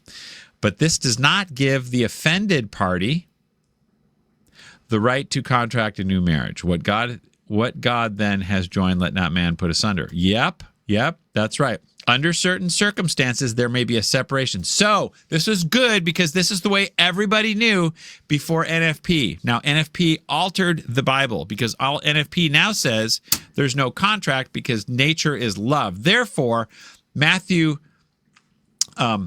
is it Matthew 19:6? Whatever. The point is that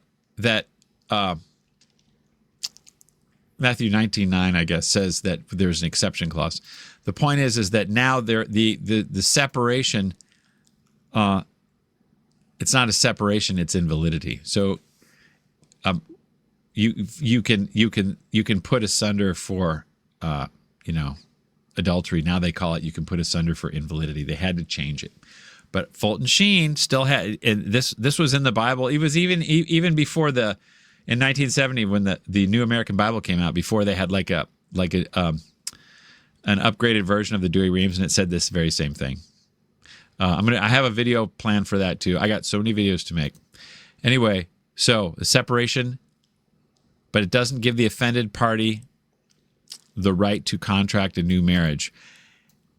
But everybody has a right to be happy. Everyone has a right to the other self, the other's soul, the other's spirit on their own terms. They have that right now, per Vatican II.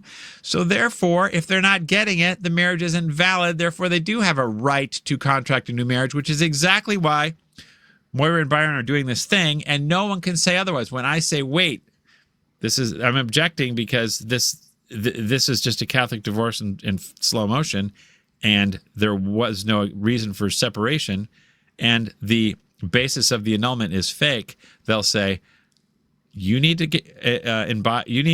invoke the spirit of Vatican II, and we're going to respond to their right to the new marriage, because there never was an old one, according to the spirit of Vatican II and the new love definition. So just step off, bro. The kids will understand. The kids belong to the state.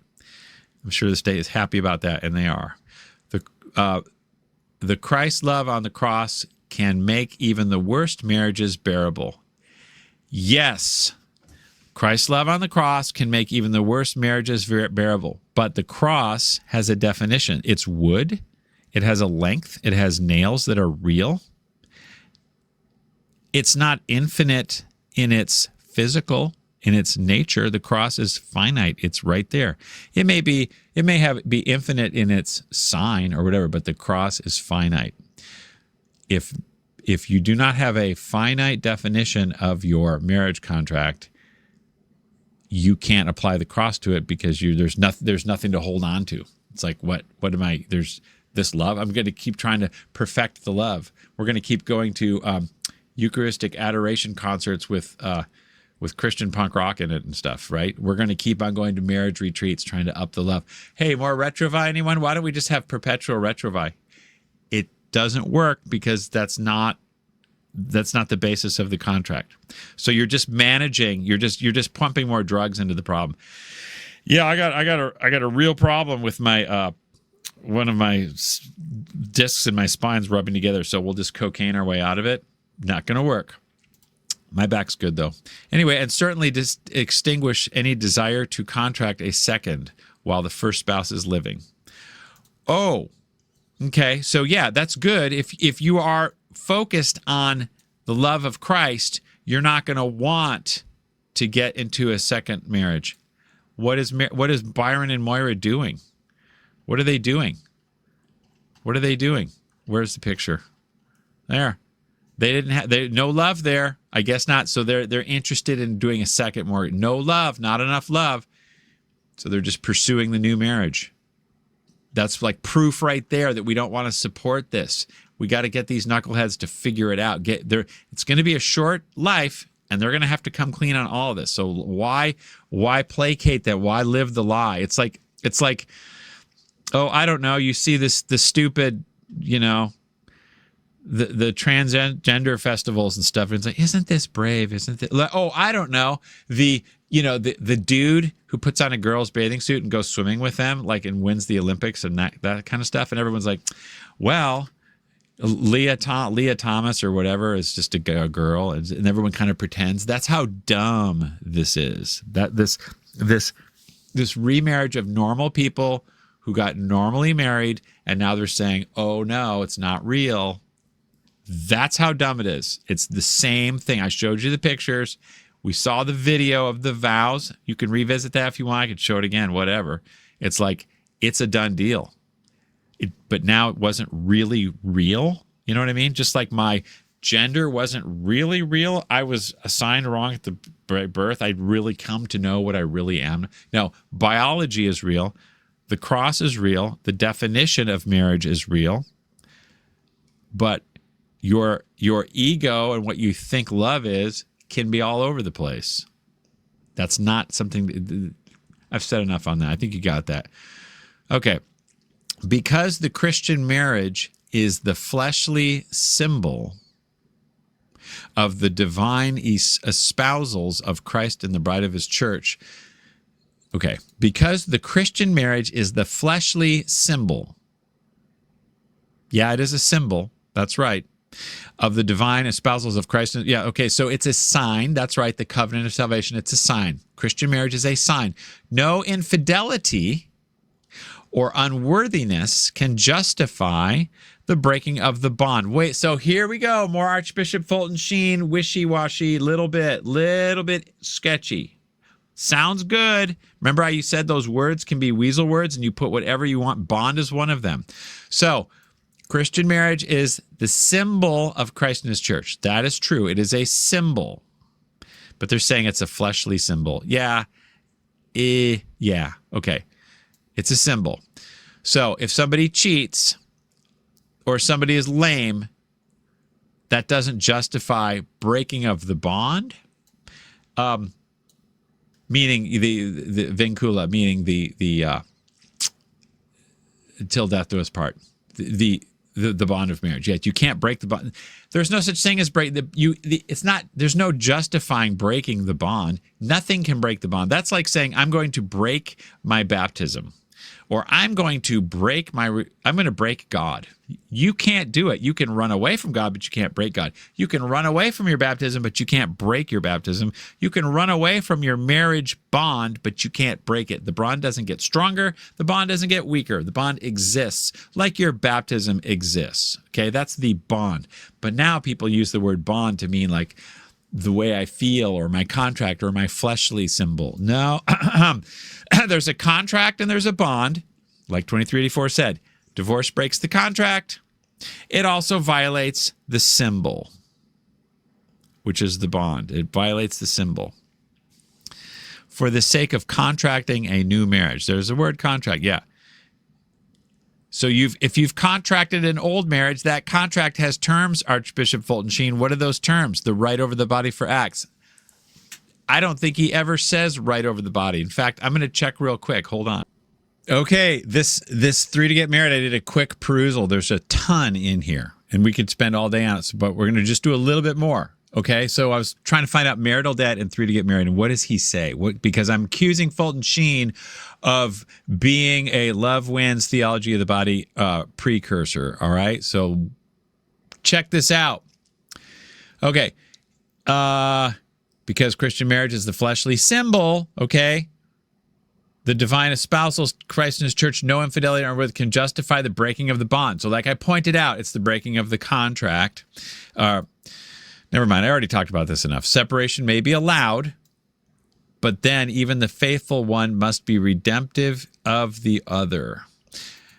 Yeah, so that's good. You know, you gotta, the innocent spouse must always try to redeem the other. Okay, so they're saying that the innocent spouse is the one doing the separating. So if Moira is the innocent spouse and she did the separation, what am I guilty of? And if I'm guilty of something grave enough to separate, then I have to be denied communion. But of course, we both go up to daily mass communion every day at St. Monica's, so maybe divorce isn't a sin after all. That's what I've been hearing lately. And if divorce isn't a sin, there's no contract, there's no violation. Therefore, there's no one, you're not capable of consent, therefore you can just get in the new marriage anytime you want, which is exactly what she's doing. And when you ask these questions, they say you're bad for business, annulment proof later. Now then, I looked a little more at 3 to get married, and there's Elizabeth Barrett Browning is quoted a few times in this book by Archbishop Fulton Sheen. Who is she? An English poet, Victorian era, popular in Britain and USA. Okay. Her work received renewed attention following the feminist scholarship of the 70s and 80s. Who? Big surprise there, right? More feminism from Fulton Sheen. What did Elizabeth Barrett Browning say in 3 to Get Married? If feminist is communist, basically, it's another arm of communist. It's witchcraft. Why is Archbishop Fulton Sheen into this? Because he started getting into the cosmic Christ type deal. What's the guy's name? Teilhard de Chardin, who, by the way, is the people at the Seattle Tribunal kind of like him too. I did some reading about that. Teilhard de Chardin, major 2 thumbs down.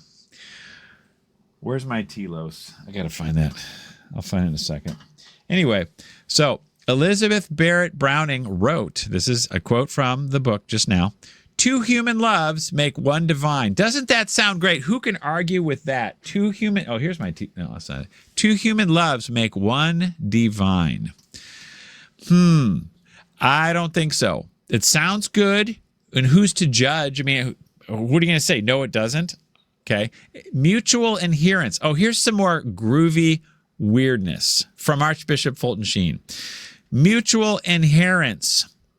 Anyone know what that is? I had to look it up. It just means deep soulmate unity of mind, body, flesh, spirit. All this like Catholic New Age canonical language for unity. That's all this is. Mutual adherence is much more than a sharing of interests. Want to play badminton Tuesday? And an exchange of properties right over the body. Mutual adherence. Okay, so he's saying divine love. We got to find divine love. Higher love, anyone? Right. That's what the world says. And this is what everyone has a right to in marriage now with the new vows. Human love. Or divine love. Okay. So even Elizabeth Barrett Browning is saying this. And Archbishop Fulton Sheen, Mr. 3 to Get Married, is saying this. Mutual adherence is much more. Like you say, marriage is much more than the body. It's much more than biology. JP2 will tell you that. So will Christopher West. Sharing of interests and exchange of properties. More than a right over the body. Rather, these are the effects of a deeper fellowship. How about a truly, truly, truly deeper fellowship, which reaches into the core of their being? Woo! Where's that core? I can't find it. Maybe somebody doesn't have the capacity to reach into the core of their being. I don't think so, you big fat slob. You beer drinking caveman. You're not reaching into the core of your being. You don't even know where your core is. I got to go find someone with a core. Effects of their deeper relationship. Love that is held together only by the flesh is as fragile as the flesh. Time out. Whoa. Time out. Love that is held together only by the flesh is as fragile as the flesh. Love is not in the contract. Love is Captain and Tennille. Doesn't work. Okay? Duh. But we are now trying to reinvent marriage in a kinder and gentler way, and Archbishop Fulton Sheen is doing his best to pump up the love. He's destroying the edifice of marriage by he's bringing in Elizabeth Barrett Browning, feminist, saying love is the essence. I have got to find my telos. Hold on a second. Found it. This is the new telos, according to Archbishop Fulton Sheen, dude. It's love. He's not... They don't, like Hildebrand and all these guys, they don't come out and say procreation secondary, but they basically telegraph it. And everyone's like, whoa, this is deep, dude. Dude, my core, reaches into the core of my being. I love it. It's like theology. It's like theology of the body seminars. I think I just heard from the Uncharted Catholic Men guys. Uncharted Catholic Man. I don't know. It's Christopher West charges $1,200 a weekend. Come on out. Times 100 people. A little bit of bucks there. And we're going to teach you how to get into the core of your being truly, truly. You know what I mean? And if you're not, get there. And you'll never get there. Just keep coming back for more info. You know what I mean? It's like Protestant services. You need to pump you up like Hans and Franz every Sunday. All right. Held together by spiritual. Oh, no. Love that is held together only by the flesh is as fragile as the flesh. Yeah, that's right. But a marriage living arrangement that is held together by a contract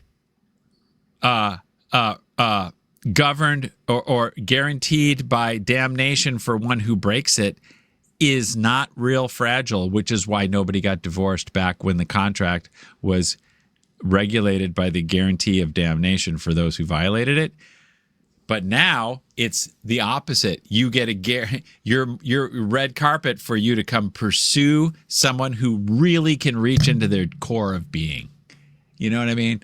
Do I look like someone who can reach into the core of my being? I can barely reach into the back of my refrigerator these days. That's how like messed up it is because I'm too busy making these videos, let alone everything else, and scratching my dog's belly. 2 dogs and a cat. It's a lot of work. Somebody's got to do it. I'll die of a heart attack if I don't pet the dogs and the cat. My blood pressure has been pretty low, actually. I eat peanut butter at night now. And I kind of quit with all the fasting a lot. You know, I put cream in the coffee again, and I don't do all this intermittent fasting because my cortisol was going up just fasting all the time. And, you know, just kicking booty at work with no food. I just try to eat a little less now and just kind of keep it normal. Anyway, back to the old-fashioned remedy, I guess. So, what makes a true mutual adherence is not the sharing of the same sensation of pleasure. Oh, really? Okay. So we got to get the true, you need Christopher West to help you get a true mutual adherence. How are you going to get that? Don't ask. Just go to the seminar, $1,200. What did Pius XII say in 1944 from the Holy Office? He says all this stuff is condemned. It's a revolutionary error. Fulton Sheen's pumping up the revolutionary error, which is why Browning the feminist is into it. This is feminist legal logic. And now it's in the canon law, and all the bishops are all over it. Because are you going to start saying NFP is wrong? Don't you dare. That's what I thought. Get back in your corner. The girls are in charge now till we destroy everything. What makes a true mutual adherence is not the sharing of the same sensations of pleasure. In other words, one flesh is not from the conjugal act. Yes, it is. You can be one flesh with a prostitute. This true mutual adherence, it just sounds so good, this higher love. Give me that higher love. This is all theology of the body stuff. It's not Catholic, but he's trying to appeal to people to basically, my yoke is easy and my burden light. So carry your cross, right? Yeah. But still, people are pursuing this true mutual adherence, which is not a goal, which is you pursue this, and it's not going to work. It's like you worship God and you pursue God's will and you'll get holy. You don't pursue holiness so that you can do God's will. Holiness, it's like I pursue money, so I do whatever I got to do. No, you do your job and the money comes, right?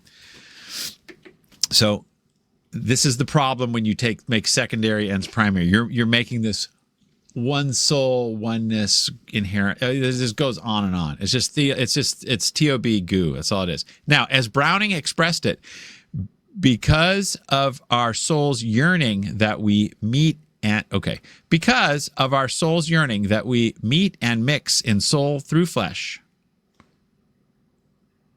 Our soul's yearning that we meet and mix, which yours and mine wear and impress, and make their visible selves, all which means for the love of you and me, let us become one flesh, one being and soul. This is another way of saying, happy wife, happy life. Do as I say and no one gets hurt. Because look, dude, you want to be a caveman and just go after the body? I didn't think so. Look, your man, Archbishop Fulton Sheen, he's pumping up the love right here with Dietrich waving flags. You got to do this. This is where it's at. You want to keep me happy? Do this. And so I'll slit your throat when you're not keeping me happy, because these are the new rights. All that debt stuff, that's out. And that's what happened. It replaced it. The higher love from the spirit of Vatican II. So Archbishop Fulton Sheen is trying to toe two lines. He does. I'll get to where he talks about the debt in a second. But then he doesn't quite get it right, and he opens the door for the true mutual adherence. And also Pius XII does the same thing in 1951. He opens the door for self number one, which is straight up witchcraft into marriage law. It's all it is. You open up the door to the witchcraft into the marriage law. Okay. So one flesh is simply a metaphysical or whatever character of your one flesh with your spouse, but has zero to do with how you feel, nothing to do with how you're getting along. It's all about when you consummate the conjugal contract, you are one flesh and you can't break it. That's why it violates nature to live apart. You get to be with yourself. You get to be with your flesh. It's your flesh. You know what I mean? That's all it means. There's no strengthening of the bond. It's like there's no more strengthening of your baptism. You can renew your baptismal power, but you're baptized. It's rock solid. Maybe Ozzy Osbourne was baptized. It doesn't matter what he does. He's baptized. Can't change that. You can't change your marriage bond. You can change your relationship, okay? But you have a contract and a bond. Now, here we go. What's this? Okay. All right. Here's Archbishop Fulton Sheen talking about the marriage debt, okay? Okay, so I'm re-recording this part the next day because I saw a problem and I wanted to get it straightened out. It's pretty interesting what I found, I think. So let's see what happens. Anyway, we're continuing reading with 3 to Get Married about the marital debt, all right? The first is what is called the payment of the debt. So he has the right over her body and she has the right over his body. It's the marital debt, 1 Corinthians 7:4, okay? Right. Because it is a combination of justice involving a debt of love, it satisfies the spirit. Okay, that sounds nice, but it's not necessarily legally true. It creates issues. It creates problems because now we're saying that it's a debt of love, which is pre-theology of the body, right? This debt of love. There is no debt of love. There's a debt of the body. It's biology. It's physical, but there's no requirement in the contract to love. So when you start throwing love in there, you create a whole new animal and it blows out. As I've said 500 times in this video and will continue to say. So there's that. That's good. Anyway, he started moving a few things in here which aren't good because he's trying to pump up the love. Now, let's check this juicy little quote out and I'm going to show you what happened to it. How they moved the needle just tad with a little bit of wordsmithing, a little bit of holding your mouth just right, and then Father Mike Schmitz and Ascension Press grabbed it decades later and really ran with it, and now it's in a tape loop out there, and no one can. You ask Father Mike Schmitz about it, and he's I'm not going to talk about it. You can't get the answer. The answer is it's a fake quote, which was born from leaving the reservation in 3 to Get Married. Take it away. The act of generation. By the way, we're going to give you the original Aquinas quote when it's all done here, and you'll see what I'm saying. The act of generation. So the conjugal act, when seen as a gift, the gift of God. Okay. Well, how else is there a way to see it? It just is what it is. And performed in the state of grace or love of God. So the act of generation, when you're in a state of grace, merits for the husband and wife further graces and helps them to save their souls. Doesn't that sound great? That sounds fine. So in other words, they're like, wow, if I'm in a state of grace, the more we do this, the more we go to heaven, right? Sounds like a Christopher West dreamscape, dude. Now, so he set the stage. He's like, look, man, hey, you're in a state of grace and you're doing the act of generation. Okay, so whatever. Now, he says, as St. Thomas puts it, if one is led to perform the marriage act either by virtue of justice, so you have to render the debt, or in order to render the debt by virtue of justice in order to render the debt to the partner, that's not a debt of love, but it is the debt of the body, or by virtue of religion, that children may be procreated for the worship of God, the act is meritorious. So he's like, look, you guys are in a state of grace, that's good. And as long as you are trying to get pregnant or rendering the debt, the act is meritorious. So it's like, hey, what's the problem? That sounds really good. As long as we're not using contraception, it's meritorious, right? Right. What else could you say? Now, hang on. Let's look at Father Mike Schmitz and what he says in Ascension Press and what they say. As often as husband and wife enter the sexual embrace in a state of grace, they are growing in grace and in glory. See what happens? So they took this. It's like this is a little more arcane language, right? And then they're saying, Father Mike, this, by the way, is what Schmitz says is a Aquinas quote. He goes, and to quote St. Thomas Aquinas, blah, blah, blah, blah. And I left the link right here, all right? So you got to be rendering the debt or trying to get pregnant.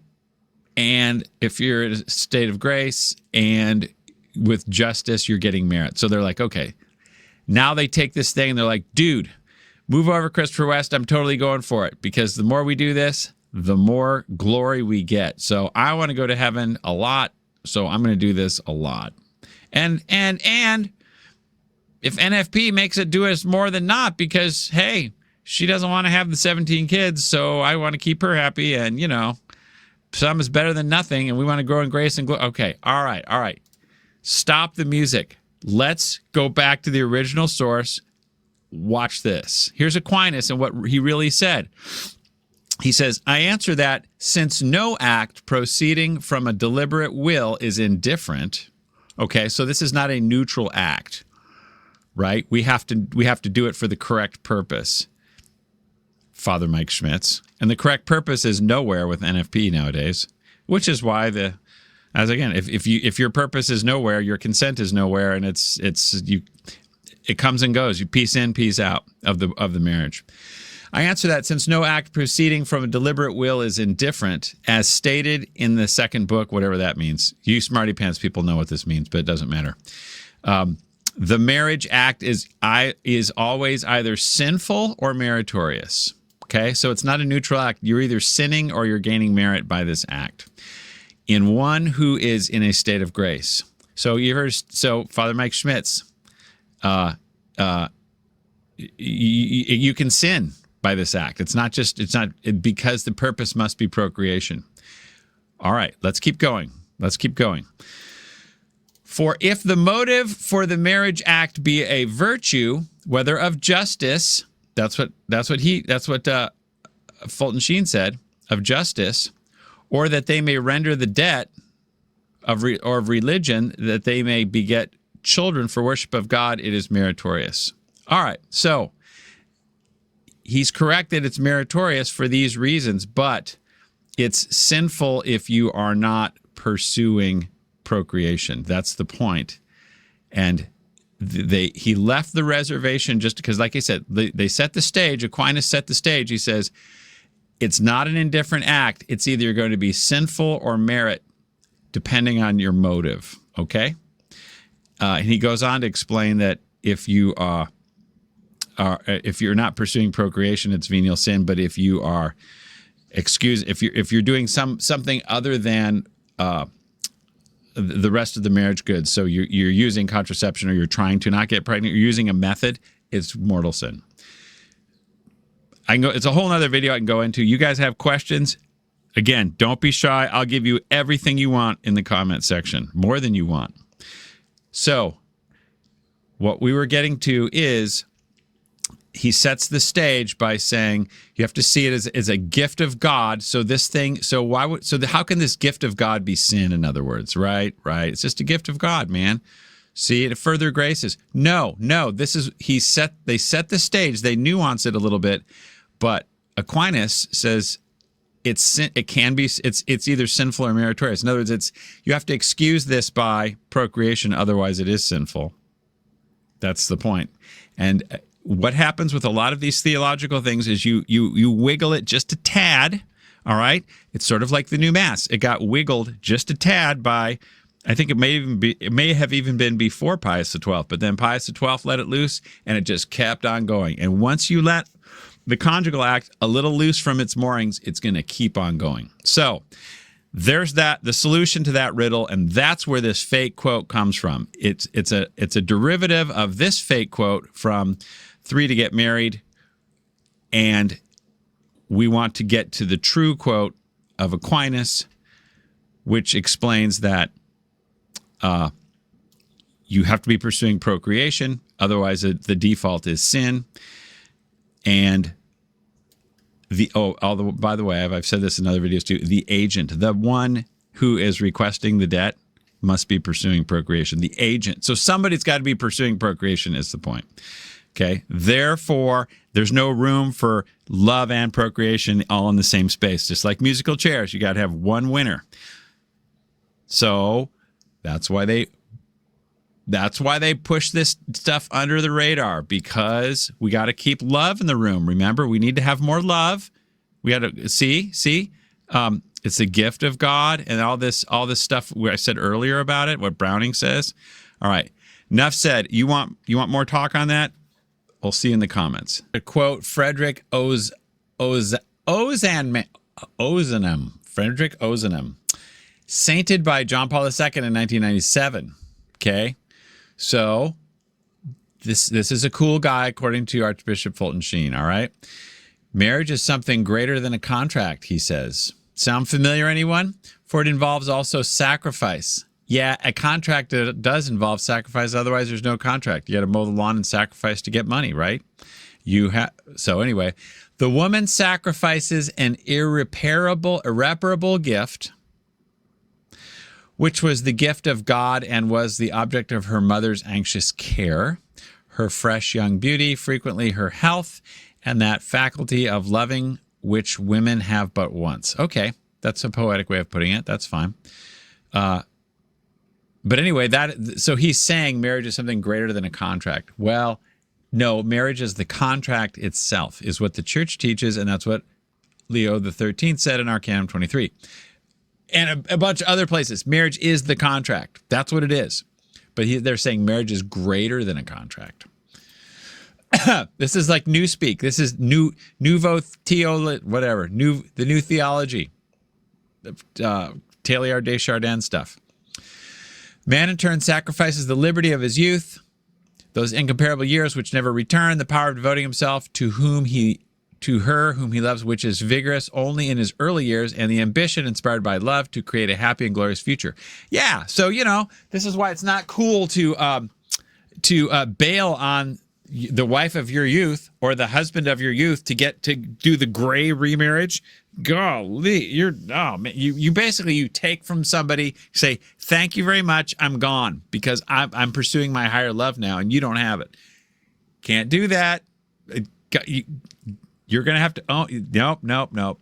God's got a handle on all of it. You cannot. No one gets away with anything. That's another line I like from Fulton Archbishop or Father Ripperger. No one gets away with anything. According to God, all this is possible, but once in a man's life, perhaps never. Therefore, Christian marriage is a double oblation. Oh, is it really? What could this double oblation be? Offered in two chalices, one filled with virtue, purity, and innocence, the other with unblemished self-devotion, the immortal consecration of a man to her who is weaker than himself, who was known to him yesterday, and with whom today he is content to spend the remainder of his life, or whatever. These two cups must both be filled to the brim in order that in order that the union may be holy and that heaven may bless it. Really, two cups must be filled to the brim. That sounds a little theology of the body to me. What cups? How do you fill them to the brim? Do you got to get to your inner core with your mutual adherence and stuff? Is that how you do it? How do you wait a minute. Unblemished self-devotion. Do you know a spouse out there that has unblemished self-devotion? Anyone ever heard of that person in your life?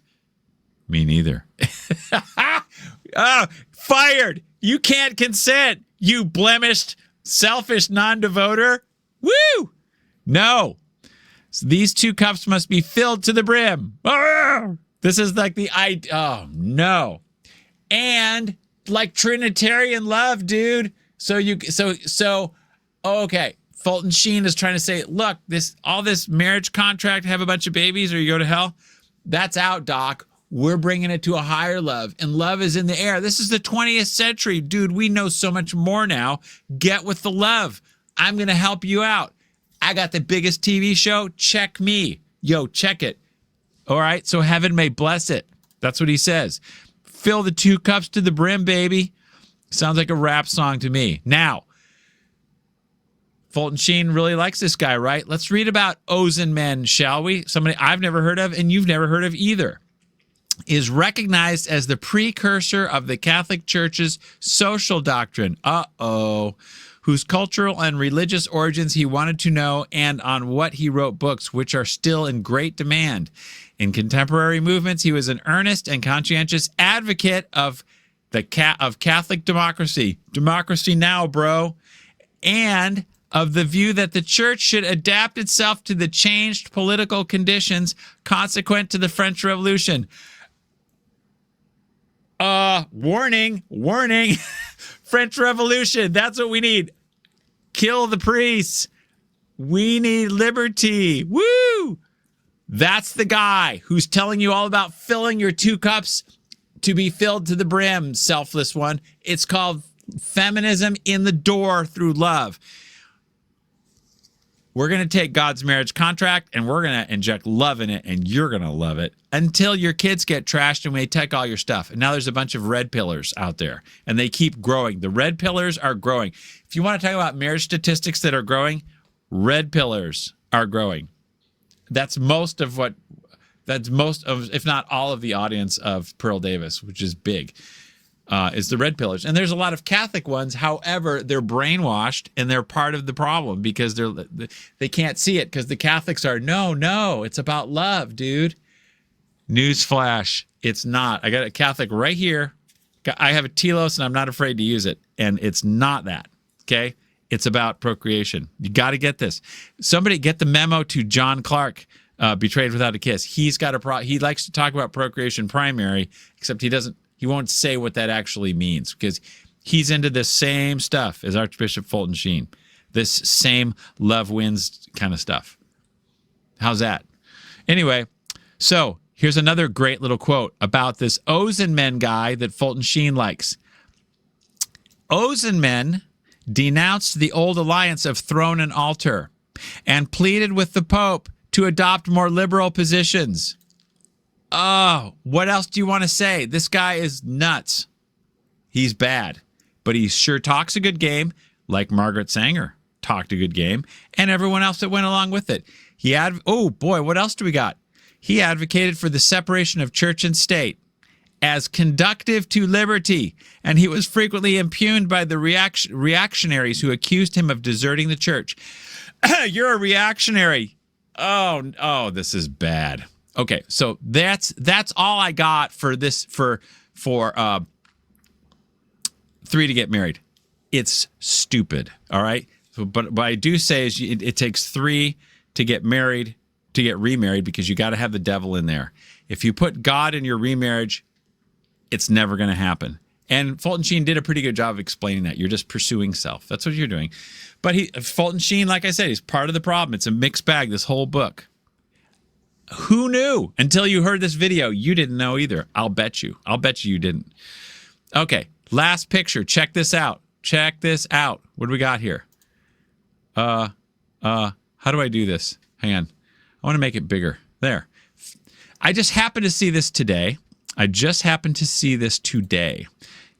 On Facebook from a Christian website, not Catholic, Christian woman on the homestead. Feminism. Look at this picture. There she is. There's the Liberty woman right there. Feminism is about self. Yeah, it sure is. Feminism is about self. Christianity is about denying self. The two are mutually exclusive. Exactly right. Feminism is about self. Christianity is about denying self. However, what about Christian marriage? Christian marriage is about self, isn't it? Yes, it's about giving your total self to the other. Therefore, everyone has a right to that total self. Now, when you have a right to that self, when you can't give it, when someone is not getting the self that they want, this feminist is going to say, I'm taking your house, I'm taking your kids, and I'm going to get a new man so I can take his house and his kids if he doesn't do what I need. Dig it? That's all. This is why this would never, a Catholic would never say this, a Protestant would, because denying self,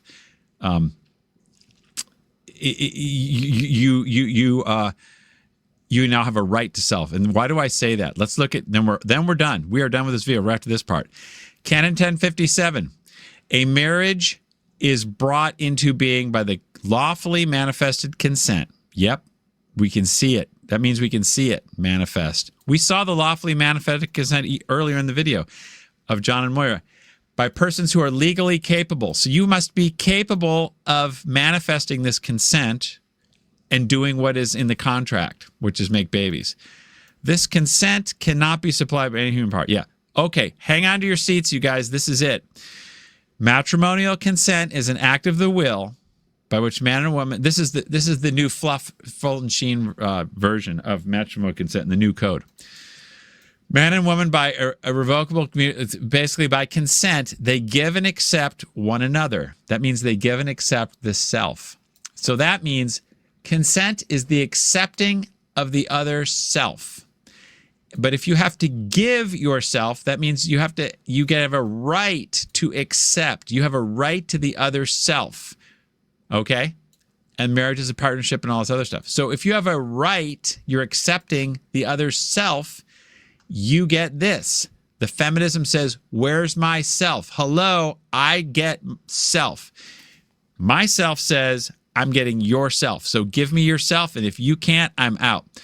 Congratulations, marathon YouTuber. We finally made it to the end. So please, I'll take some likes, subscribe, vote at the end. You know what I'm saying in the comments about number one, if you think you want to see this remarriage happen, quote unquote, and two, if you don't want to see it happen. Also, give me a 7 if you think it'll be less than 7 years that it'll last, or 77 if you think it'll be more than 7 years. I'm going to leave you with a song about more he said, she said. You know, it's about the pursuit of self. Anyway, remember, if you ain't toxic, you ain't Catholic. So stay toxic. This don't make your booty move, your booty must be dead. You finished now, baby? Are you finished reading me? Good. Cause I'm getting ready to read, write, and erase you. It's about time you saw me and him walking in the rain.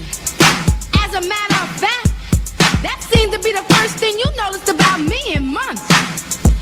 You better sit down, baby, and get out the umbrella. Cause there's gonna be a storm tonight. First things first, don't be frontin' like you gonna pull no Rambo on me. Because no attitude, this Jerry Curl gigolo jerk is gonna put his hands on me. You know, you acting like you put me here on God's green earth. But let's get a few things straight right here and now. As for those electroplated slum gold chains you gave me last Valentine's Day, what? Did they have a sale at Chains R Us? You walking around like you so fly in that $37 rabbit coat. Honey, that coat had to be destroyed last week after it bit the neighbor's child. By the way, my new man got me a gold American Express card. And I'll never leave home without it. But as you know, I've been leaving home without you, baby. Oh, honey, you packed my bag. There was never any room in that closet anyway. Not with all your budget valleys and fake felines. Don't get me wrong, I'm not trying to break on your clothes or nothing. I do love that gray suit you're wearing. Matter of fact, it looks better on you today than it did yesterday. Oh no, don't worry about calling me no cab. Because you know that alley cat crumb cake you've been dissing? Well, he's picking me up in his brand new BMW. Unlike that ugly gold Eldorado love mobile you call transportation. Yeah, you just like 7-Up. Never had it, never will. And don't call me when the bill collectors start calling here 24/7. Cause there ain't nothing going on here but the back rent. You know, you never did have a real J.O.B. since you've been with me. Well, I really must go. It's getting late. Besides, your hot chocolate's getting cold. Thunder and lightning, it's a quiet storm. Ooh, when your